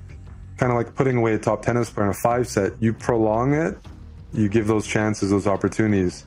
But this 7-round Swiss was cutthroat. And so some of the favorites, even not just favorites in this group, favorites in the overall last chance qualifier to make it to the main event, they would have been favorites in the knockout. They would have been top names to mention. Dubov, Vidit, Andreykin, veterans. They're not even making it to the knockout. So I really, I have to say that's a big storyline. And here we have the final rankings. I'll let you sum it up there. Yeah, this graphic tells it all. It's easy to understand because the top 4 spots go through, and there's only 4 players with that top score of 5.5 points. So it was a lot of draws. You can see Jules Moussard, Sarana, Aronian. Most of the players who ended up qualifying did not lose a single game. So there you go. You make draws, take your chances when you have them, win the game, but otherwise try to make a draw. All the players who did that qualified. And Maurizi capitalized on a big mistake from Dubov. So interesting all around to see. But wow, Moussard, Maurizi, Sarana, Aronian, those are your 4 qualifiers, and just missing out on Draken. You have to, give a shout out to Abdelrahman Tawfiq, who 5 points, finishing up there with Andrejkin, finishing ahead of Vidit. I mean, that's a phenomenal score there, up there with some of the very best names. Doesn't quite work out for qualification, but you know, you're seeing some players put up some really phenomenal scores here, Eric. Yeah, he won every game except lost against Vidit and Sorana. So, I mean, a good performance for sure, and I think the Egyptian has to be proud about that. And then, yeah, as you mentioned, some of the guys outside looking in, like Maritzi lost to Andrejkin. We covered that game. Andrejkin ends up not qualifying, and Maritzi qualifies, and that was a round 5 loss. So big props to Maritzi for back-to-back wins against Vidit and Dubov to qualify. Whereas none of the other players that qualified had that type of path, right? So that's it's all about very a impressive little bit of young like the Frenchman. pairings as well, right? Like it just, you mentioned a little bit of the luck factor, but there's no luck involved there. Like he was facing the absolute top players in the event. And that concludes our Group A coverage. We know the 4 players that will be making it to the playoffs. Upcoming, we have Group B, and we're going to do this all over again. Excited for 7 more rounds of chess, which means we are going to take a longer break here before we rejoin with Group B and round 1 over there. So don't go anywhere, guys. We're going to get into Group B with some new players, and that's going to be right after this break.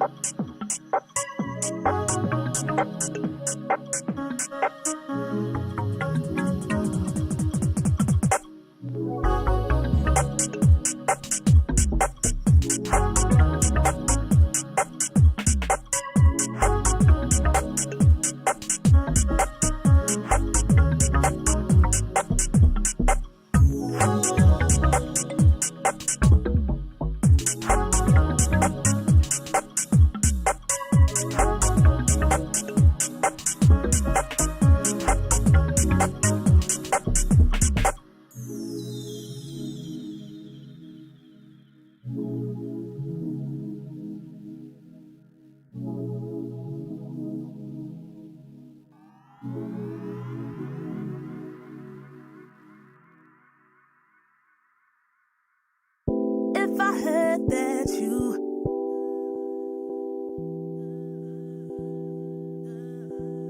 If I heard that you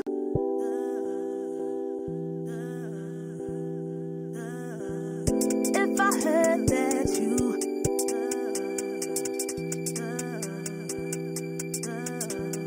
If I heard that you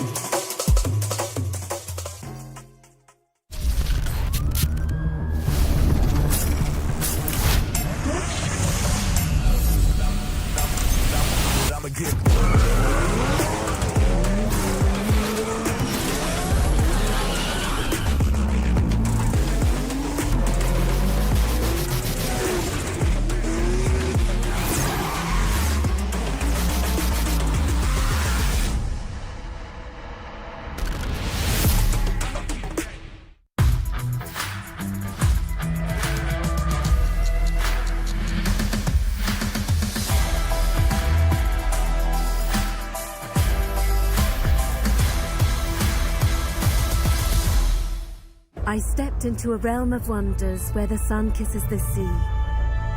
Two worlds inspired by each other. Two worlds making one. This land is calling, Saudi Red Sea.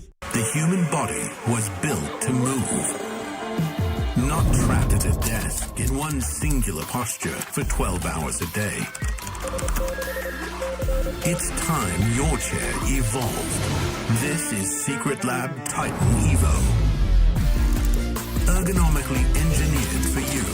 Gamers, hybrid workers, artists. Backing your every move.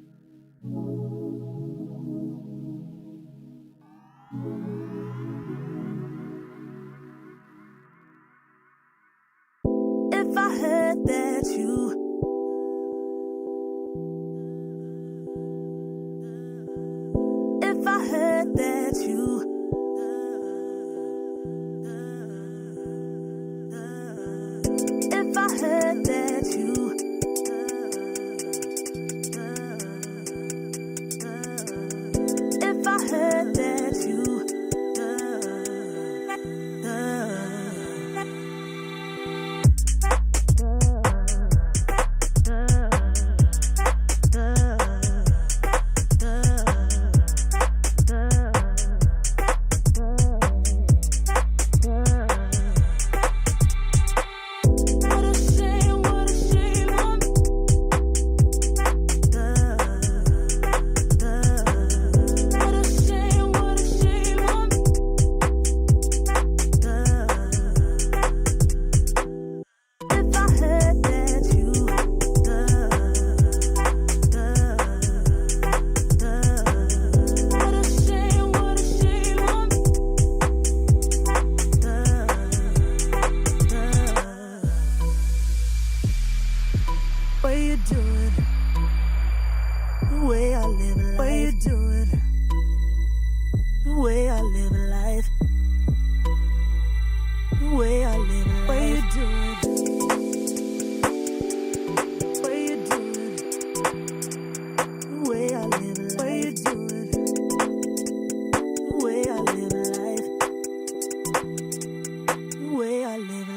do it?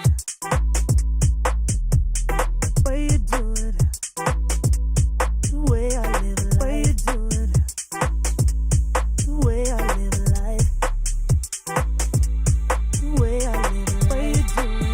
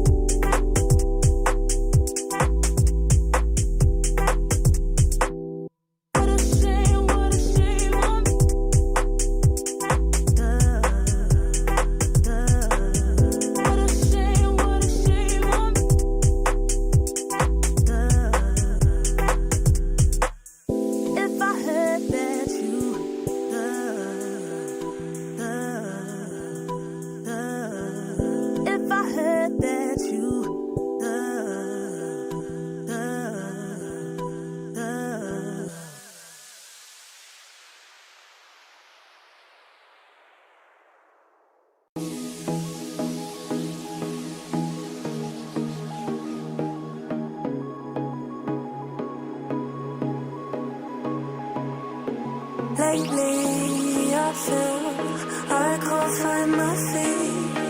Pushing closer, my heart skips a beat, and now I'm falling. Deeper than I fly, I can't control it. Nothing against the sky, it smells so black and white. It's like I told him.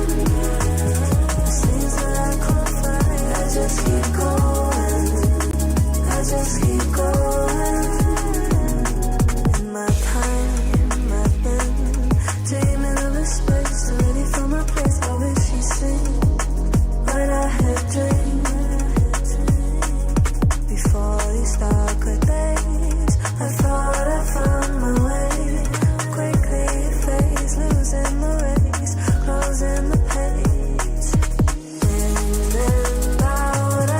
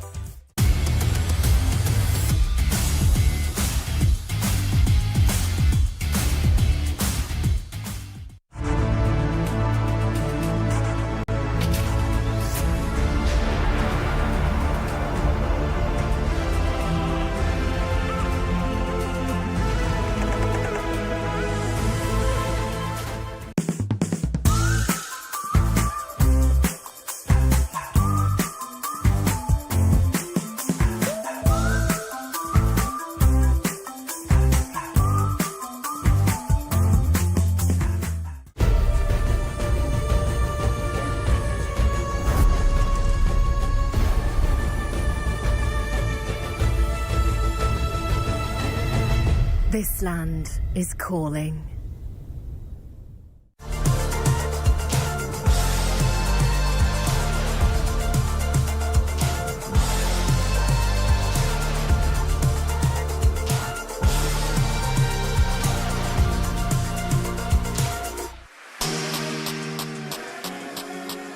Welcome back, everyone, to the Last Chance Qualifier. We're about to get into Group B. We just covered Group A. We watched 7 rounds of chess. Grandmaster Amon Hambleton here with Grandmaster Eric Hansen. Eric, we're getting into Group B, new players, but exact same format, exact same pressure. And at the end of it all, we want to learn 4 more players who are making it into the playoffs. Yeah, absolutely. And before we begin, I do want to thank everyone for their patience. A lot of players there, a lot of logistics involved, and I know there's been some breaks, but getting the hang of it over here. And we just want to be able to focus on the chess, and we had a bunch of upsets in that first group. As I said, I think some of the players were pretty excited to see some of the favorites eliminated.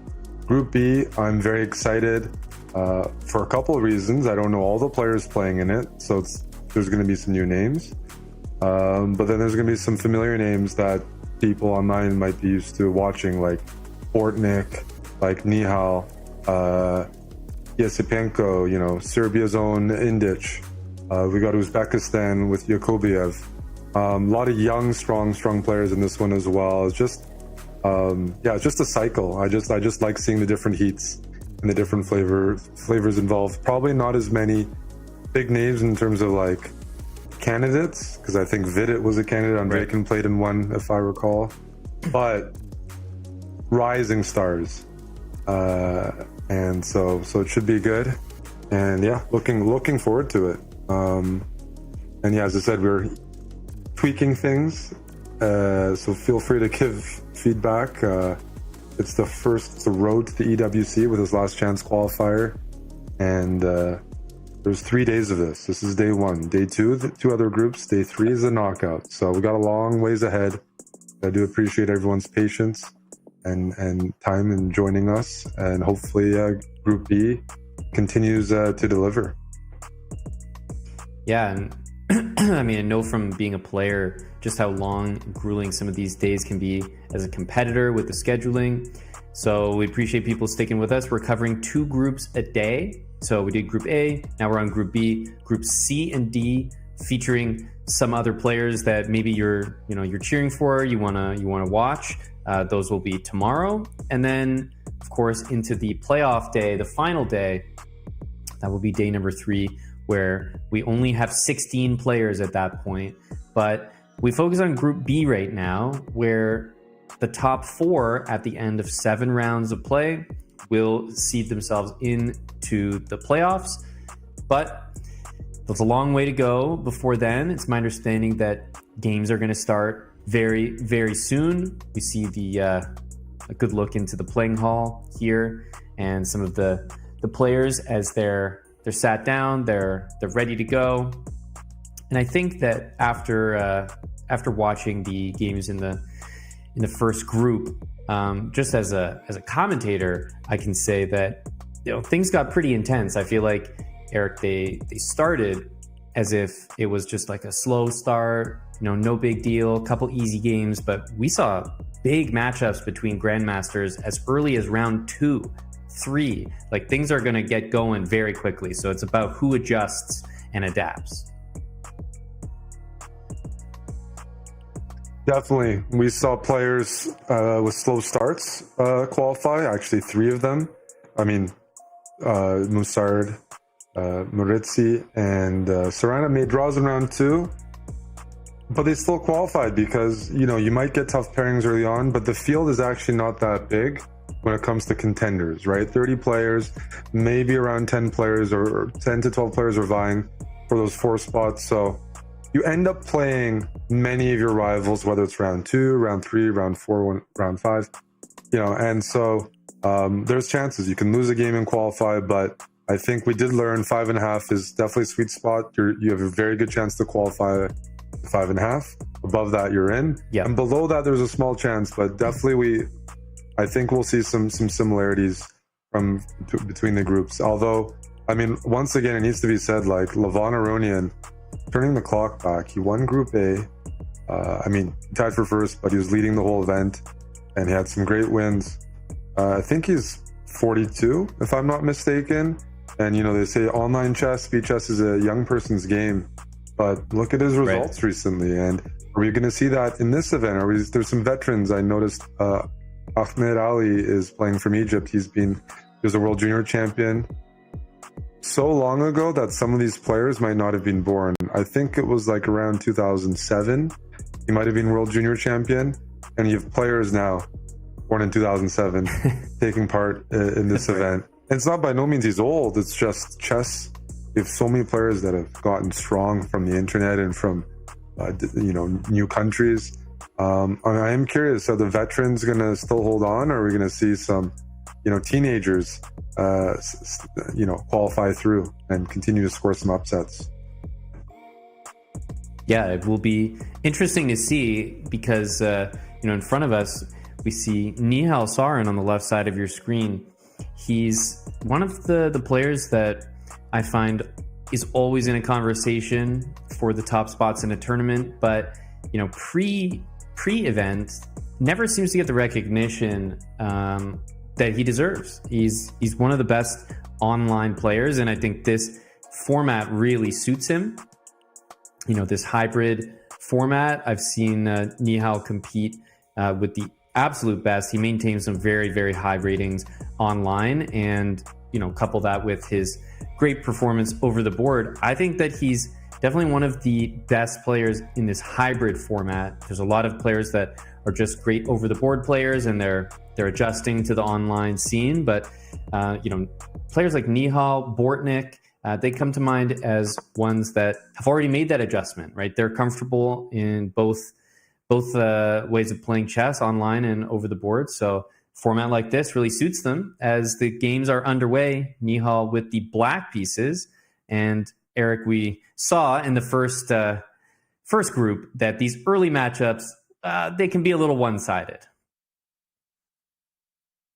They can be a little one-sided, but we also realize that the ratings that you might see are not necessarily reflective of the FIDE ratings, meaning there were some FMs playing in round one. Maybe it's taking a Chess.com Rapid. We have a player's name here who Nihal is playing at. But I do want to say I agree with what you said about Nihal. He's someone who's competent in all formats: classical, rapid blitz, online rapid, online bullet. So in terms of just steadiness, in terms of just the complete game, I really would peg him as one of the favorites for this group and for the qualifier in general. I'm sure he has high expectations. The field for the main event has a lot of familiar names. He's qualified for the Speed Chess Championships before, which is maybe a similar field that we've seen in the past. And so, expectations are very high for Nihal, as they should be. But I agree with what you're saying. Like, he is consistent. His ratings are consistent. His performance, he's good at a lot of the aspects of online speed chess. And so this should just be a very comfortable environment. So there are some grandmasters here. They decided to they mainly play classical, maybe over the board blitz too a little bit, but mainly classical, not as much online. But it's worth a shot. Nihal plays all the time, whether it's this event or for fun. Like he is online and playing long matches against the best players in the world. I'd consider Nihal one of the guys like made for this. He's a great bullet player, just like no increment, doesn't matter. Like this, I really would put him as one of the favorites. So I'm curious to see how this goes. He also tends to play some openings. Like he has a wide range of openings and doesn't mind taking risks against low-rated players. We might even be seeing that early on. But always looks cool, calm, and collected when I've seen him in person. Yep, he certainly does. The interesting thing about the position that we have on the board right here is the ideas for black. So for Nihal's position, kind of resemble that of like a Stafford gambit. And the position itself is nearly identical, may have even transposed. So I'm looking at this move, queen d6. The idea next is knight to g4 with an idea of checkmate on h2. And annoyingly, white can never move that pawn from f2 up to f4. And immediately we see a huge error. Pawn h3, that can be taken. Just did a bit of diving there. Nihal's playing a local from Saudi Arabia. He's about 1,900 FIDE rapid. So definitely a rating discrepancy here, but it's good to see some local players. Yeah. I haven't encountered too many Saudi chess players, but hopefully an event like this, grows participation. And, well, you need experience, and you're probably going to lose a lot of games as part of that experience. And what we're looking at might be a textbook example. Nihal, a tactician by nature, and this is a pretty common pattern. He's going to crash through on the king side, bring in the knight to g4, and well, you have to give up the queen if you want to stop checkmate. So yeah, the next move Nihal might be looking for more, by the way. Yeah, I'm wondering if he has it pre-moved, because he actually had queen takes h3 pre-moved, which you can do, obviously, in this online hybrid format.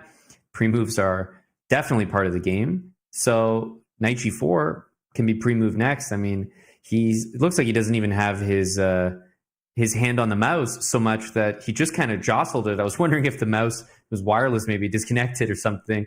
It is going to be a resignation. That is a quick win for Grandmaster Nihal Sarin.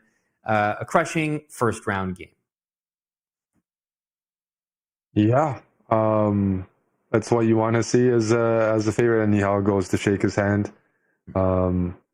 Good sportsmanship, but yeah, an easy win.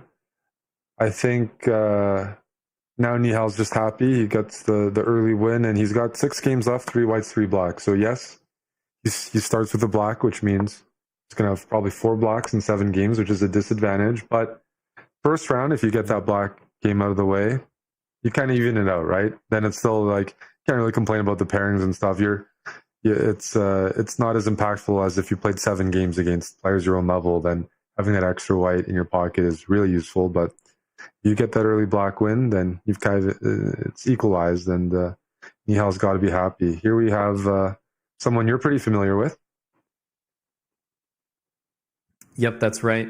And Bortnyk here is just in cruise control. He's got an extra piece. King is right in the middle. Bortnyk is also a player that was at the Dallas event, DreamHack Dallas, and he's carved his way to this event, and it looks like he'll be, I think, delivering checkmate, or at least winning a lot of material in about 2 moves here. So there we go. And this should be a win for him. Also an example of a local Saudi chess player. So getting some experience, but getting thrown in the deep end as well, right? Playing That's right. Some of the best blitz and rapid players in the world in round 1. And it's tough. So round 2 is where we saw the real, let's say, sweaty games, but maybe we'll look around and see if there's anything still going on for us. But 2 of the thing about favorites, we'd say. Yeah, I think so. Still waiting to see, everyone's form, but obviously pre-event, you would look at those 2 as absolutely 2 of the favorites. I think in this format, again, the players that we just tuned into there, Nihal as well as Bortnyk, those are 2 players that I think the format is really suited to. So obviously, there are other reasons why you could succeed. We saw just some great chess by some players, but when it comes to the format, I do think it suits them. So I would keep an eye on Bortnyk and Nihal. I think they're going to do very well in this format. And with most of the games wrapping up a little bit quicker, Eric, in that first round, because of those rating mismatches, we're going to jump to a break, and that means we'll be back even quicker for round number 2. Stay where you are.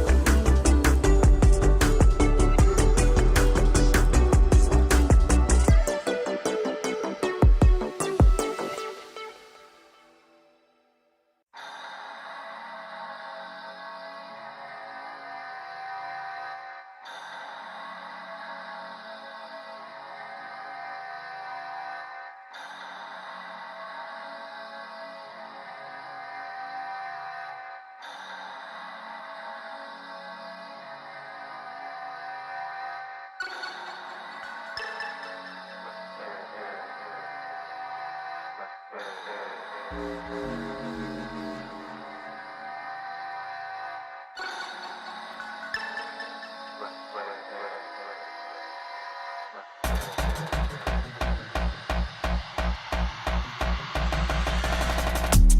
don't do no talking round here. We don't play no games round here. We ain't never slipping round here. It's another level, this one over here is very rare.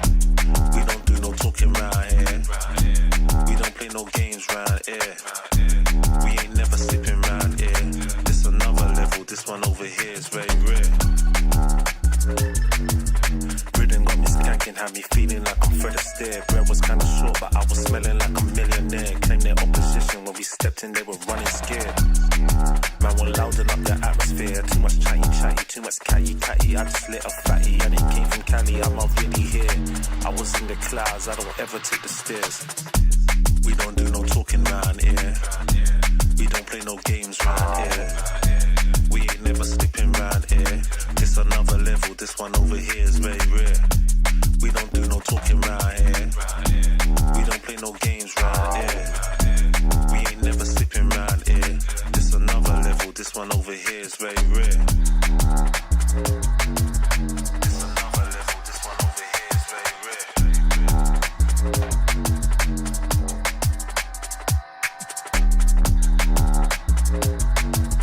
This another level, this one over here is very rare.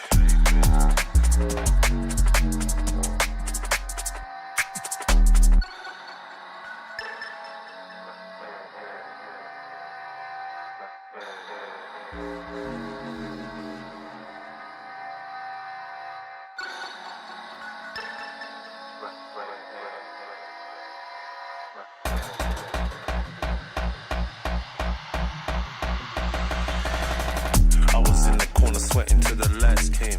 Man, don't ever sleep, step out on this night train. Right brain, man will blow your mind like a migraine.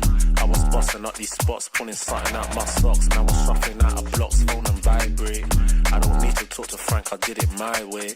Never slipping, never tripping, never violate. We don't gas around here, we on a higher rate. We don't do no talking round here. We don't play no games round here. We ain't never slipping round here. It's another level, this one over here is very rare. We don't do no talking round here. We don't play no games round here. We ain't never slipping round here. This another level, this one over here is very rare.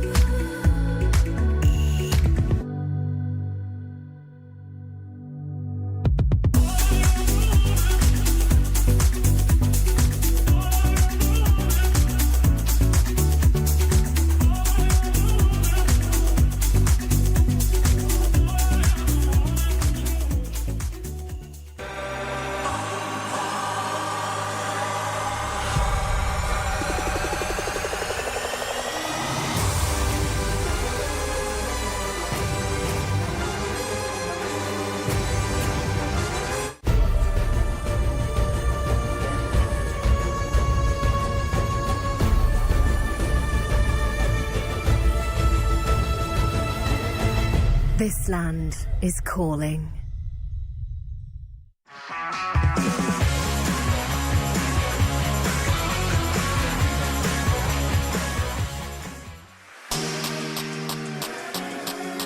Hello, everyone, and welcome back.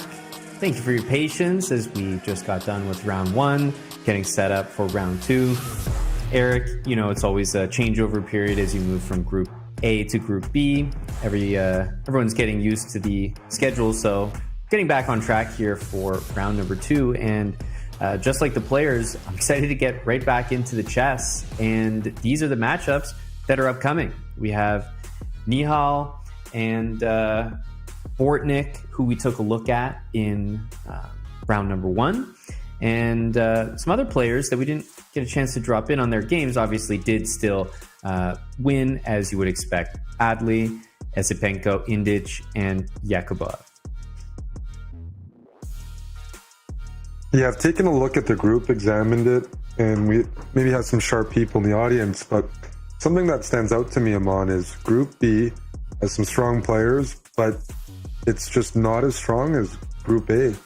There's 7 Grandmasters in Group B, and there were 10 in Group A. Right. And there's also not a lot of IMs or FMs, like kind of strong players, but in between. It definitely, I've seen this before. I actually played a tournament in June where we were put into groups, and the groups weren't all equal. Like, just like pairings, it can be a bit random. So there is a bit of variance, or whatever you want to call it. But the players in this group have to be feeling better, because there's about 6 players rated over 2,500 for 4 spots. And it would be shocking to me to see a result like what happened in Group A. As we go through the groups, I think we're going to realize how tough that group was. That 2 candidates didn't make it into the group. That one of the top rated blitz players in the world, Dubov, a consistent speed chess specialist, didn't make it. As we go through the days, that's going to look like maybe the group of death. I still don't know the last 2 groups, but I was taking a look at this, and we saw games wrap up immediately, right? In round one, the pairing differentials, the rating differentials were larger than Group A. Group A, I had to check, there was an FM playing against Vidit in round one. Here there were some newer players. What that means by saying there's fewer strong players in this group, and there's also more lower rated players, then we're going to see the required score be bumped up to maybe what I was initially thinking of 5.5 to 6, because of the distribution of players here. So if you enjoy watching like Nihal or Bortnyk try to beat low rated players, well, they're going to have more chances of doing that than some other groups. You're expected, you're probably going to play 4 or 5 players that you feel comfortable beating, and then you'll have 2 or 3 games that are going to decide it. But I think even in round 2, the players should have. We won't see Grandmaster versus Grandmaster matchups. Is what I'm guessing. Yeah, it'll take some time before those matchups actually happen, because there's just not as many, and there's going to be higher scores in general. A lot of people with perfect scores that are going to be going into rounds, 2, 3. Eventually, we got Group A down to only 1 player with a perfect score, but that's because there were a lot of draws. And a draw is a result that will, cause a lot of people at once, 2 players in the same game, to be off a perfect score or to be half a point down. But a draw is not a favorable result, or not a likely result, when you have mismatched pairings. And it looks like we're going to get that in Group B a little bit more often. Here, though, this looks like a position that Nihal will definitely have seen before, although it feels maybe a bit equal because things have been traded off. The queens have disappeared. Certainly a position that Nihal's familiar with, and you have that little bit of extra push with the white pieces because it's kind of a symmetrical position, but white has a bit more development, and we see Nihal quickly play this idea of g3 and bishop g2 to get on the long diagonal. So I think he'll be very, very satisfied with the opening. Definitely satisfied. The one thing about it is I don't know who his opponent is. And sometimes you like to know who your opponent is. Like, the unknown can be a little scary. Like, oh, am I playing someone underrated, titled? And I honestly have no idea. Another thing that is going to factor in is there's more players in this group significantly, right? There's 44 players. I feel like that's more than Group A, so it also means it's going to take longer for the group to compress. There was 32 in the first group and more high-rated players. Right. So 44 and much fewer tougher. strong players, it really is much tougher. It's like like you're going to end up with one or two harder games that are harder in the first group. So it just means that Nihal's playing someone, I would guess them at, maybe 2,000 or a little under in round 2, and maybe round 3 still not play either play GM or it'll start round 3 or round 4. It just influences how the players are playing because there is strategy for the tournament, and Nihal would be trying to beat anyone in this field with white. But we see, as you mentioned, a symmetrical position, and there's quite a bit of understanding required in that and timing, and he's okay with the symmetrical position because he's on the better side of it, trying to, convert this slight lead in development into either, better pawn structure, some sort of better end game, and work off of that, which means sometimes you can give up your bishop pair if you want to mess up your opponent's pawns. I'm not saying here, or win the bishop pair with knight c5. Just having that first move advantage in a symmetrical position, you'll see the advantages where black isn't fully set up to equalize. There's always that one move that prevents black from comfortably completing development, and knight c5 is probably it. Because yes, you've developed everything, but now your light squared bishop is being threatened, and you have a tough choice, b7 also. Yeah, you kind of have to give up one of your bishops, it feels like, because strong players are better at this than lower rated players, but it doesn't feel good in chess to completely undo a move that you just made. So black develops the bishop out to e6, and then knight c5 happens. It's not going to be very enticing to bring the bishop all the way back to c8 where it just came from.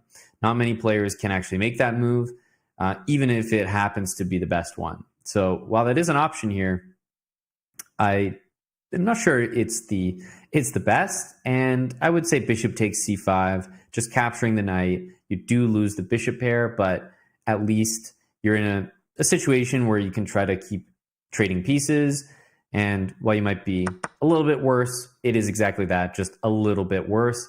Of course, for someone like Nihal, this advantage is pretty significant, but I wouldn't be too upset here with the black pieces. I think the main story when I'm looking at this game is not just white being slightly better, but also the time. I mean, we're looking at a situation where Nihal has double the time that his opponent does.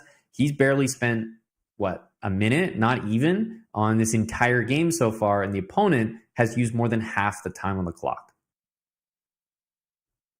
Yeah, and that's a factor if you're a viewer and you haven't played a grandmaster before, or you're just early on in your chess journey. Psychology is a big aspect in chess, up to the very top. It can be between Magnus and competitors, or maybe here, Mohamed Al-Hendi playing Nihal might be the first GM he's played in a tournament game. And when you go through that experience, you often tend to take a bit more time. You're double checking because it's hard to ignore, oh, I'm playing one of the best players in the world. You can't just erase that from your head. I mean, and so you end up double checking, triple checking lines, and that can end up leading to poor time management, but but you're trying to prevent it. And it's just the way the brain works. So Nihal playing natural moves, putting just a little bit of board pressure with development, but there's psychological pressure just involved with his opponent trying to equalize and play precisely, showing respect to Nihal. And that's When the clock gets low, though, that's when Nihal really strikes. He goes in for the kill, like a tactical shot. But yeah, he's taking it easy right now for sure. His body language says a lot. Yeah, he's chill. And he is also aware that 3.5 minutes on the clock for his opponent, especially at the rate that his opponent is playing the game right now, quite slow by comparison. He also knows he doesn't need to take a big risk as long as he's just, still in the game. 10, 20 moves from now, his opponent will just flag. So the pressure is kind of off in that sense. And that's why it's so tough to beat these strong players is, you might have to beat them over the board. And if you can't do that, you also have to make sure you're staying at least equal or ahead on the clock. And to do both at the same time is quite difficult.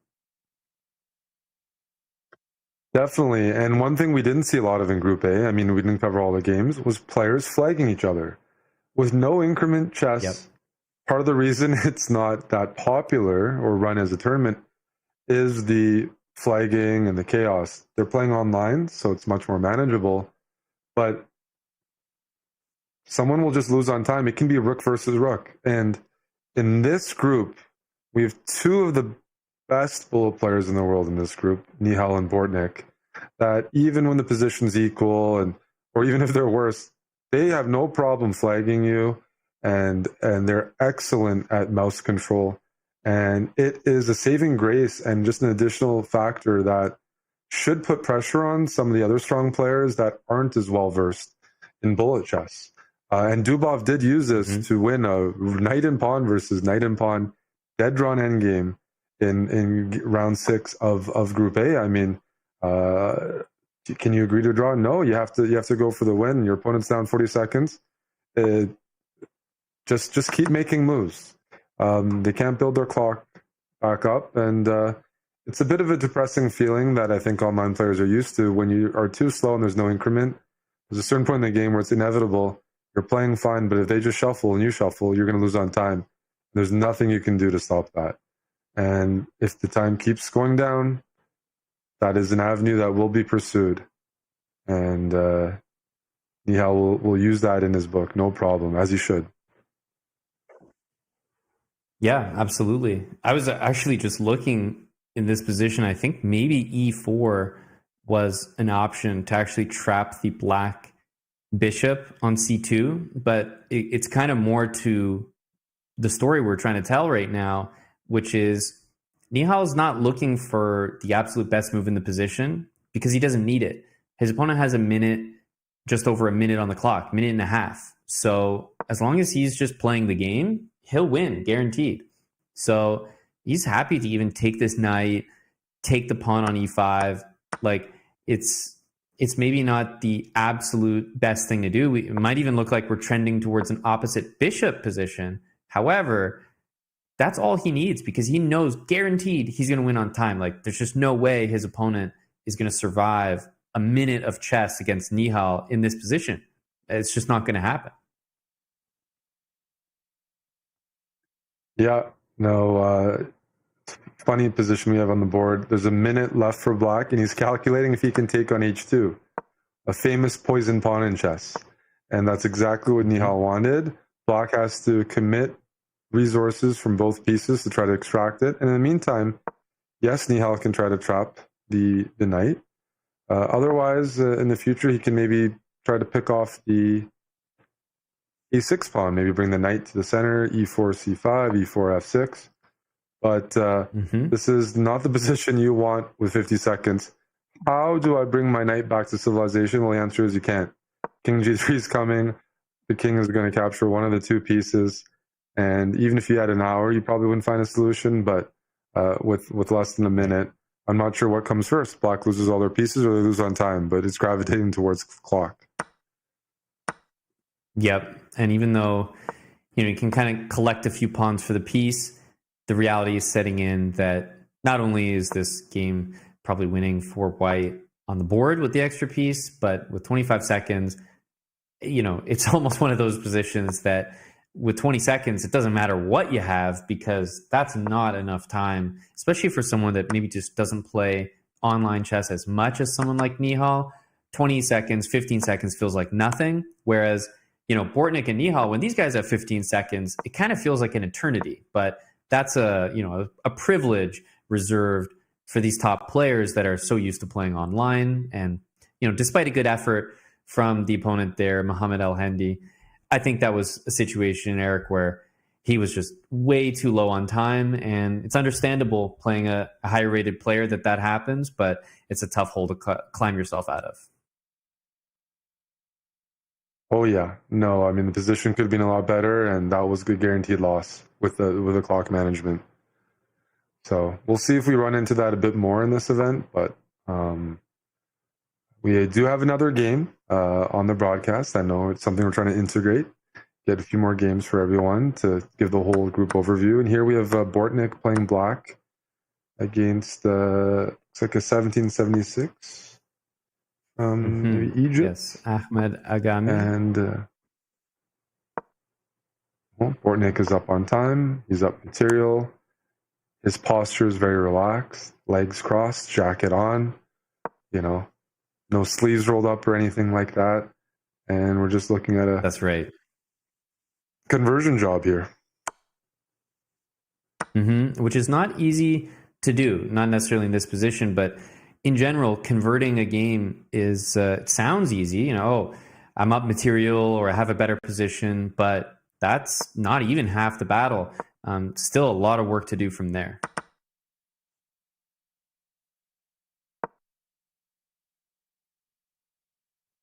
Yeah, problem for white isn't just the exchange, it's the connected pass pawns rolling down the board, and I don't really see how you can be tricky here. I mean, black is going to push them eventually, bring the king to c6.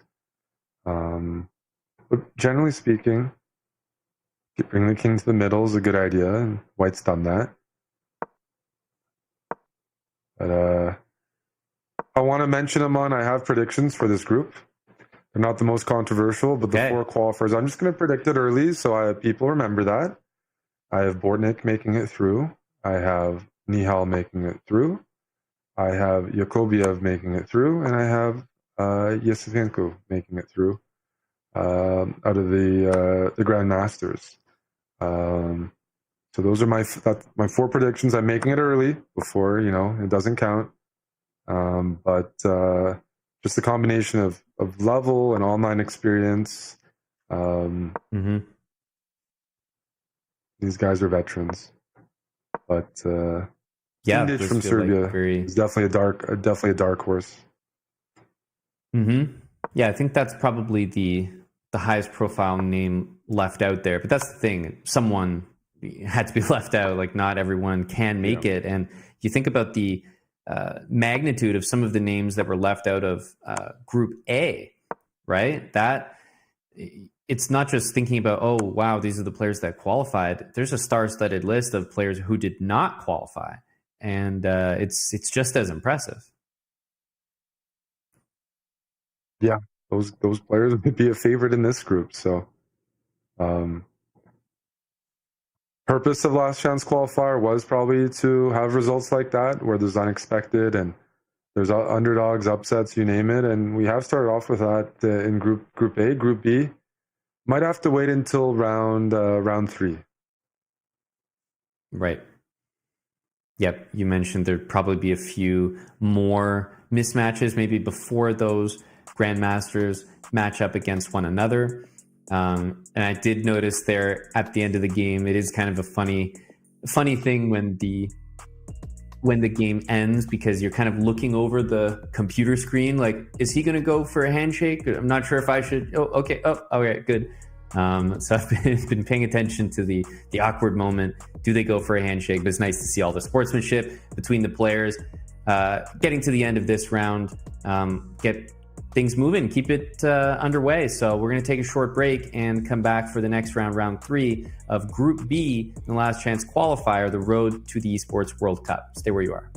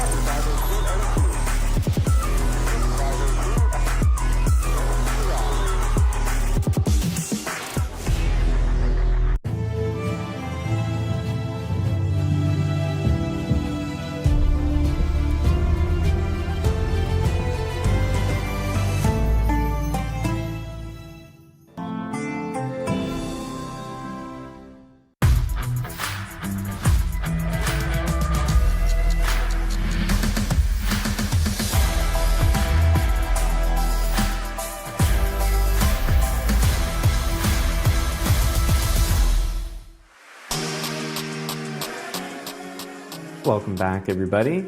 Last chance qualifier, round number 3, Group B. And I think, Eric, we actually have some matchups that are going to be more enticing, a lot closer, and potentially the first time that we see some of these players really stressed out there, because although they've been up against some, good games from their lower rated opponents, I don't think it's been enough to make a dent. Definitely not. I think this is the round for people to really engage in because we have all the Grandmaster matchups. I've been waiting for this and saying Indic, he's a bit of a dark horse, strong Grandmaster, loves to play attacking chess, Serbian school. He's playing Nihal, and he's one of those names to watch out for. He's not afraid of anybody, and I do expect this game will deliver for us. So excited for that. Outside of that, some other pairings. There's another Grandmaster matchup. I think Algerian Grandmaster Mohamed Hadoushi versus Norbek Yakubiev. That's also round 3. So a few juicy pairings to look at. And I feel like now the real race has started. Pretty much all the favorites have started 2-2. So now 5 more rounds left. Who can score 3.5 or 4 out of 5 in the remaining games and qualify to the next stage? I'm excited for this round. Yeah, we've been talking about how the expected score, the required score, would probably be a little bit higher. So thinking back to how strong Group A was, you could make a draw there because, truthfully, other players would struggle to beat those players as well. Like, it's a very, very tough event. But here, I get the feeling that if you lose one game, you're already on the brink, that even another draw after that could be too much. So, we could be at the point where witnessing a loss by one of these players early on certainly won't knock them out, but it put them in a position where they might have to win every single other game for the rest of the event if they want any chance. Yeah, and I think this shot we have in front of us, Aman, is a bit interesting. Just for the note that Indic is one of the tallest Grandmasters ever, both living, just ever, around maybe 6'9", 6'8", 6'9". So there's a bit of a contrast. Nihal's not the tall, one of the taller ones, although you couldn't tell from his chess. But if you see a size discrepancy, Indic is a big guy. Although very, very friendly, more like a friendly giant. But the chess from both of these guys should be good. Speaking of other players, though, we have this matchup. I was saying that pretty much everyone's made it to 2-2. I did read or checked in a little bit, Yasipenko had a tough game in round 2. He pulled out the win, but it wasn't easy. So there are, players in the field that are punching above their weight class, their rating. They're dangerous. They play online. They can easily be underrated FIDE-wise. So we might end up seeing some of those games at some point, but I think this definitely is the marquee game for this round. Yeah, it certainly is. I was intrigued by this move in the opening. Nihal is playing with the black pieces right now, and he started with knight c6, which is, at the highest level, I wouldn't say it's that unusual, but definitely that's a square that we would more expect a pawn to be, for black to play the pawn up to c6, and then the knight often develops to the d7 square where it supports the other knight on f6. But knight c6 kind of feels a bit strange. It jumps in front of the c pawn, and it's a little bit of an unorthodox move. Of course, it can just reposition with knight e7, but still, kind of an awkward move to start off. And of course, the engine completely agrees, and we see the repositioning here. So that's one of those moves don't try this at home, because it certainly works here. But if I saw a low-rated player doing it, I would probably caution them, say, hey, you don't really put your knights there in front of your pawns. But here, he's definitely made it work pretty nicely. And what we might see is that knight perhaps appearing on c8, and then maybe to d6, where it could be very well placed. Yeah, this is definitely a standard Carlsbad structure. So that knight, well, Queen d6 was just played, but I was going to say knight d6 is very standard. Going into this game, I don't know if the players overthink it. I don't think Nihal's in must-win mode. He definitely respects Indic and knows he's got a good chance himself to put up points against other people. So he's picked a pretty solid opening. But Indic is a guy who will try to beat anyone. And what that means for this position is taking some risks, which could involve at some point pushing the E pawn and weakening the D4. Maybe that might involve white playing F2 to F4, which would grab even more dark squares, but weaken the E3 pawn. Indic is a talented attacking player, and I'm curious to see how he approaches this, if he just goes for the minority attack on the queen side, which is fairly standard, but oftentimes you do pair it with maybe a bit of pressure elsewhere on the board. And then there's, I guess, a noticeable thing on the king side is, okay, there's an H takes G3 move. You got double G pawns that you capture towards the center, but sometimes with the queen on D6, Black can try to open up the H file and try to target that H2 square. Could be at some point, H5, G5, H4. It's not going to come right away, but it's something to look out for when there's a semi-open H file to work with. So we'll see how ambitious the players are, but even though it's more of a solid opening approach, the position can break open at any moment. Yeah, and there's a few things to consider about the position. The first is that the B pawn on the queen side is moving up the board, but you kind of pause maybe before you play the move B5 because Black has a number of very decent reactions. You could take with the C pawn, and then after White recaptures on B5, try to play A5, have a outside pass pawn, or perhaps a bit more standard, you could take with the A pawn on B5 and then push the pawn to C5. So Black is kind of ready for the move B5.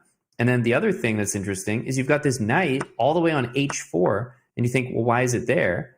It's actually stopping Black from playing bishop to F5, potentially trading off light squared bishops. So although the knight on H4 looks strange, it's completely dominating the knight on E7 and maybe the bishop on D7 square that it might have wanted to use. So kind of some interesting quirks in the position. And we do see a little bit what I was talking about, except White cleverly plays B6 before Black could play pawn to B6, which would secure all the pawns on the queen side. I like what both players are doing, but also means they're here for a fight. Indic could have chosen a more closed approach, maybe put pawns on dark squares, put a knight A4 to C5. No, he's looking to break open the position, and that means the B6 pawn is weak for him. That means Black's A5 pawn is a passer, but also could be weak. The D5 pawn is now isolated. So it's definitely imbalanced, and it definitely demonstrates to me Indic's intentions by provoking this line. Both sides have their positives here, but certainly not going for some sort of symmetrical equalish endgame. There's a lot of play left to be had here. And I said this H5 move, it can be paired with an H4 at the right time. You see, maybe that knight gets to F5 for Black. And if White's knight ever moves, all of a sudden this H4 move comes, and maybe this initiative on the king's side can come quickly for Black. That's one of the benefits of a queen on D6. It contributes towards the queen side, but also at the right moment can also jump in and put pressure on G3, on H2, on some of the king's side. So curious to see how this plays out. Yeah, but the players are playing, to me, pretty fast for a complicated position. Yeah. They're trying to avoid time trouble. I was about to point that out. I completely agree. They are playing very, very quickly, and the position is, it might feel like things are being traded, but it's actually very, it's kind of riddled with various weaknesses. You've got the D pawn for Black completely on its own. You've got double pawns for both players on the G file. You've got this A pawn loose and disconnected for Black on the other side of the board. And this move in front of us, I mean, I was looking at even knight takes on D4, but queen A3 has been played. There's all sorts of problems. The Black rook is looking at the white queen on the E file, so you can use that pin with the D4 pawn. You've also got the knight on C3 now hanging, and the rook on C1 is pressured behind it. So a lot of pins in this position, and tactics for white to be very careful of. Yeah, there are pins. There's looseness everywhere. The d5 pawn was loose. g4 is loose. d4 for white was loose because of the pin. Queen d2 is solid. I thought queen d5 might have been another crazy move, banking on some hanging rook. But I'm still impressed by how confident these guys are to respond immediately to pretty aggressive moves. Yep.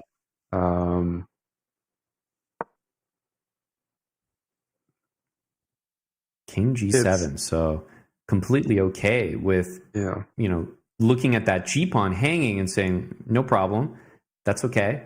There is that queen a3 move again, so I wonder if he's going to go back, and he does go back.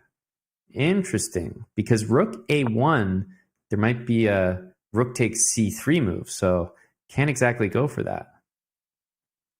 Oh, rook takes c3 is a nice line with an eventual rook h8. I think Nihal here is planning to, he said, okay, I'm going to lose that g4 pawn, but the b6 pawn is going to fall in one of these lines. I think he was banking on maybe, rook takes c1, rook takes c1, queen b2, pressuring everything. Right. I don't know what happens after, if knight takes, there might have been some issues as well. This is interesting. Knight takes c3, almost as worthy of calculation. I don't see the full follow-up, but it's a little loose for white, but it seems to be hanging on. In the meantime, white is up a pawn. It's up to Nihal to demonstrate compensation, whether it's pushing the a-pawn, annoying the second rank, targeting b6, but white's a couple moves away from maybe consolidating a bit more with like a queen f3 move, for example. Yeah, this is a very, very interesting double-edged game. We're not, this is a big difference from some of the other games that we've looked at. And a reminder, these guys are navigating some very complicated variations here, and they're doing it extremely quickly. Indic has more than half of his time still on his clock, and Nihal is, definitely right there with him. 4.5 minutes remaining. So this entire game has just been very quick, but for the speed, quite accurate as well. Yeah, they're not playing an easy position to play moves. That's why we're surprised. This is sharp. The a-pawn can run. Maybe white is looking to bring the knight in and queen to g5 and get some counterplay that way. I mean, what happens if black just pushes the pawn down the board, right? I guess Indic could consider bringing the queen back. Or you go forward, but I don't fully see it. I mean, he's calculating maybe knight h5 check. Nihal's very confident, based on his play, that the queen and knight for white cannot overcome black's defenses, which involves that knight on f5, rook is nearby, pawn's near the king. He's confident that he's okay there and he can just push the pawn down the board. And Indic is not the type of guy to want to play queen d1. He's an attacking player, he moves forward. We see that from the moves. If he plays queen d1, it means he's not seeing anything else. But I'm very curious what happens if knight h5 check, knight f6. Knight takes c5, I don't see how that contributes. Then a2 seems a little immediate. You need something a bit stronger with more bite, or you got to move back. He moves back. That's good news for Nihal, most likely, justifies his play. But still, what happens if a2, queen a1, and does black have enough to push that pawn through? Because white's knight can come back pretty quickly by a d3, and then either b4, c1, and corral that a2 pawn if you're not careful. Yep. Yeah, and I do think that Indic kind of made a face when he played queen d1. He was certainly not happy. As you said, it's not a move that you want to play once in a while. You got to do things that you don't want to do. And it looks like queen d1 was in that category. He just, you could tell, hurt him a little bit to move the piece back. And Nihal is kind of all in on this a-pawn. And in chess, sometimes you can do that. It really is a plan that you can utilize where you just push one pawn as far as it can go, and you kind of give up the rest of your position. And he's kind of doing that right now. He doesn't care about the d pawn. He's not going to spend time defending it. He's all in on supporting the a pawn as much as possible. Yeah, no, Nihal is all in, but I think he's correctly assessed that losing the g4 pawn to get his a pawn down the board changes the game. The initiative is in his court right now, and Indic is very much a push forward initiative guy. Having to play knight d3, you have time now to maybe take on b6, maybe go queen c3. Knight d3, showing respect, saying, you know what, that a pawn is a worthy distraction. I'm going to bring all my pieces back and hopefully be in time to stop it. Just something I saw audience members wondering about. The event was open to pretty much everybody. I think it was capped, so first come, first served. Maybe 264 players, something around that. They didn't reach that number, so there's still some open spots. But yes, theoretically, maybe people watching the internet could have shown up and played in person. They wanted this to be open, that anybody has a shot to qualify.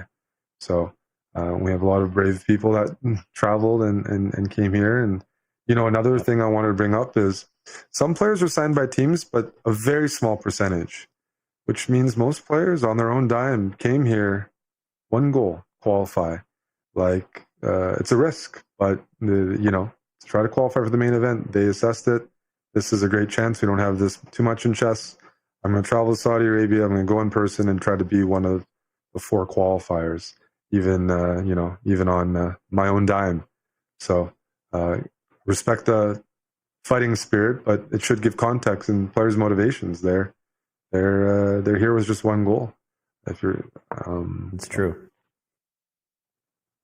And if you're more some of the lower rate players, maybe they're here to score some upsets, get some experience. But that's right. I mean, for a lot of these players, even just a pairing against some of these top players, you can tell has made their day. Just concluding the game, getting to speak, to some of the top players about the game you just had is, that's also why some people are here. And I don't blame them. There's not many tournaments in the world where, anyone sitting at home could get paired against one of the top players.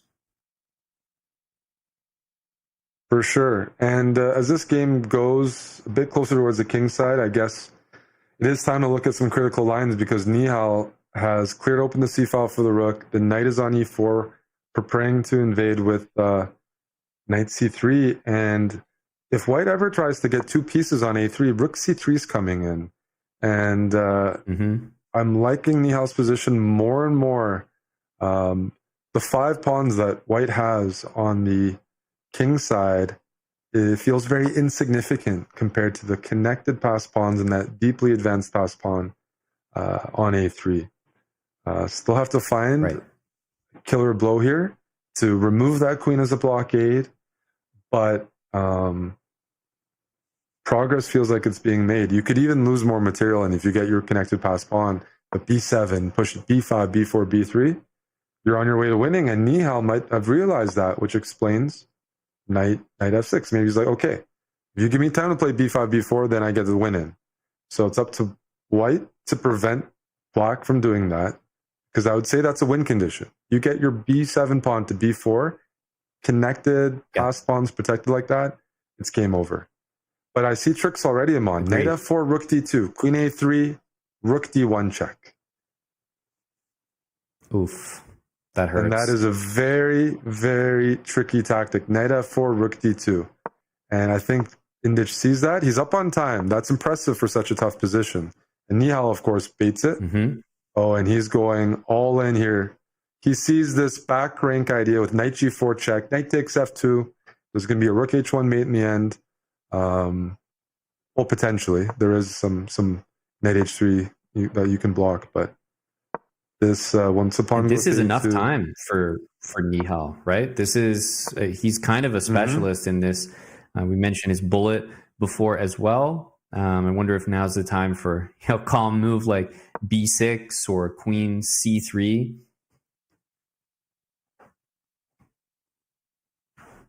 b6 was played, and just a couple moves away from the finishing touches. Is it going to be knight e4 position here, though? 30 seconds, Eric. I'm not sure which side I'd rather play. The stress seconds. Of just this hitting, is true. It's crazy. 20. Oh no, Nihal. He hasn't moved. Nihal's very quick, but he needs to move. this is not the move at all. You can trade queens and take No. on a2. I mean, you're not going to lose that might go game. F3 There's first. F3 as well. Yep. Oh, I think Indic can go Three. into flagging mode here. A great game by Nihal, but not on the He's- clock. 17 seconds to win this game. He's nodding. Yeah, he's nodding. He knows this is his chance, but he's got to focus because Nihal's so good. It's so easy to underestimate him right in this moment. Do you continue attacking or do you try to protect your A-pawn? I mean, I guess he's got to attack. And Indic just wondering, do I go knight E1, knight F4, defend G2, then go for A5? Knight E1 might be the more annoying move to deal with. Oh, knight F2. Mm-hmm. Free moves coming in. Yep, this is extremely 16 intense. seconds. G4, G5 is pretty nice, but he can throw moves like, he can just kind of shuffle. He doesn't need to do anything. And you're going to see the evaluation bar kind of go up and down here because Indic is he's just trying to giving up the E file. He's just trying to elapse the time. Oh no! He just mouse slipped.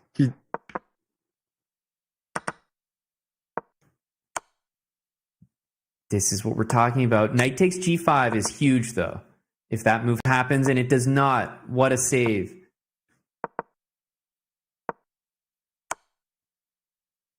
You have to have some experience with flagging here because I think Nihal is he's going to take that knight. Yep. And this should be, he's even nodding his head. This should be easy. And let's just let him work here because 5 seconds for one of the best bull players in the world is more than enough time.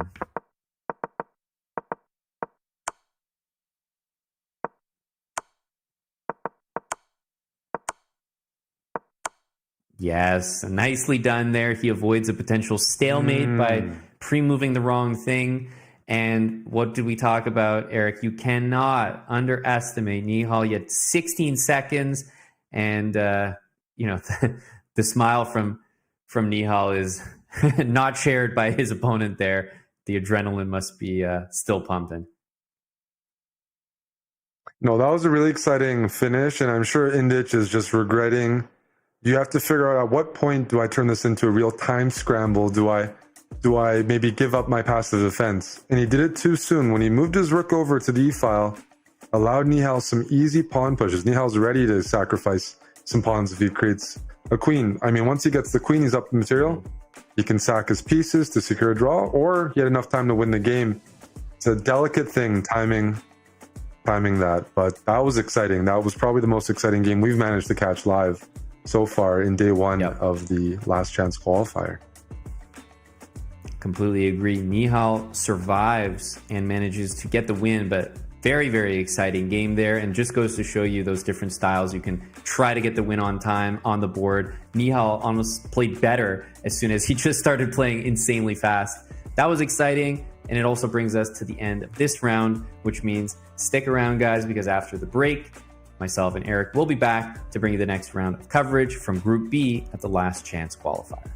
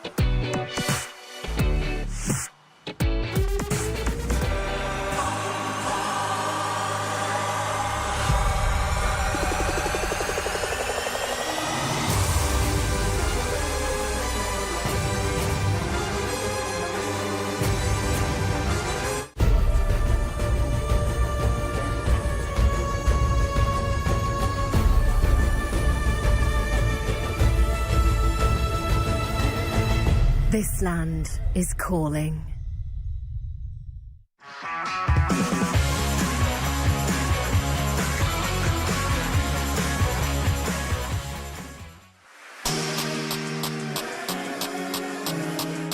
Welcome back, everyone. Last Chance Qualifier continues. Group B. Honestly, probably the most exciting matchup that we just saw. I don't know how else to describe it. That one really got me paying attention because Nihal just won a game with 16 seconds. We were all kind of flipping and saying, no, he played a great game, but now his opponent is going to win. That was not the case at all. He won with 16 seconds, and now he's facing Alexander Bortnyk, which is one of the most anticipated matchups in Group B. And we have the ranking for you as well. After 3 rounds, Nihal has a perfect score, but he's joined by 4 other players. Ahmed Adli, Andrei Sipenko, Alexander Bortnyk, and Nurbek Yakuboev. And all of those players are indeed grandmasters. So these are the players that you would expect to find up there. And another notable thing is Muhammad Ali has 2.5 points. Great name, by the way. And there's not many other players that, are probably going to have half points. And I just think there's going to be more wins and losses in Group B compared to Group A, where we actually saw quite a number of half points spread between these players. Indich as well, even though he lost that game, I think he's someone that we should be paying very close attention to because he certainly could have won that game against Nihal, and that's someone that I expect to sort of resurge throughout the rest of the event. I don't think he'll just be falling to the bottom. That's someone that we expect to see back on the top boards very, very soon.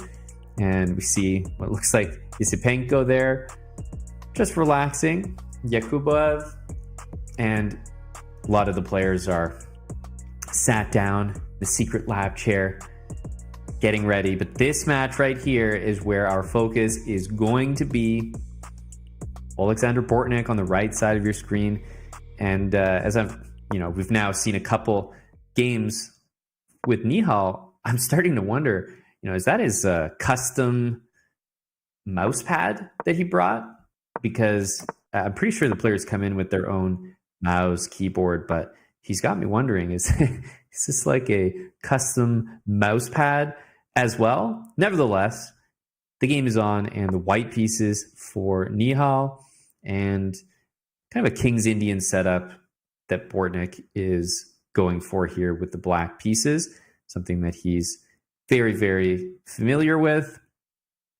Overall, I think Nihal has been pretty satisfied with his own gameplay, although it's not a secret to say that his time management, especially from that last game, might be called into question. So I think that's what we are focusing on here is, making sure that time is managed correctly. He's doing a great job so far. Both of these players, if they have 16 seconds, if it's anything like that first game, they're both capable of doing quite a lot with just low time on the clock. So let's see if the time actually plays a big factor in this game, or who knows, sometimes in these hotly anticipated matchups, the game kind of just fizzles out and you don't actually have the fireworks that you might expect. So let's see what the opening phase of the game brings us.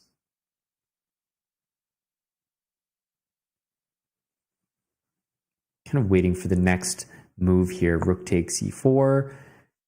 Okay, knight's coming to f6 by the looks of it. There's also this idea of e5 and c5. I mean, black kind of needs to challenge the center a little bit, but they're difficult to achieve right now. And if you play c5, you're kind of helping the fianchettoed bishop on g2 become that much stronger.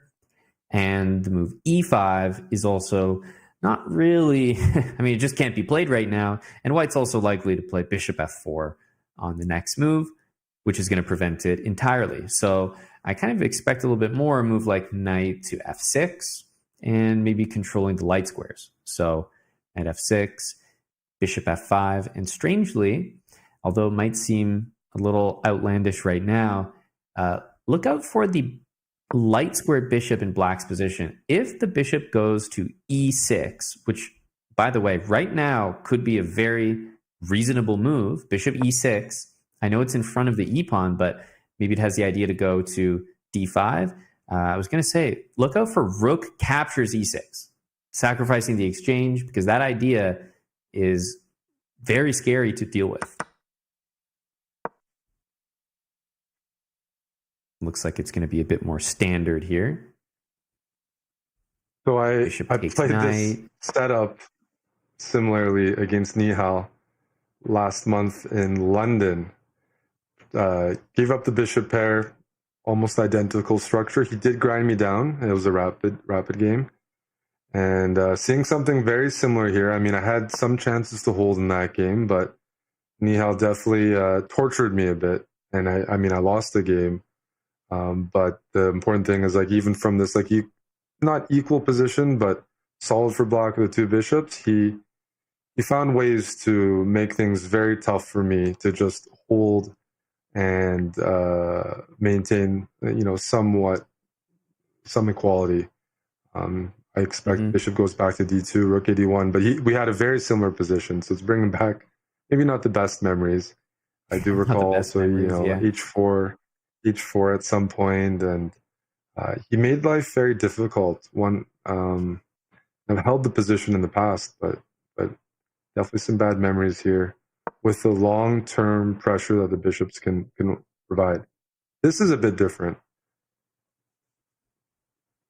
Yeah, I kind of expected bishop d2 in that position, retreating, and then maybe the rook can come over to d1. The bishop can even just go all the way back to c1, somewhere tucked out of the way. The bishop pair is, very strong, but usually all you need to do is just hang on to it. So I kind of expected that with maybe your idea of h4, h5 to follow. This, however, is a little bit different, but remember, if black exchanges, white takes back with the rook, there is still this h4, h5 idea, king to g2, and sometimes you can kind of oscillate between the h file, the e file, and there will be a few nice ideas here for white, but realistically, this is a position that's supposed to be very, very equal and difficult to break through. Yeah, I mean, as more pieces get traded, white has a bit more space, and when you trade off the pieces, it makes black's job a bit easier of defense. Maybe put a queen on c7, a rook on d8. I mean, probably after h4, the natural reaction is h5, but when you play a move like h5, you have to realize you do weaken the g5 square. So sometimes white will play rook e5, and you don't want to play f6 because you weaken the e6 pawn. So h4 and h5, the inclusion of that, it's putting more pawns on light squares, which could favor white in some sort of endgame, but also weakens the g5 squares. So they're not nothing moves. They do give a bit more space and offer some opportunities for your opponent to make a weakness or overextend. So Bortnyk's going to take some time here, but I guess Nihal defeating Indic, he knows like he's on a good path right now. He's going to try to push this, but it's not a must win. And Bortnyk is one of the more dangerous players in the event. So it's up to black to kind of prove after a few moves, like, hey, I know what I'm doing. I can hold this. It's not going to be easy for you to make progress. And typically when the person as white stops pushing this too hard is when they're at a point where in order to do that, they have to take risks. And we're not at that level yet where white has made any moves that introduce risk in the position. That could be an overextended pawn, like a pawn g4 move. That could be a pawn to c4 move at some point, which weakens d4. Those are the moves that you start to hesitate and you make the decision, do I really want to push this? But until then, Nihal might have a couple more small moves to throw in that synchronize the pieces a bit better before he's got to make a more critical decision.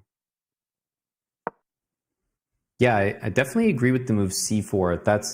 I've played this structure quite a few times with the white pieces, and I feel like the move c4 for white, pushing that pawn up, it's the move you want to do. It allows your queen to go to c3, where it lines up against the black king.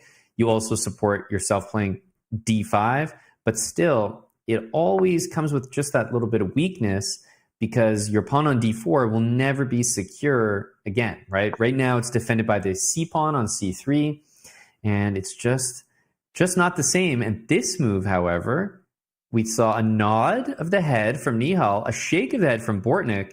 The evaluation just has not moved. But Eric, I think he's absolutely looking at g5 as the normal reaction. Rook takes e6, and he's very concerned after that. He's concerned, but I don't think he can allow white to take on g6, so you just have to allow it. I don't see the win. Nihal will have at least a draw in the pocket, but he'll probably be forced if black plays g5 to take on e6, because otherwise that h5 pawn could be a weakness. Black plays g5. It's certainly something Bortnyk is going to calculate because you don't want to just be totally lost and allow rook takes e6. But if we calculate the exchange, the queen comes into g6, it takes h6, takes a lot of material, but we're talking about a rook here. So a full rook means Nihal's going to need to recoup at least a knight back to make it playable, or have some sort of like strong checkmating idea that will be extremely hard to stop. Yeah, he's thinking here. He's actually going to take, and he must have come to the conclusion that the position wasn't something that could be saved. Like queen g6, queen takes h6, queen takes g5, rook takes e6. Who knows? He was not happy with it, and he really spent some time there.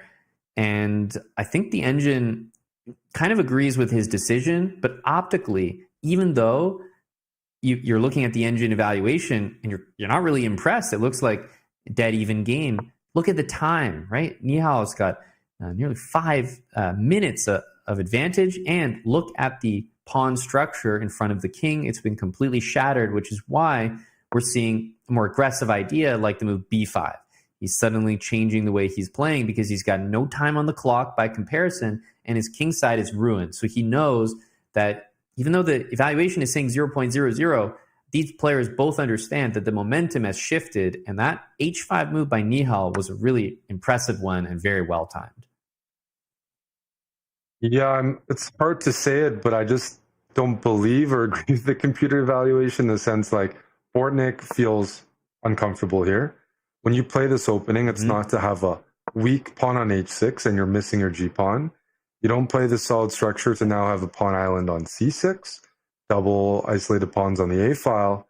He's doing that, yes, out of desperation, but he's not happy.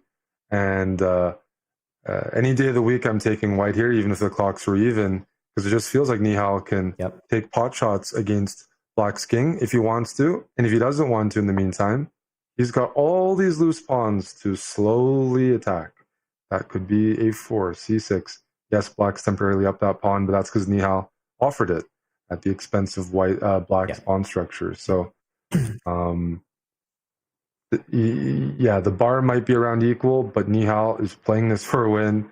Bortnyk is trying to hold down almost 5 minutes, and I don't think Nihal will be satisfied with anything but, great winning chances here, like extending this game as long as possible to the point where Bortnyk, with an open king, Nihal wants queens on the board, Bortnyk under a minute, and then he can play even more provocative moves because he knows Bortnyk won't even have time to react.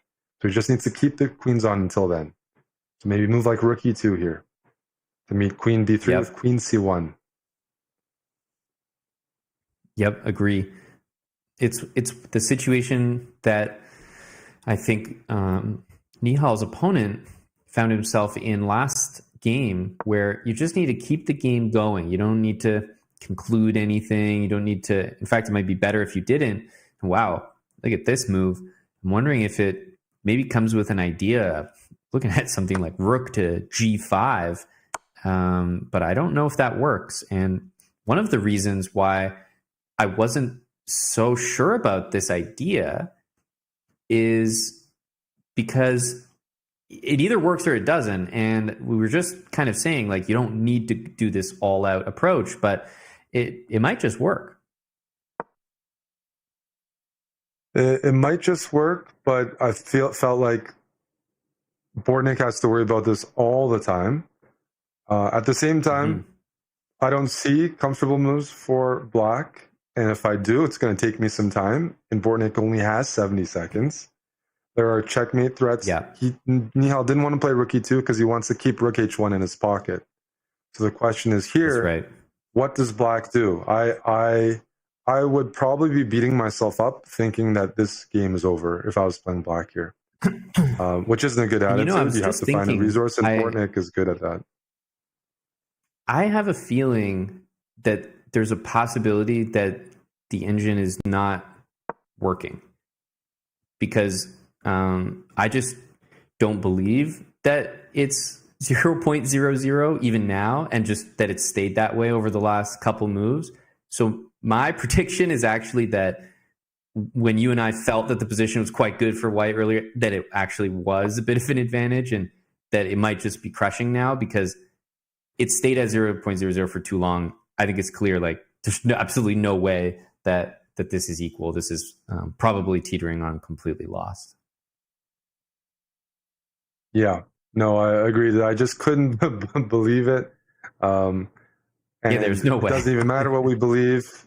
We have the clocks, we have the position in front of us, and we simply don't see a hold for Bortnyk, because if he doesn't get checkmated, he's going to lose on time. And anybody would lose on time with this position.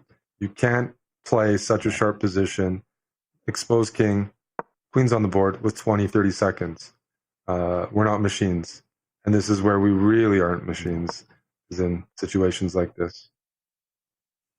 Yeah, I think this position with everything hanging all but proves that the 0.00 is absolutely irrelevant. Let's just make sure to congratulate Nihal appropriately for that game, because if my count was correct, that was 3 brilliancies in that game. And while he was playing them, he also had an incredible lead on the clock. Rook g5, rook h1, the sacrifice at the end, the icing on top, bishop takes h7, and he's he's just taking care of business here, Eric. It's almost like it's so intimidating, right? He just plays this absolutely brutal style of, brilliant chess, and then at the end he's kind of hovering over, ready to handshake you and smile, and you're like, you just got beat up by the guy. It's kind of brutal. No, that was a beautiful game, a brutal game by Nihal. It brought back memories, because I also lost against him in that line, and it shows the confidence he's carrying in. So I think, Nihal's definitely the guy to watch out for in this group so far. We're going to take a break for the next round. We'll be able to summarize and give you guys up-to-date standings after the break, and we look forward to more of this EWC Last Chance Qualifier coverage of Group B.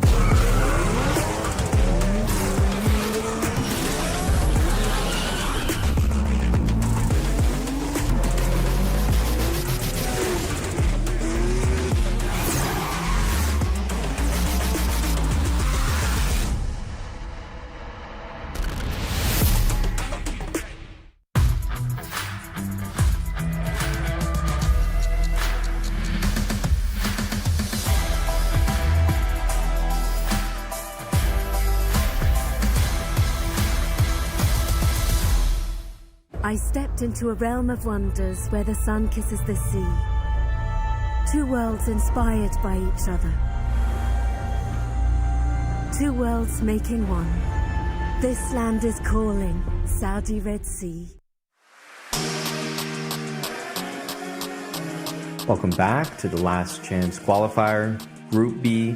We just saw a really exciting matchup and honestly one of our nicest games, Eric. I think one of the more entertaining games the round prior, but just now I think just one of our best games start to finish, Nihal against Bortnyk. And we can now talk about our upcoming matches. We're in round 5 here. Nihal is playing against Norderbeck now, which obviously sticking with that top board is certainly the one to watch. But also on this list here, of course, Ahmed Adli is in action, and Bortnyk against Esipenko is really one that stands out. It really stands out because Bortnyk just took a tough loss with Black against Nihal, and you know, at 3 out of 4, you'd think he'd get a pairing to bring himself back up, but gets bumped up and plays Esipenko at 3.5, which means he's already under pressure because you can't afford to lose another game. And I mean, it's a matchup that could go either way, but you know, pairings play a big role into it. Someone's got to play the top dogs, and then someone else gets a lower rated playing. There's huge variance in the ratings. Well, Bortnyk playing Esipenko, I do agree that's the second big matchup. Although Adli with 3.5, someone to watch out for. He's slipping through the cracks, a very good player. And Indic, you know, he's roaring back after that loss versus Nihal. That's got to be motivating him to get back to the top. Yeah, I agree. Also at, you know, the 3-point mark, I think is a good place to be here. If you're at 3 points, you still have a chance, I think, in this event. But less than that, it becomes very, very tough. So I do think that all the players that we've seen, and especially the ones even now that have won 3 games and only lost once, they're still very much in contention for those top 4 spots. But once you've lost a couple games, like even the players on our screen right now, unfortunately 17th to 24th with 2 losses, Eric, it's just not going to be enough in this type of a group where it's not highly competitive between a large amount of people. And so there aren't that many draws, right? How many draws have we seen? I've been looking at the draw column, and I think maybe like 1, 2 at the most. Everybody has a nice round number, and that just speaks to the fact, as we mentioned earlier, the score that you're going to need to qualify is going to be much higher because people are not making draws. Yep, no, 5.5 is the score you need to target for sure here. And I know we haven't covered his games yet, but this round 5 clash between Nihal and Yakobiev should be really good. Yakobiev is part of this Uzbek golden generation, right, winning the gold medal 2022 Olympics. They're producing super grandmasters who are all very, very young. And something that stood out to me about this golden generation is they're not like, their nerves are incredible. Like, they don't get nervous in any time format. They don't fear anyone. They just came on the scene and there's no adjustment period. Just shot straight up, have continued to shoot straight up, and are taking names everywhere. So this should be a really, really good clash. I know Norderbeck is looking to join his fellow Norderbeck from Uzbekistan, Abdusadarov, who is, I think, in the main event already. Yeah. And the way we're seeing the players play, we had maybe some more veterans in Group A. Well, Nihal, he's 4 out of 4. Norderbeck, like, players, I get the feeling in this, as you said, there were fewer draws, but also with some of the young guys, they're just looking to beat everyone. They're not going to like coast as much. It's like, no, I want to go 5 out of 5, 6 out of 6. I don't want to do like the old school, maybe Russian school of chess. Win with white, draw with black, beat lower rated, draw, you know, a few of your rivals and comfortably, but like professionally make it. No, here it's like win, win, win, win, win, win. That's how I'm going to do it. That's the impression I get. That this game, if I saw the other tournament, other group, 4 to 4, 2 guys might make a draw, save their energy. Here, I don't know. It might be like someone wants to go 5 out of 5, and I think we're in for a good one once again. Yeah, it definitely has a different flavor to it than Group A, and I think each group is going to have that different style that the group takes on.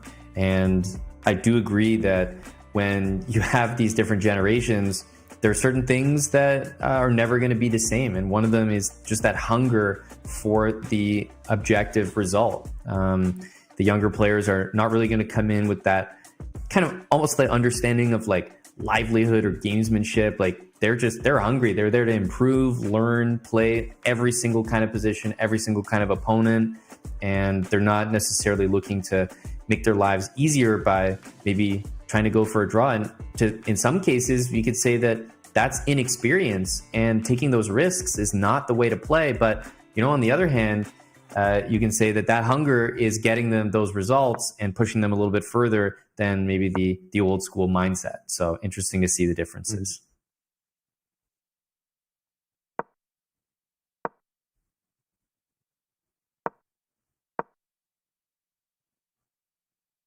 Okay, it looks like we're starting with an interesting matchup here between our pawn takes and Ahmed Agami. 1 out of 3 against 2 out of 4. Yeah, checking out the whole group.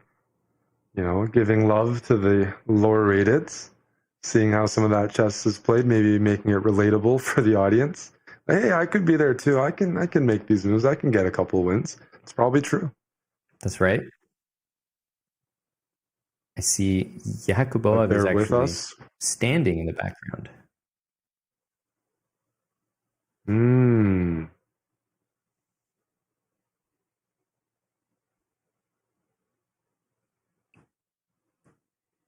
I can't tell if this game is underway or not. We have some of the referees walking. It doesn't look like it is. Yeah, no, I don't think so. Well, personally, I don't mind when they just have the camera like this. You get to see the playing hall, the players. I think it's a view that people appreciate. Kind of, you see the players get a little nervous, their routines before the game. We do see Egyptian Grandmaster Adli to our left. He's on a great score and not playing one of the top seeds, if I'm remembering correctly. Exactly. Right? He just played Yasipenko. So you kind of have he's playing. Kind of the situation where the guys at the top have the tougher pairings, right? And we've talked about this in the other group and the other rounds. And it is interesting that being a high-rated player actually means that your tournament is incredibly tough. You're always the one getting tossed around to, go play the highest-rated player here, highest-rated player there. Even if you lose, you play, someone who's very talented with less points or more points. So it's difficult from the top seed position. It is. Your tie breaks will be good if you make it, but you have the toughest path, toughest opponents on the journey there. We have this match in front of us: Adli against Hijazi. Who? It's interesting. They are actually playing right now, right? I was just trying to.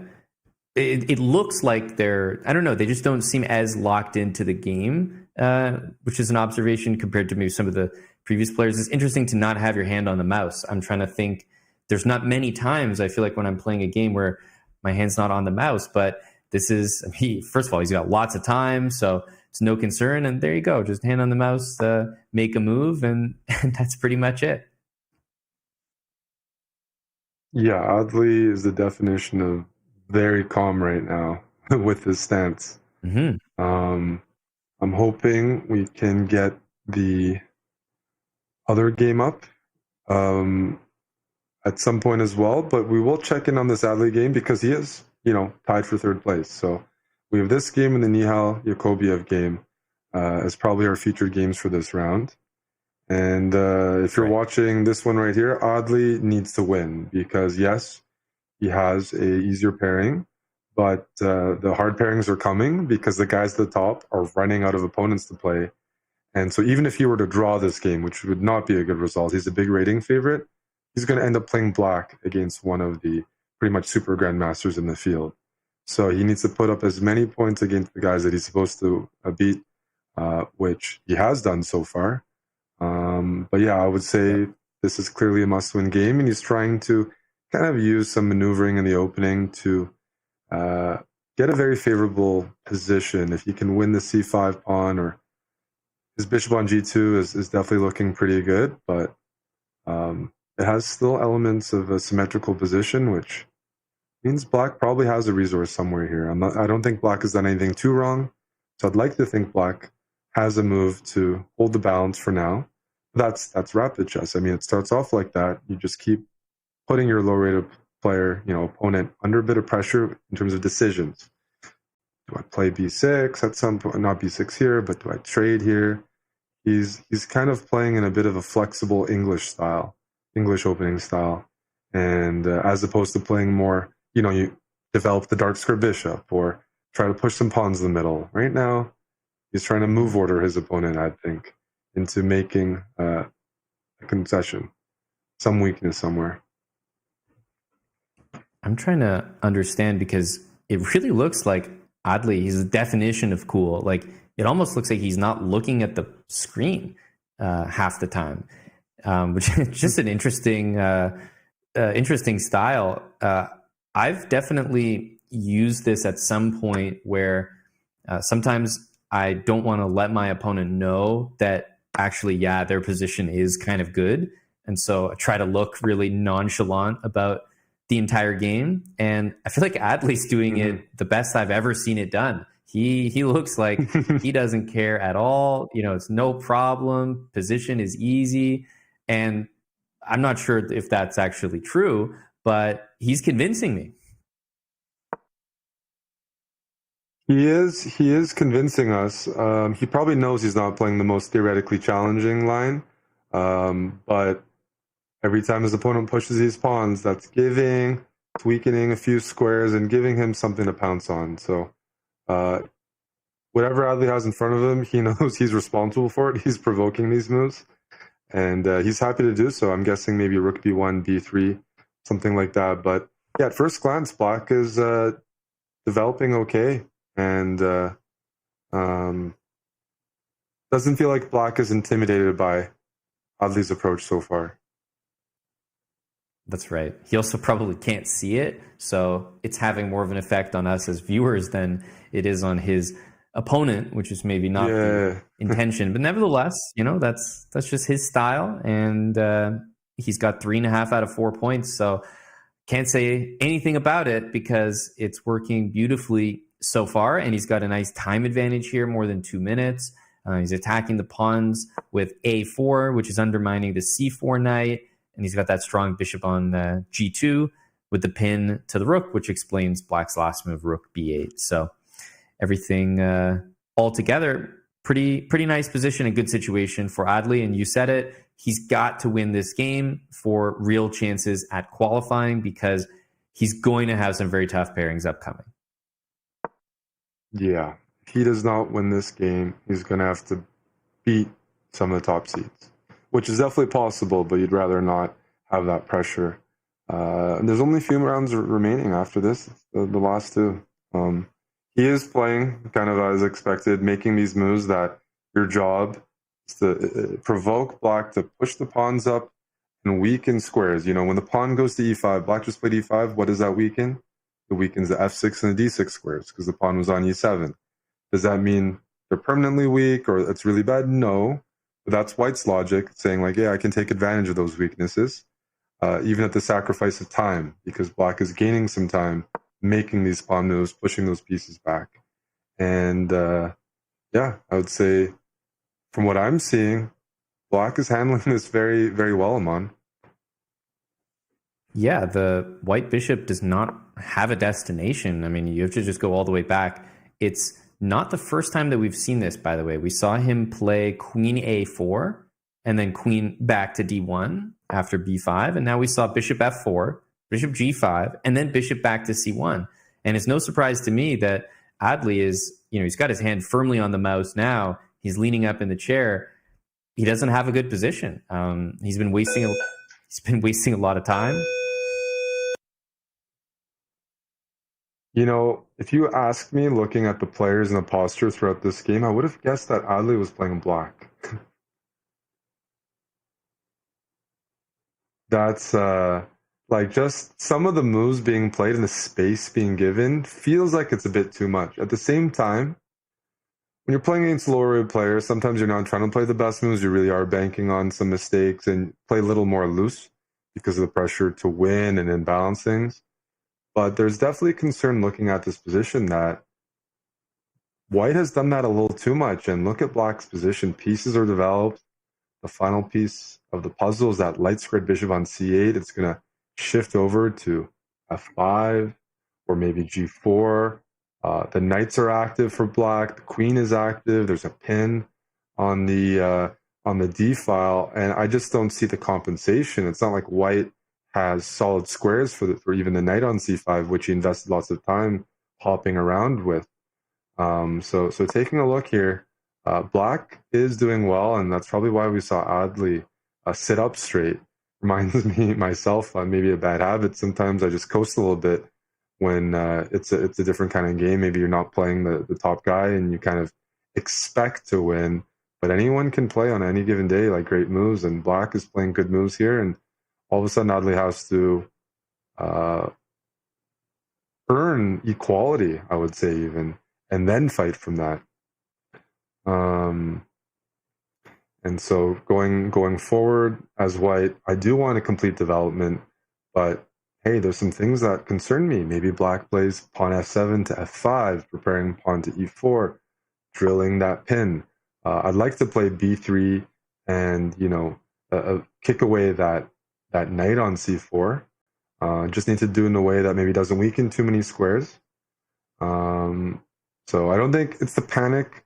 It's not time to panic yet for Adli.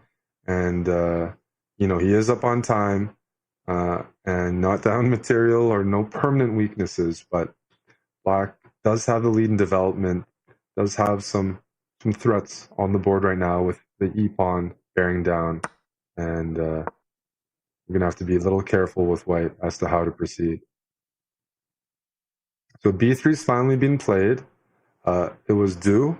First of all, kick away that knight. Secondly, our dark square bishop would like to deploy at some point to a square off of c1. So interesting. Adli has lots of work to do. I don't know who he's playing, but the guy is playing him tough. And here we see the tournament leaders with 4-4. We have from Uzbekistan, Yakubiev.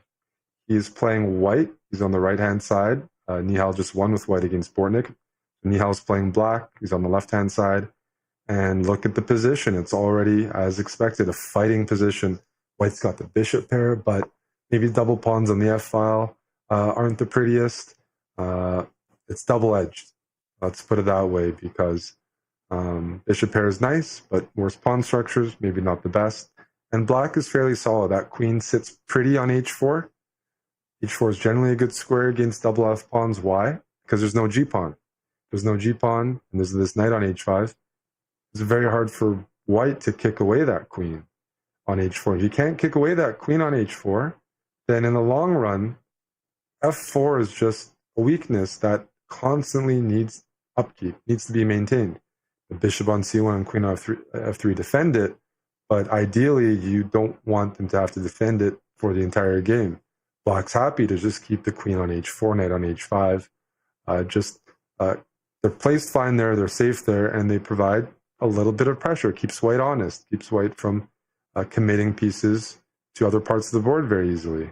If I'm playing White, I might want to move that knight on e4. I might not want to take the knight, the bishop on c5. I might want to go knight g3. I'd rather get rid of this knight on h5, free up the f4 pawn, and then look to open up the position for the bishops.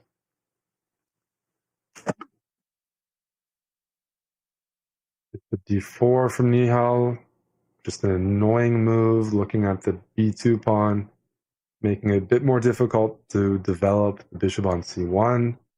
And maybe Nihal's preparing knight d7 to c5. Trade away that knight. Don't see why it would be particularly bad. And, the bishop pair is good in open position. But as pieces get traded off, Hey, Eric, just checking in. The king side is closed. Hello, I'm on. Just checking in over here. Yep, just a little fire alarm in the building, so may have to mute again. But we're all good over here. False alarm as usual. Long as you're but safe. Just want to let everyone know. Yep, we're all good, and nothing's gonna stop the commentary. Didn't keep me away. So just jumping in to update. All good, all good. Thought it was the playing hall for a second. That would have been another I thought twist so at first, day. and then I realized it was pretty close to my own ears. But we are all good over here, and it's good to see that we're keeping the fires on the board here. Oh yeah, I mean we have such a dynamic position here. If these players are taking their time, they're not playing as quickly as that game, round 3, Indich versus Sarin. Here the players are under 5 minutes, and there's queens, minor pieces on the board. Kings aren't fully safe. There's weak squares around both kings. F6 for black is a bit soft.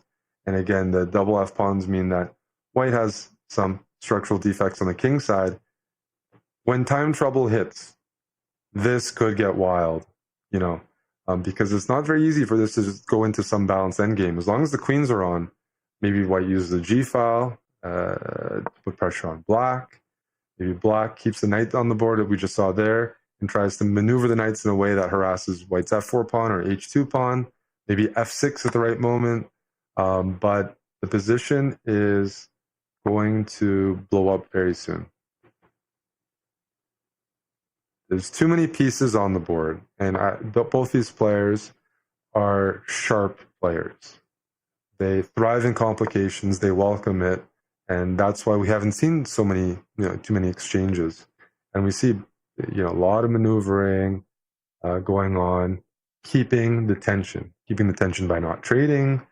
Nihal's being annoying with that queen on h4. Nihal, we're down a pawn now as black, but as long as there's a lot of pieces on the board, you can be up a pawn, but you get under a minute, you're just worried about flagging. And we've seen that happen in games before where at a certain point, pendulum swings to time being the biggest factor in the game more than material. So if I'm playing white here, I do want to trade off. I'm up a pawn. It's a passed B pawn. I would probably be able to have a 2-result type of situation where I'm pushing and I don't have many losing chances, but I need some trades for that. And this is a big move. I'm on knight e4, hitting the bishop, and now preparing queen g3. Queen g3 or queen h3 forces the queens off because the queen can't go to h5 because of knight f6 check. So all of a sudden, knight f6 check is a big threat, and maybe you don't even trade queens, but if you get the knight to f6, all of a sudden black's king might be in trouble. Maybe knight f6 check and, I don't know, queen h3. Where does this bishop on c5 go? Does it go to a7? It goes to a7. I mean, maybe there's rook b7. There's something tactically wrong with this position for Nihal. That his knights are on g7, e7, and in this exact specific moment, white has all the cards. Knight f6, knight c5, rook b7. Then rook on b3 also supports queen h3. This is an interesting moment. Rook d4, a counterpunch. And can Yakubiev find more ways to continue the initiative? That's a professional move. Bishop e2 doesn't spend too much time. Says, I don't want the complications yet. I want to keep the material on the board because I still have the same threats I had the move before. And that for Nihal sacks the exchange. So now white is up an exchange and a pawn.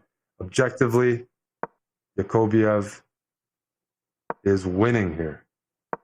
But objectively is not the main factor here. There's time, no increment here, lots of pieces, until we get to an endgame where it's really more a matter of technique. Nihal can still, he's a very resourceful guy, and still complicate things. But I gotta say, white's position is looking lovely. Maybe the bishop goes to d3. The one piece I'm not happy about is the bishop on c1, but it's doing its job defending the pawn on f4. So while I try to figure out how to move that, I'm going to develop my other pieces. So the bishop improves itself. It goes to e4. Maybe the rook on f1 slides to g1. But because of the semi-closed nature of the position, it takes more work for white to initiate trades. And you want to initiate trades when you have the exchange in a pawn. You want to mitigate the risk, but not easy. And Nihal's up a little bit of time, 10, 15 seconds. It could swing any move, but it's good to be up on time. When you're down in material, try to use the clock as another variable to improve your position. We see some moves repeating. I don't think white is trying to make a draw. Nihal with king g7, tactical shot. Don't take the free rook because of queen f1 checkmate. H5.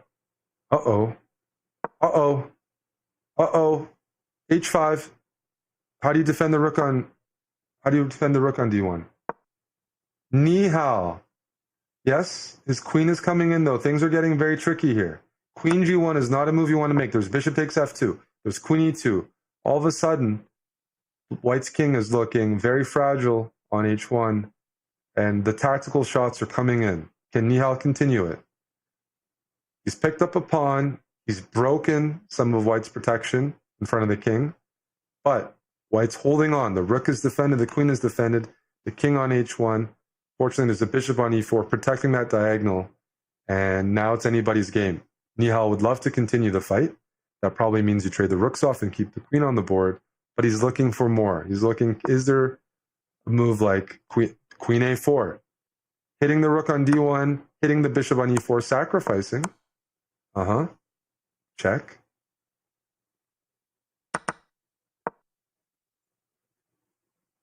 Okay, so that did not end up winning material because he did drop the rook on d8.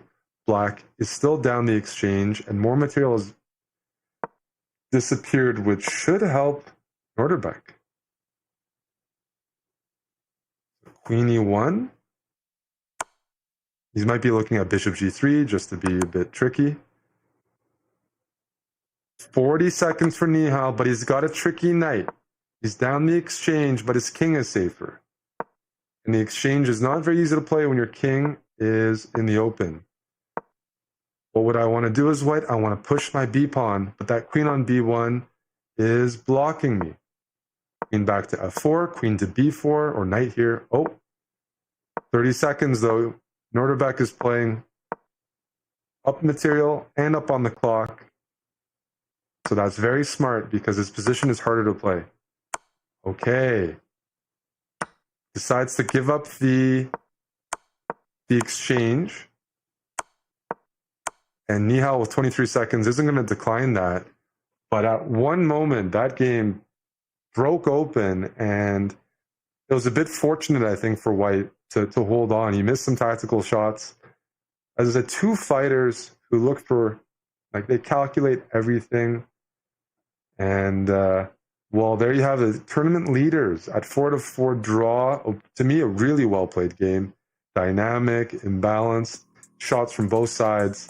And that's the kind of chess I expect from those guys. So, Amon, the draw between Nihal and Norderbeck, but it certainly was not a quick draw. They certainly tried to kill each other on the board. Yeah. And it almost just felt like a fair result in the end because they played it so well with so little time.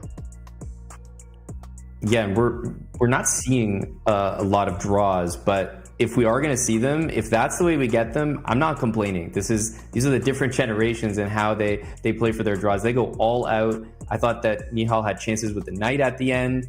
Did a great job there on your own. We're all good over here, and looking forward to more games in the next round. So with that, I'm back in time to throw us to a break and say, guys, stay where you are. I certainly did. We'll be back right after this.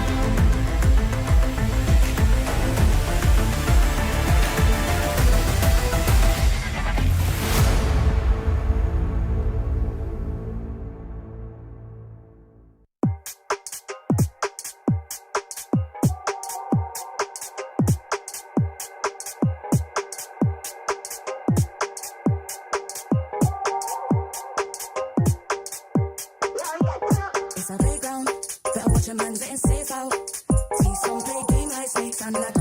My ex-base come on, new one's better. It's a playground. Better watch a man getting safe out. See some play game like snakes and ladder. My ex-base come on, new one's better. News like Jagger. Hits come on, new one's better. We ain't in the mix, no grubber. Them trick bang fraud like scammer. Ex-play me real, that's a real born capper. Pass don't matter. Build strong, still pray this thing don't shatter. When shit gets real, so the real don't scatter. Got bread and batter. 4 hands on the bread like platter. Said it's cold out. They ain't back in beef, got the phones out. Watch where I sleep and where I roll round. Guess I'm gone now. They ain't even there when it goes down. It's a playground. Better watch your man getting safe out.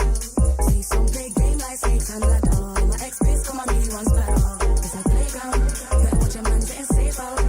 See some play game like snakes and ladder. My ex-base come on, new one's better. My new one's bad, that's my baby. He let me shine and never shady. Girl same key, but that don't faze me. If you ask him, then he say, got a queen and that she crazy. Please never play me. He said, please never break me. He's switching to Mercedes, thinking that it faze me. I can love you through the dark and all my days, but you just never break me. It's a playground. Better watch your man getting safe out. See some play game like snakes and ladder. My ex-piss come on, new one's better. Playground. Better watch your man getting safe out. See some play game like snakes and ladder. My ex-piss come on, new one's better. Playground. Bitches got a ring and feel safe now. They see a pretty bird, but I don't want to cage out. It's a playground. Telling me mine, I don't play about. I tell them rise up. Used to cry, river shit don't dried up. I lost a couple bros on the climb up. I don't mind up. Ain't lost nothing that ain't mine, cause it's a playground. Better watch your man getting safe out. See some play game like snakes and ladder. My ex-piss come on, new one's better. Playground. Better watch your man getting safe out. See some play game like snakes and ladder. My ex-piss come on, new one's better. My new one's bad. He ain't entertained, he don't move like that. Tell him move right back. Got shots over time, not to shoot right back. The human body was built to move. Not trapped at a desk in one singular posture for 12 hours a day.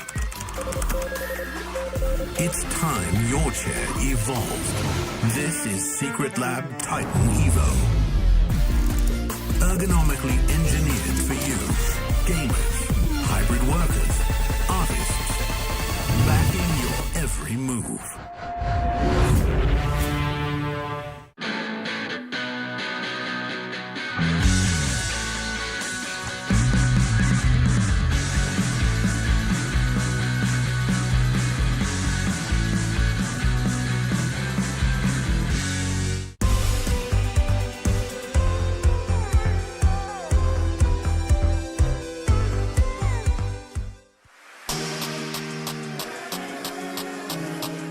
Welcome back, everyone, to the Last Chance Qualifier. Eric and myself are back. We hope you guys are still here with us. It's been a long day, but we're getting to the very exciting part of the Group B Swiss 7 rounds here, and that's because we're actually going to learn some real information, I think, in this round, Eric, about who is going to take those top 4 spots. We've seen the chess from Nihal. It's looking fantastic. Like, he's definitely going to be making it in if he plays anywhere near the level he's shown so far. But he's up against Ahmed Adli, who did win that game that we were checking out in the last round. Yes, that game, I didn't see how it finished, but Adli definitely had to come from behind. He gave his opponent a lot of space in the opening. Another big game that took place in that round, Amon, was Bortnyk taking down Yasipenko with white in a crazy London. And that means that Yasipenko on 3.5 out of 5 has to win his last 2 rounds. And he is one of the favorites in this field, and he might even be the highest rated FIDE player, if I'm not mistaken, or at least close to it. But yeah, Bortnyk back on track after the loss versus Nihal. Nihal and Norderbeck playing great. And Indic, after the loss to Nihal, has won the rest of his games. So this is the round where players get eliminated. It is round 6. Are we going to see Adli? This is the last round he was playing down. We're going to see him against one of the sharks, Sarin and Yakubiev. It's gonna. So I'm excited for this one. And he is the veteran in the field, as I mentioned from an earlier generation. Not old by any means, but there's the young guys born in the 2000s. You got to watch out for them.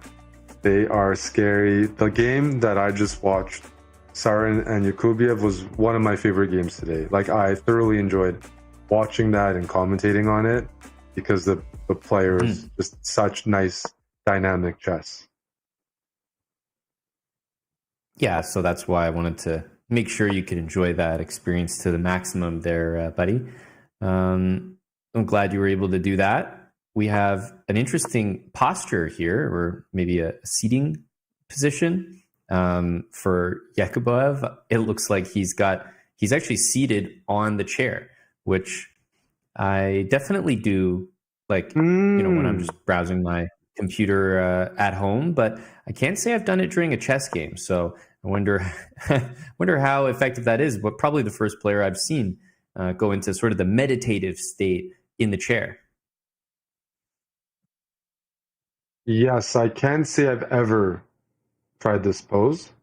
I definitely have seen people try it, but I wonder why he decided to switch it up for this round.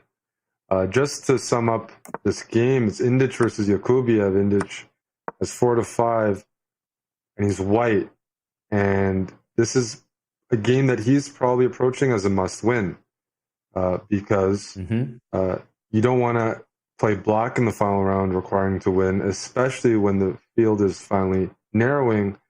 That, let's say he draws this round, he might end up playing one of the top guys anyways with black. It doesn't ensure an easier pairing because there's so few players, competing for the 4 spots. And look at this game. Look at the game we have. I mean, black's already pushed the king side, the Uzbek player might be looking to try to qualify 1 round early, securing the 5.5 points after round 6. Does not surprise me, this more modern attitude and ambitious style. And it makes sense. Sometimes you play your best chess. What brought you there is what you should continue doing, as opposed to necessarily playing something a bit more solid. I mean, you play to your strengths. It's definitely a pretty common way of thinking. And here, you see black's got the bishop pair, maybe a worse pawn structure. Maybe dynamic equality, which is a broad term, but that might be how to describe this best. Yeah, I'm actually looking at the pawn structure, and black is actually doing quite fine here and has the bishop pair as well. But I'm looking at the pawn structure, and it's just one of those positions that's very loose for black here, because you've got double pawns. I'm, by the way, very surprised that knight takes c3 wasn't played. That doesn't make sense to me. But I was going to say that c-pawns were doubled on an open file. It's no longer open, but also the pawns are pushed in front of black's king, g5, h4. So black is playing a very loose, open game and has a definite advantage here. The knight on e2, you'll notice, doesn't have any squares to move to. So we're going to need to see pawn to c4 or f3 and pawn to e4. These are the only ideas that I can really expect to try to free white's position. No, you summed it up. I mean, the knight on e2, I need that in the game. Indic needs to play for a win. c4 is the only healthy looking one. If I ever touch my f-pawn, I might regret it, with e3 being a weakness. But Indic has touched the c-pawn, and after the move queen a6, it's like, shoot. How do you defend that pawn? So looks like black, with a very combative opening, has achieved more than equality here if that c4 pawn is falling. And you see how the pawns are on the king side, f6, g5, h4. It might look loose, but they protect each other. They're on dark squares. Black also has a light squared bishop, so they're controlling the light squares around the king, and the pawns on dark squares, they cut off f4, g3, e5, all potential squares from the knights. It's nice coordination there with the light squared bishop and the pawns. That actually means like the king is relatively safe, and that's why you can get away with what black did, is there's no way for white to access any of those squares near black's king. Yeah, and here we see pawn takes, d5, desperate for, some kind of movement in the center of the board here. But now the bishop also has the d3 square, and white has this really annoying, feature of the position. You can't play rook A or rook D to b1. You can't challenge the b file, which is the only completely open file on the chessboard, because of black's bishop on f5. And that alone, obviously plus the extra pawn, is contributing to the very clear advantage that we see Noterbeck with.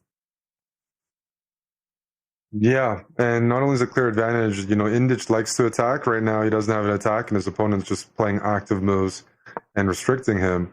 I think in Indic's shoes, he's looking for a breakthrough like e4 and f4, for example, because he's not going to just buckle down and play rook c1 or spend too many resources stopping the c-pawn.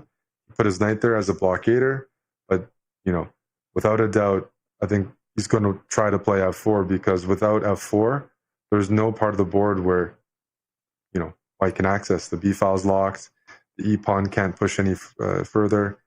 So all the eggs are in one basket, and I think it's revolving around f4, which means we might be seeing something like queen a3 or queen a5, some move that might keep white honest and make it difficult to play f4 because of that loose knight on c3. The knight doesn't have squares right now, that knight on c3. So I'm looking at black, I'm thinking queen a3, he went for this, maybe queen b2.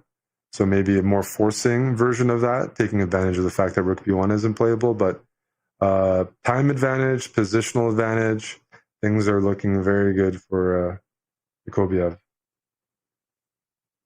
Yeah, so let's say if white would play rook A to c1 here, and I do that because I'm a little bit nervous about queen b2. So actually I find this move that was just played really, really strange, because I think there's a queen trade that's forced now. So yeah, I would actually maybe go so far as to call that last rook move by white almost a mistake at the very least, because trading the queens with the extra pawn and black's open b file, I think this is very close to completely losing. Yeah, I agree. I mean, queen b2 I thought was telegraphed, and Indic wants to keep the queens on. This feels like a must-win game, and this endgame should only be one side. And as you said, close to winning. I mean, black can trade queens, double rooks on the b file, put another rook on b2, and I just don't see the counterplay. Again, if Indic loses this, he's on 4 out of 5, should be eliminated with a loss. And even salvaging a draw here would be very impressive. You're just down a pawn. It might be a doubled pawn, but that pawn also supports this bishop on d3. And look at white's center. It's there on light squares. That bishop controls the b file, puts pressure on e4, harasses just the pieces. The knight can't go to e2 and things like that.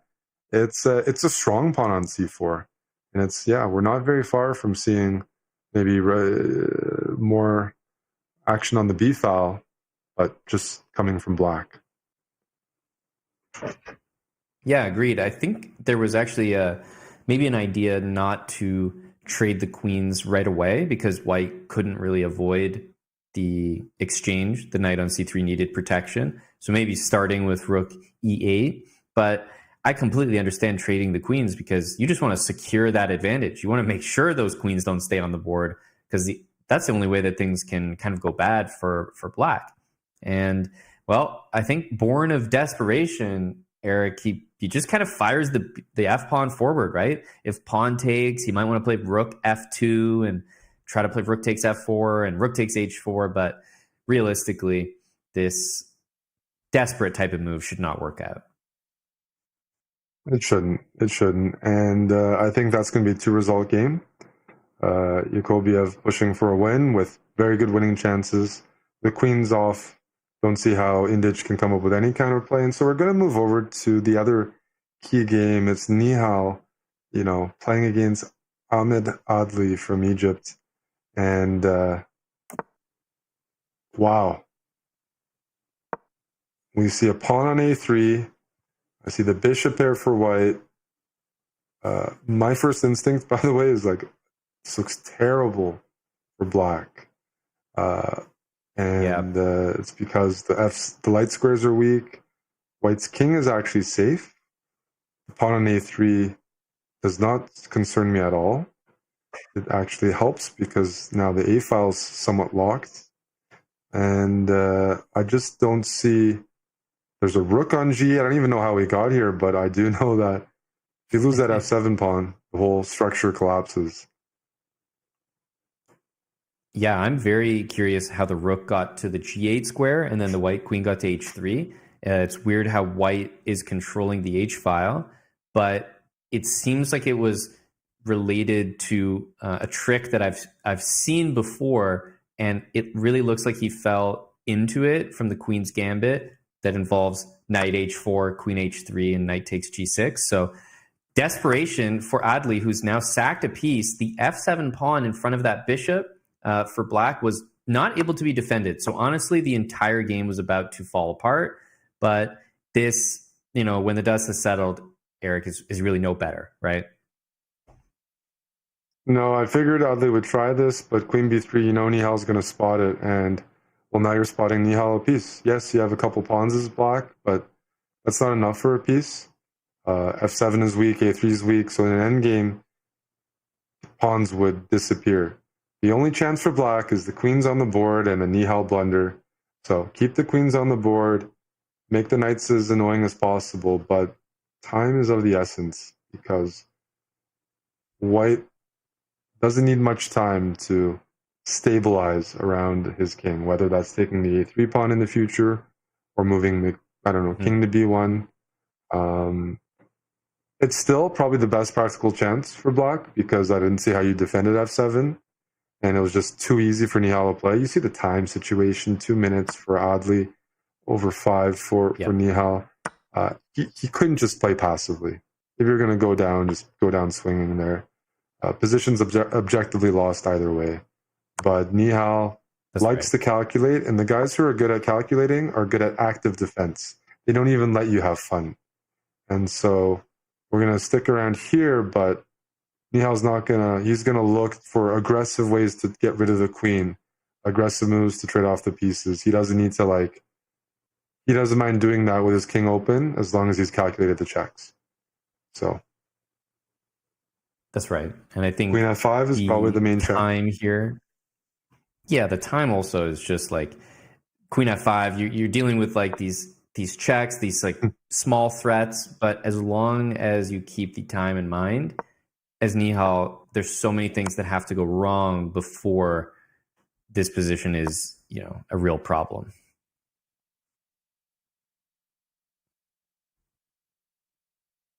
And there you have it. That did not take long. Does this force a trade here? That forces a trade, and the game's going to be over.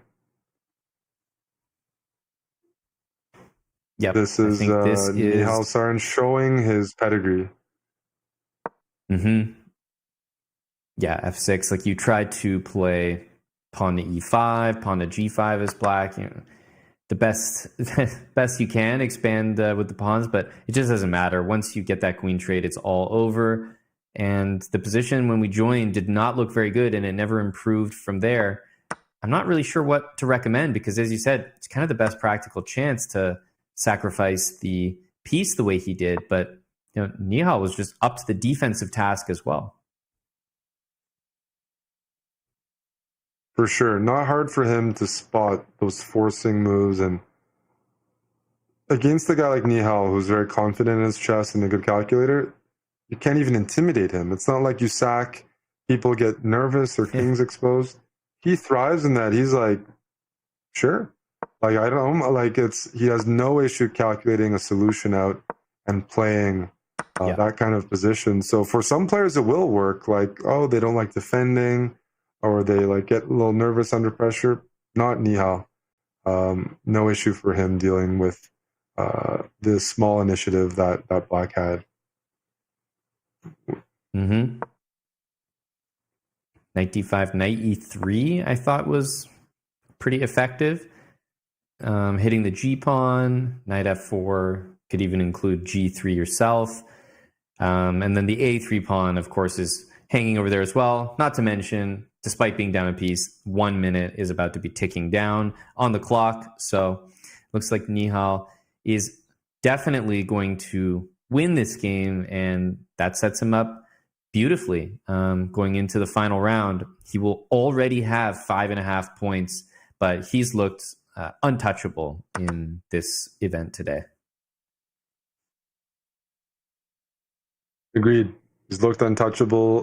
The game against Yakovlev was a bit dicey, but I still handled it really, really well. Here, this is going to be pretty trivial in a few different ways because, well, you're only going to have a pawn or maybe two. Oh, there we go. Look at that finish. Yeah, classy. Very classy. He earns the victory by resignation, and it looks like we will see a handshake after that one.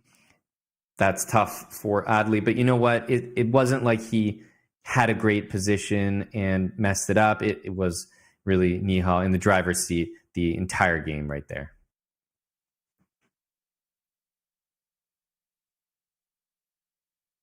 And we're over to this board. Interesting. It's a rook endgame. There is an extra pawn on the board, but I think with best play, you should be able to defend from the front here with rook c1 check, and just kind of using that rook effectively. Check, check, check. I have to say, Indic getting to this endgame is very impressive because he's keeping his chances alive. He just could not afford to lose. And we're in an endgame that looks like he's within range. King d3. Yeah, I think, Norderbeck is the only one with winning chances, but I think it's about to be a draw. And it is. Oof. Okay. Yeah. It's just one of those results where neither player is happy. Everybody looks upset about that result. It's true that a draw doesn't really further either of their causes. But with 5 points, Yakubov can be a little bit happier, right? 5, obviously with a win in the last round, you could jump to 6 points, not to mention 5.5 could still be enough depending on how the standings shake up and as well the tie breaks. I think he definitely is still doing well, but at 5 points, a loss could still eliminate him. You'd like that little bit of cushion that Nihal has, who is clearly leading the tournament with 5.5 out of 6. So I think one player is most likely into the event, but heading to the final round of this Group B action, the last chance qualifier. We have everything to play for. Round 7 coming up after this break.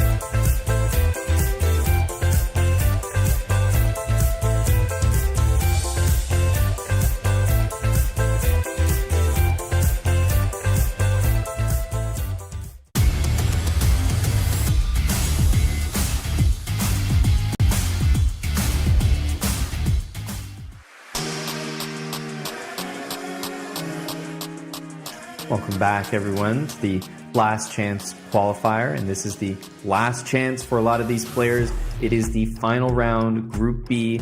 As we've been talking about, Erica, a real dominant performance from one player, Nihal Sarin, and there's quite a group chasing behind him that are really trying to lay claim to those other 3 spots, because we're quite sure that Nihal is going to qualify. He's leading the event on top. But our focus is going to be on those other matchups as well. Nihal himself is going to be playing Yasipenko, but when you have Yakubov against Alexander Bortnyk, Adli against Indic, you know, those 3 matchups right there, I feel like are going to determine a lot. Yeah, the pairings are very consequential here. When you're a chasing player and you see Nihal 5.5 out of 6, you know he's got a good chance to win or make it through. You don't want to play him. You want him to spoil someone else's tournament. The unlucky player here is Yasipenko. And Nihal knows, like, theoretically 5.5 is not for sure going to qualify. So he's going to be fighting for at least a draw there. And Yasipenko now has to play for a win. So even the top player, the leading player, it's not 100% guaranteed. Bortnyk are playing Yakubov. They both have 5. They're not sure 5.5 is going to qualify both of them, because there's a match between Indic and Adli, both on 4.5. Winner of that goes to 5.5. You start doing the math, and the math is very promising, but it's not a guarantee. If Nihal loses, Yasipenko wins. That's 2 players on 5.5. If Bortnyk draws, that's 2 more players on 5.5, Yakubov as well. And then the winner of Indic versus Adli will also have 5.5. So there's one scenario where 5 players on 5.5, 1 doesn't make it. However, in terms of tie breaks, the leading players probably have to feel pretty good, which means that game theory-wise, I was thinking about it. I think Nihal's in a very good spot, Bortnyk's in a very good spot, and Yakubov's in a very good spot. But Yasipenko has to beat the guy that's been unbeatable so far. But there is a guy on paper who should be a big challenge for Nihal, is Yasipenko, who needs to win this for any shot. Yep, he has to win it. He's obviously one of the stronger players, if not the strongest, when you actually consider FIDE ratings. So, as you mentioned, he's definitely the challenger to do it, and Nihal will have basically played absolutely everyone that's a tough opponent for him in this event. I think the matchup to, obviously, that one right there is incredibly important, but I really think the matchup that we pay attention to the most is that Bortnyk and Yakubov matchup. I really think that that's where a lot of those spots could get determined. But of course, on board 1, just Nihal and his dominance, plus you've got Yasipenko, who's in a must-win situation. And if he can beat him, that would be an impressive way to qualify. Oh yeah, I mean, Nihal today is not a guy you want to run into, but this is what the players expected in this format. You're gonna have to play for everything in the final round. It normally doesn't come easy, and Yasipenko has to be happy that he's in control of his destiny somewhat. Like, he wins this game, there's a very good shot he makes it, as opposed to some other standings or pairing system where he would have already been eliminated. He's got a chance here. He's got a chance. That's all you can ask for after you've fallen behind. It can be very demoralizing, but he's an experienced, strong young player. He knows what to do, and I'm really excited for that game. It also makes me wonder if I'm in Nihal's shoes. Like, yeah, he qualifies even if he loses, in my opinion, almost for sure.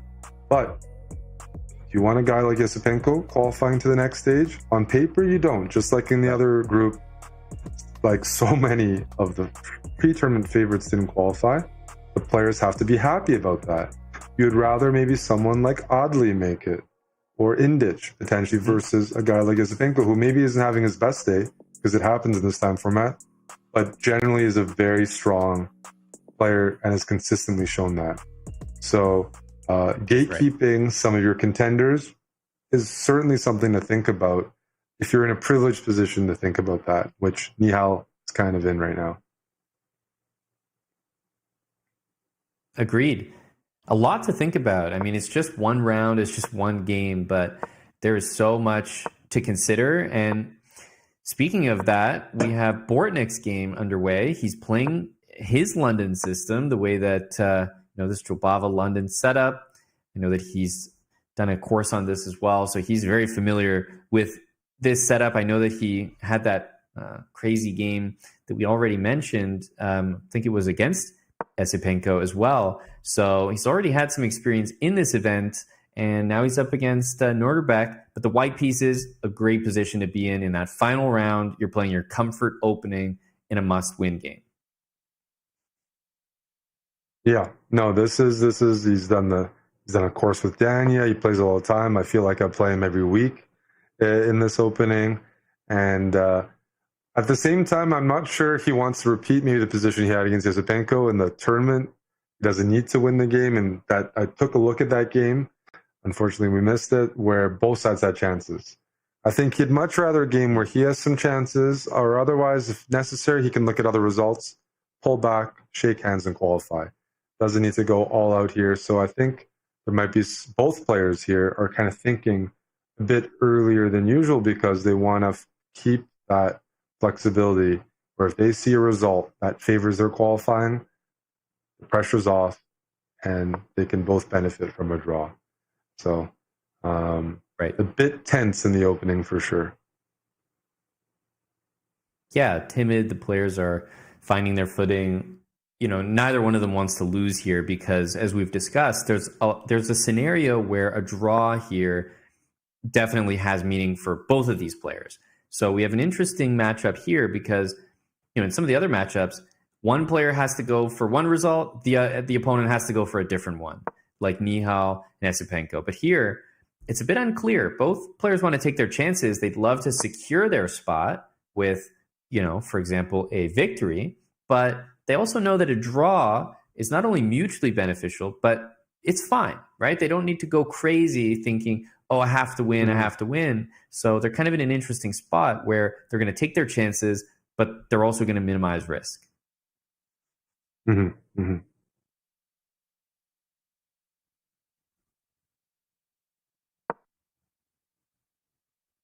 It looks like it might be a race to the C4 and C5 squares. Like I was thinking knight D2, knight B3, and then black's got knight D7, knight B6. And actually the move C6 kind of indicates maybe the intention to play A5 now that the B pawn is defended. A5 seems to be quite a useful move actually to undermine the structure. But if I'm just looking at the development, I think I'm starting to understand why maybe the engine is kind of favoring white's position here, because even a position where white castles there could be tough to handle. Definitely, but based on the tournament situation, is Bortnyk going to go for those lines? Maybe he would normally, but he might have second thoughts because of that, which is interesting. Try to go for the most punishing line, which is riskier, but objectively the best, or play a kind of a locked position, which they have the potential for. That minimizes the risk. Interesting to see what he decides. I'm very interested in this game, seeing world-class players in must-win situations and the decisions they make always makes for good entertainment. And yep. And here we're watching, Sipienko with white here. Open things up early. It's a sharp position. Both players have the bishop pair, and they're both pointing at something. One's at a king, one's at the queenside pawns. I mean, okay, they're pointing at both, but it's certainly a little loose. Yeah, it definitely is. The h2 pawn needs to be protected here. I wouldn't feel safe maybe capturing on a6 and trading the two pawns on the side of the board, the a and the h pawn. But all the moves that defend the h pawn are not exactly desirable. F4, G3, H3, and whoa. G5. Okay. And it's almost like the move G5 actually hit Esipenko as he's reeling back in his chair like he just got hit. Just caught a good comment there, Amon. Does Nihal have his own custom mouse pad, a large mouse pad? He's deploying these big moves with a big mouse pad on his table. I can't tell if it's custom or not, like if you brought it, but I think it is because I don't see anyone else with it. Is that the secret to his success? I was making that comment earlier that he's the only one that seems to have like a design on there. You know, he could really monetize that mouse pad, but I tell you, it's clear that there's something different because he seems to be on a different level than his competitors in this event right here. So if it's a mouse pad, you know, just let me know where to get it. The G5 move I have to process. I love it, but at the same time, it's also what Esipenko wants. He needs a position with winning chances. He has it. Nihal's trying to checkmate him or attack his king. I mean, it's not a Berlin or something like that. This can go either way. I mean, yes, the H file's open, but not for Black's rook. And I don't see how that happens. Maybe the queen goes to H5. Maybe when you go H6, I go G6. But now the F file's open. Mm-hmm. Yes, Minko grabs that pawn, but like it's anyone's game here. But this absolutely is going to be comforting for Esipenko because sometimes in chess you think, well, how am I going to win this game? How do I open up? How do I create winning chances when they're not there? And that takes a lot of time and energy, and you end up spending time on the clock. Here, you're already in there. You've been given the fight that you wanted, so you just focus on finding the most accurate, sharp moves, and it takes away any of the overthinking of the strategy of how do I actually imbalance the position. None of that anymore. Now it's just mano a mano, like just let's go. Whose king is weaker? We're going to find out. Wow, the move rook e5. Definitely one of the better moves in the position. There's bishop c5 immediately. And also this bishop on a6 can be a little bit loose in some variations. I'm also looking at the move h6. In general, you'd love to maybe somehow keep sacrificing to try to open up the h file. Overall, just love the pressure that this is creating. But as you pointed out, it's not necessary. Nihal with a draw is 100% qualified. And this is the game that he plays. It just reminds me of that, I guess, the advice that you always are told when you need a draw or a draw is the desired result, don't play for a draw. Because if you start playing for a draw, your level is going to be lowered. You're not going to be playing objective. You're going to be trying to trade too much and simplify. And you're not going to be looking for the actual best move in the position. And I think Nihal took that advice all the way, like way past maybe what you should, because he's just going for an all-out attack when all he needs is a draw. Yeah, and he's lining up a nice move him on. If bishop c5, queen to f3, I think is his plan. And there are some tactics from Andre here. Bishop c5 pinning, queen f3, pins all over the place. But I see some very bad things happening to black after that move. Now, I might be missing something. Yeah. It's got Nihal thinking. I don't know how much I trust that eval bar. I'm trying to ignore it. But queen f3 is not a threat yet. There's rook takes b5. But if the bishop goes to c5, now you're blocking that potential. And you'd love to get your rook on a1 into the game. And you want to overload the black queen. Defending f7, defending c6. How are you going to manage to do that? I think there's a move here, but I don't know what. For white? Probably for both sides. I mean, they're looking at such fun lines, but for white. Yeah, this is definitely a very fun position, but after bishop c6, queen f3, it does appear to have really liquidated, like the life has kind of been sucked out of the position a little bit, which is exactly what Esipenko wants, because if you're looking at the position, the pawn on g5 is, first of all, defended by the bishop, but it also holds back the h-pawn, the f-pawn, and if we're simply counting up the material, white is also up a pawn. And then to top it off, you got the a-pawn, which is a pass pawn, protected pass pawn at that. So the endgame only looks good for white. For sure. With you past a pawn and dark squared bishop, you can just push that pawn all the way to a7. I mean, the bishop might be able to tuck itself into g1 in some lines. I was just going to have bishop e7, a5, bishop takes g5, bishop g1, and a6, a7 is coming. So that looks like it might be played. Might see that on the board. Because if it wasn't played, if Nihal, doesn't fight for the g5 pawn, then Black's got to deal with a weak h7, f7 anyways, and still the a pawn runs. So he's at least trying to claw back some material. Right. But I think if white keeps that dark squared bishop, puts that pawn to a7, Nihal's going to have to be passive, put a rook behind it, and play for a long time down a rook in essence. Because I don't see how you can overpower that a7 pawn anytime soon. Yeah, that's a good point. And just seeing that pattern, and I think it's been spotted by Sapenko, of bishop takes g5, bishop g1. Just, it could be any bishop move, but bishop g1 really drives the point home. Bishop f2 as well, by the way. Yeah. Bishop f2, kind of the same idea, but less stark. There's no need to really prove the point with bishop g1. And a6, a7 is happening next. Material is equal, but the game is far from it. No, as soon as bishop f2 gives the king room to go to g1, just in case they want to get mated on the h file or get pinned. I don't see a good line for black. Nihal played very aggressively, very energetically, and you don't want to just backtrack, but there's no move. You have to play like this. And now I'm saying, like, this is going to be a game where that bishop on f2, not only does it support the pawn, but it has the whole diagonal all the way, b6, e5, d4. So you want to bring the rook on a1 into the game. You want to improve the rook on f3. And there's good chances to eventually overpower everything. Nihal's probably going to have to sacrifice at the right moment, but that shouldn't be enough if we look at the material. So I'm thinking that this is actually close to a lost position.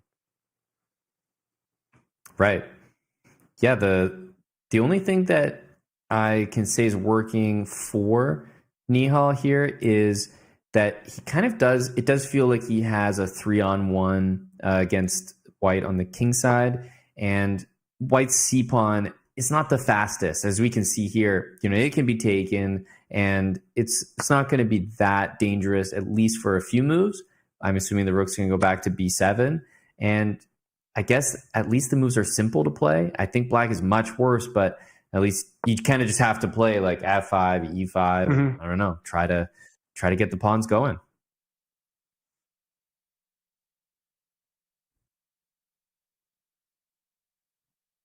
Yeah, we've seen Nihal in difficult positions. He still doesn't take too much time. He can play bad positions confidently, which is a big skill.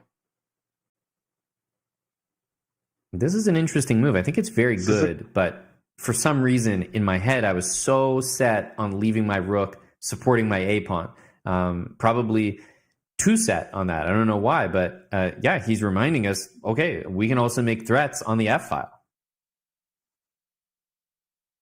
We certainly can. And where do you put that dark squared bishop if you're black? If you move it off the square to e5, there might be bishop h4 check. If you go to g5, you move the bishop somewhere, maybe f7 gets hit, and you're kind of going backwards. Maybe f7 gets hit, h7 might get hit. You can't move the rook from b5 off of the fifth because of this bishop c5 check move. So Nihal needs a good pass here or some holding move. I didn't see it. I thought you had bishop h4 check here, but maybe. Yeah, I thought maybe there's the something same. else. And is there also the possibility of like c4, and if you can get your bishop to like bishop c5 and rook f7 could be even stronger, and then rook a5. That's the move I'm on. That's a great find. E6. c4, fantastic find. Bishop a5, bishop e6. That's it. That's a great find. The rook runs out of room on the fifth. That was imperative that the rook stays there, and it can't. Yeah, now it's all collapsing. And this isn't it? just changes. That's a good attempt. Mm-hmm. Because of bishop c5 check, king e8. Yeah, bishop c5, king e8. Do you see something? I think black might have to go back bishop tingling? g7 if I'm looking at what you're looking at. Oh, wow. Now that one escaped me. I was so excited about my bishop c5. It was all I was looking at. And this one might just be simple and strong.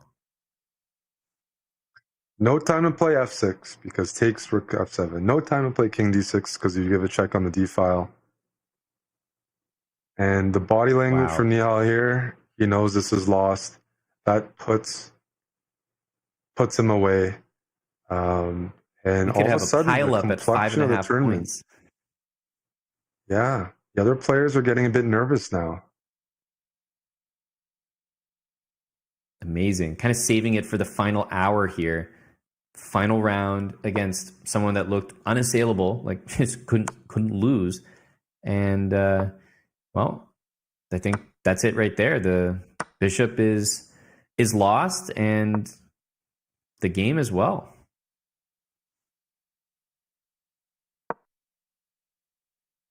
Very professional.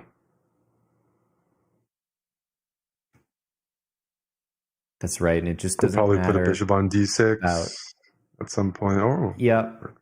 Rook c3, rook d6 coming next, and then the pawn just goes down the board.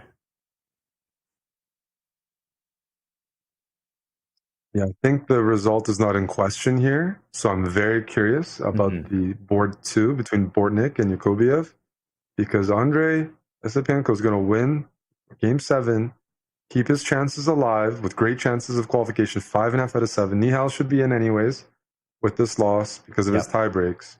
There's no saving this game. And now it's boards 2 and 3 that are going to determine if 5.5 is clear qualification or requires some tie breaks.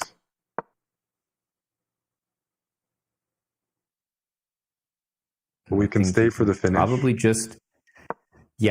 Probably just keep pushing. This looks like it's 100% over. A couple checks here for Nihal, but he's also going to be flagging. And hopefully after this, we can immediately check in on that other game. The last we saw it, Bortnyk did seem to be in a very comfortable position. And look at that. I mean, you'd almost assume that Esipenko lost the way he behaved after that. But congratulations, young man, because you are most likely qualifying with that last-minute win. Truly an amazing result there in the last round when you needed it.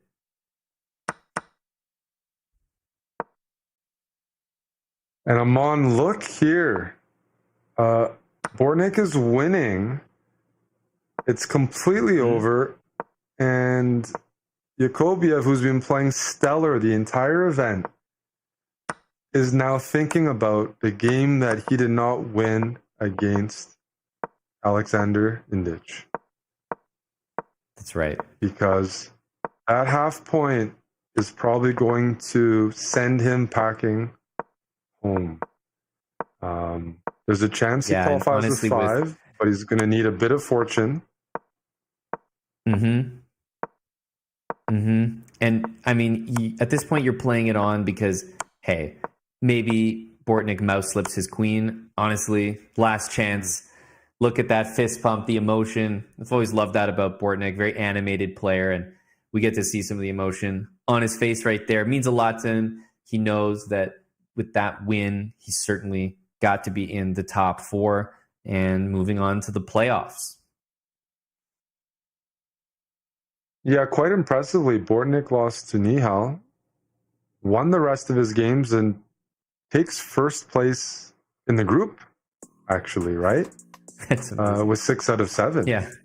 So that's right. The way it all qualified through DreamHack, and now he's qualified comfortably to the knockout stage of the Last Chance qualifier.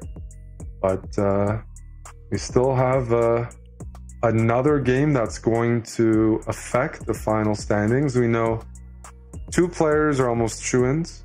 I'm gonna mean that's Nihal and that is Bortnyk. I don't know the tie breaks. I would say Yasipenko has a very good chance. Wait, Yasipenko's in for sure. That's right. Yeah, Yasipenko's in for sure. I think those three are in, and are we down to 5 points now for the next qualifier? Well, if somebody wins this game, they're at 5.5 between Indic and Adli. So there's one more game with a potential for 5.5. If it's at 5 points, there's at least a three-way tie. Maybe someone else from the tournament probably finishes with 5 as well. Right. 5.5 qualifies for sure. Yasipenko is in. So 3 out of the 4 predictions of mine are right. But now Yakovlev is going to need fortune on his side to qualify with 5. He's got good tie breaks. He's played very well. But the last round loss sets him back and allows players to catch up. And the winner of Adli Indic will qualify. Otherwise, we're in for some drama if it ends in a draw. Yeah, we certainly are. I wonder if that game is still going, if we can try to spot it here on the cam. And there we go. The game is still going, and we are able to follow along here. So this is exciting. This kind of decides everything. Both players have 4.5 points. Whoever wins immediately takes that last qualification spot. And if we have a draw, we got to wait and see how the tiebreaks finish up, because I do not know who is going to qualify then. And we can tell by the position we have in front of us that this was a rich game. This was a sharp game. Looks almost like maybe a King Xenia attack or something from White. Pawn on h6, weak squares. Black's got some extra passed pawn. It's very good for White, but not easy to convert. It's there's so many pieces on the board, and you're not in a position to push that h-pawn as much as you'd like. You need some favorable exchanges, the board to clear. So, yeah, Adli is pushing a bit here, but I don't think it takes a lot to mess this up as White. I know I'd be capable pretty fast, where all of a sudden, hey, where did my h-pawn go? That's right. Black is being stubborn with those knights. Ooh, and I was thinking, wonder what White's idea there? B5 looked good. A5 takes B5. Yeah, so basically his idea is the same. He wants to get rid of this knight on C7 so he can attack the knight he really cares about on D7. Is Indic going to double the rooks and threaten mate on h3? Maybe provoking a move like knight f2 or rook h1? Rook h1 looks good. This is a serious threat. You could also try to defend the knight. Okay, he goes for activity. What a tense game. Time is even. A knight is loose right now. What do you do about this knight? Just push and the White's d-pawn, king is maybe? surviving on h4.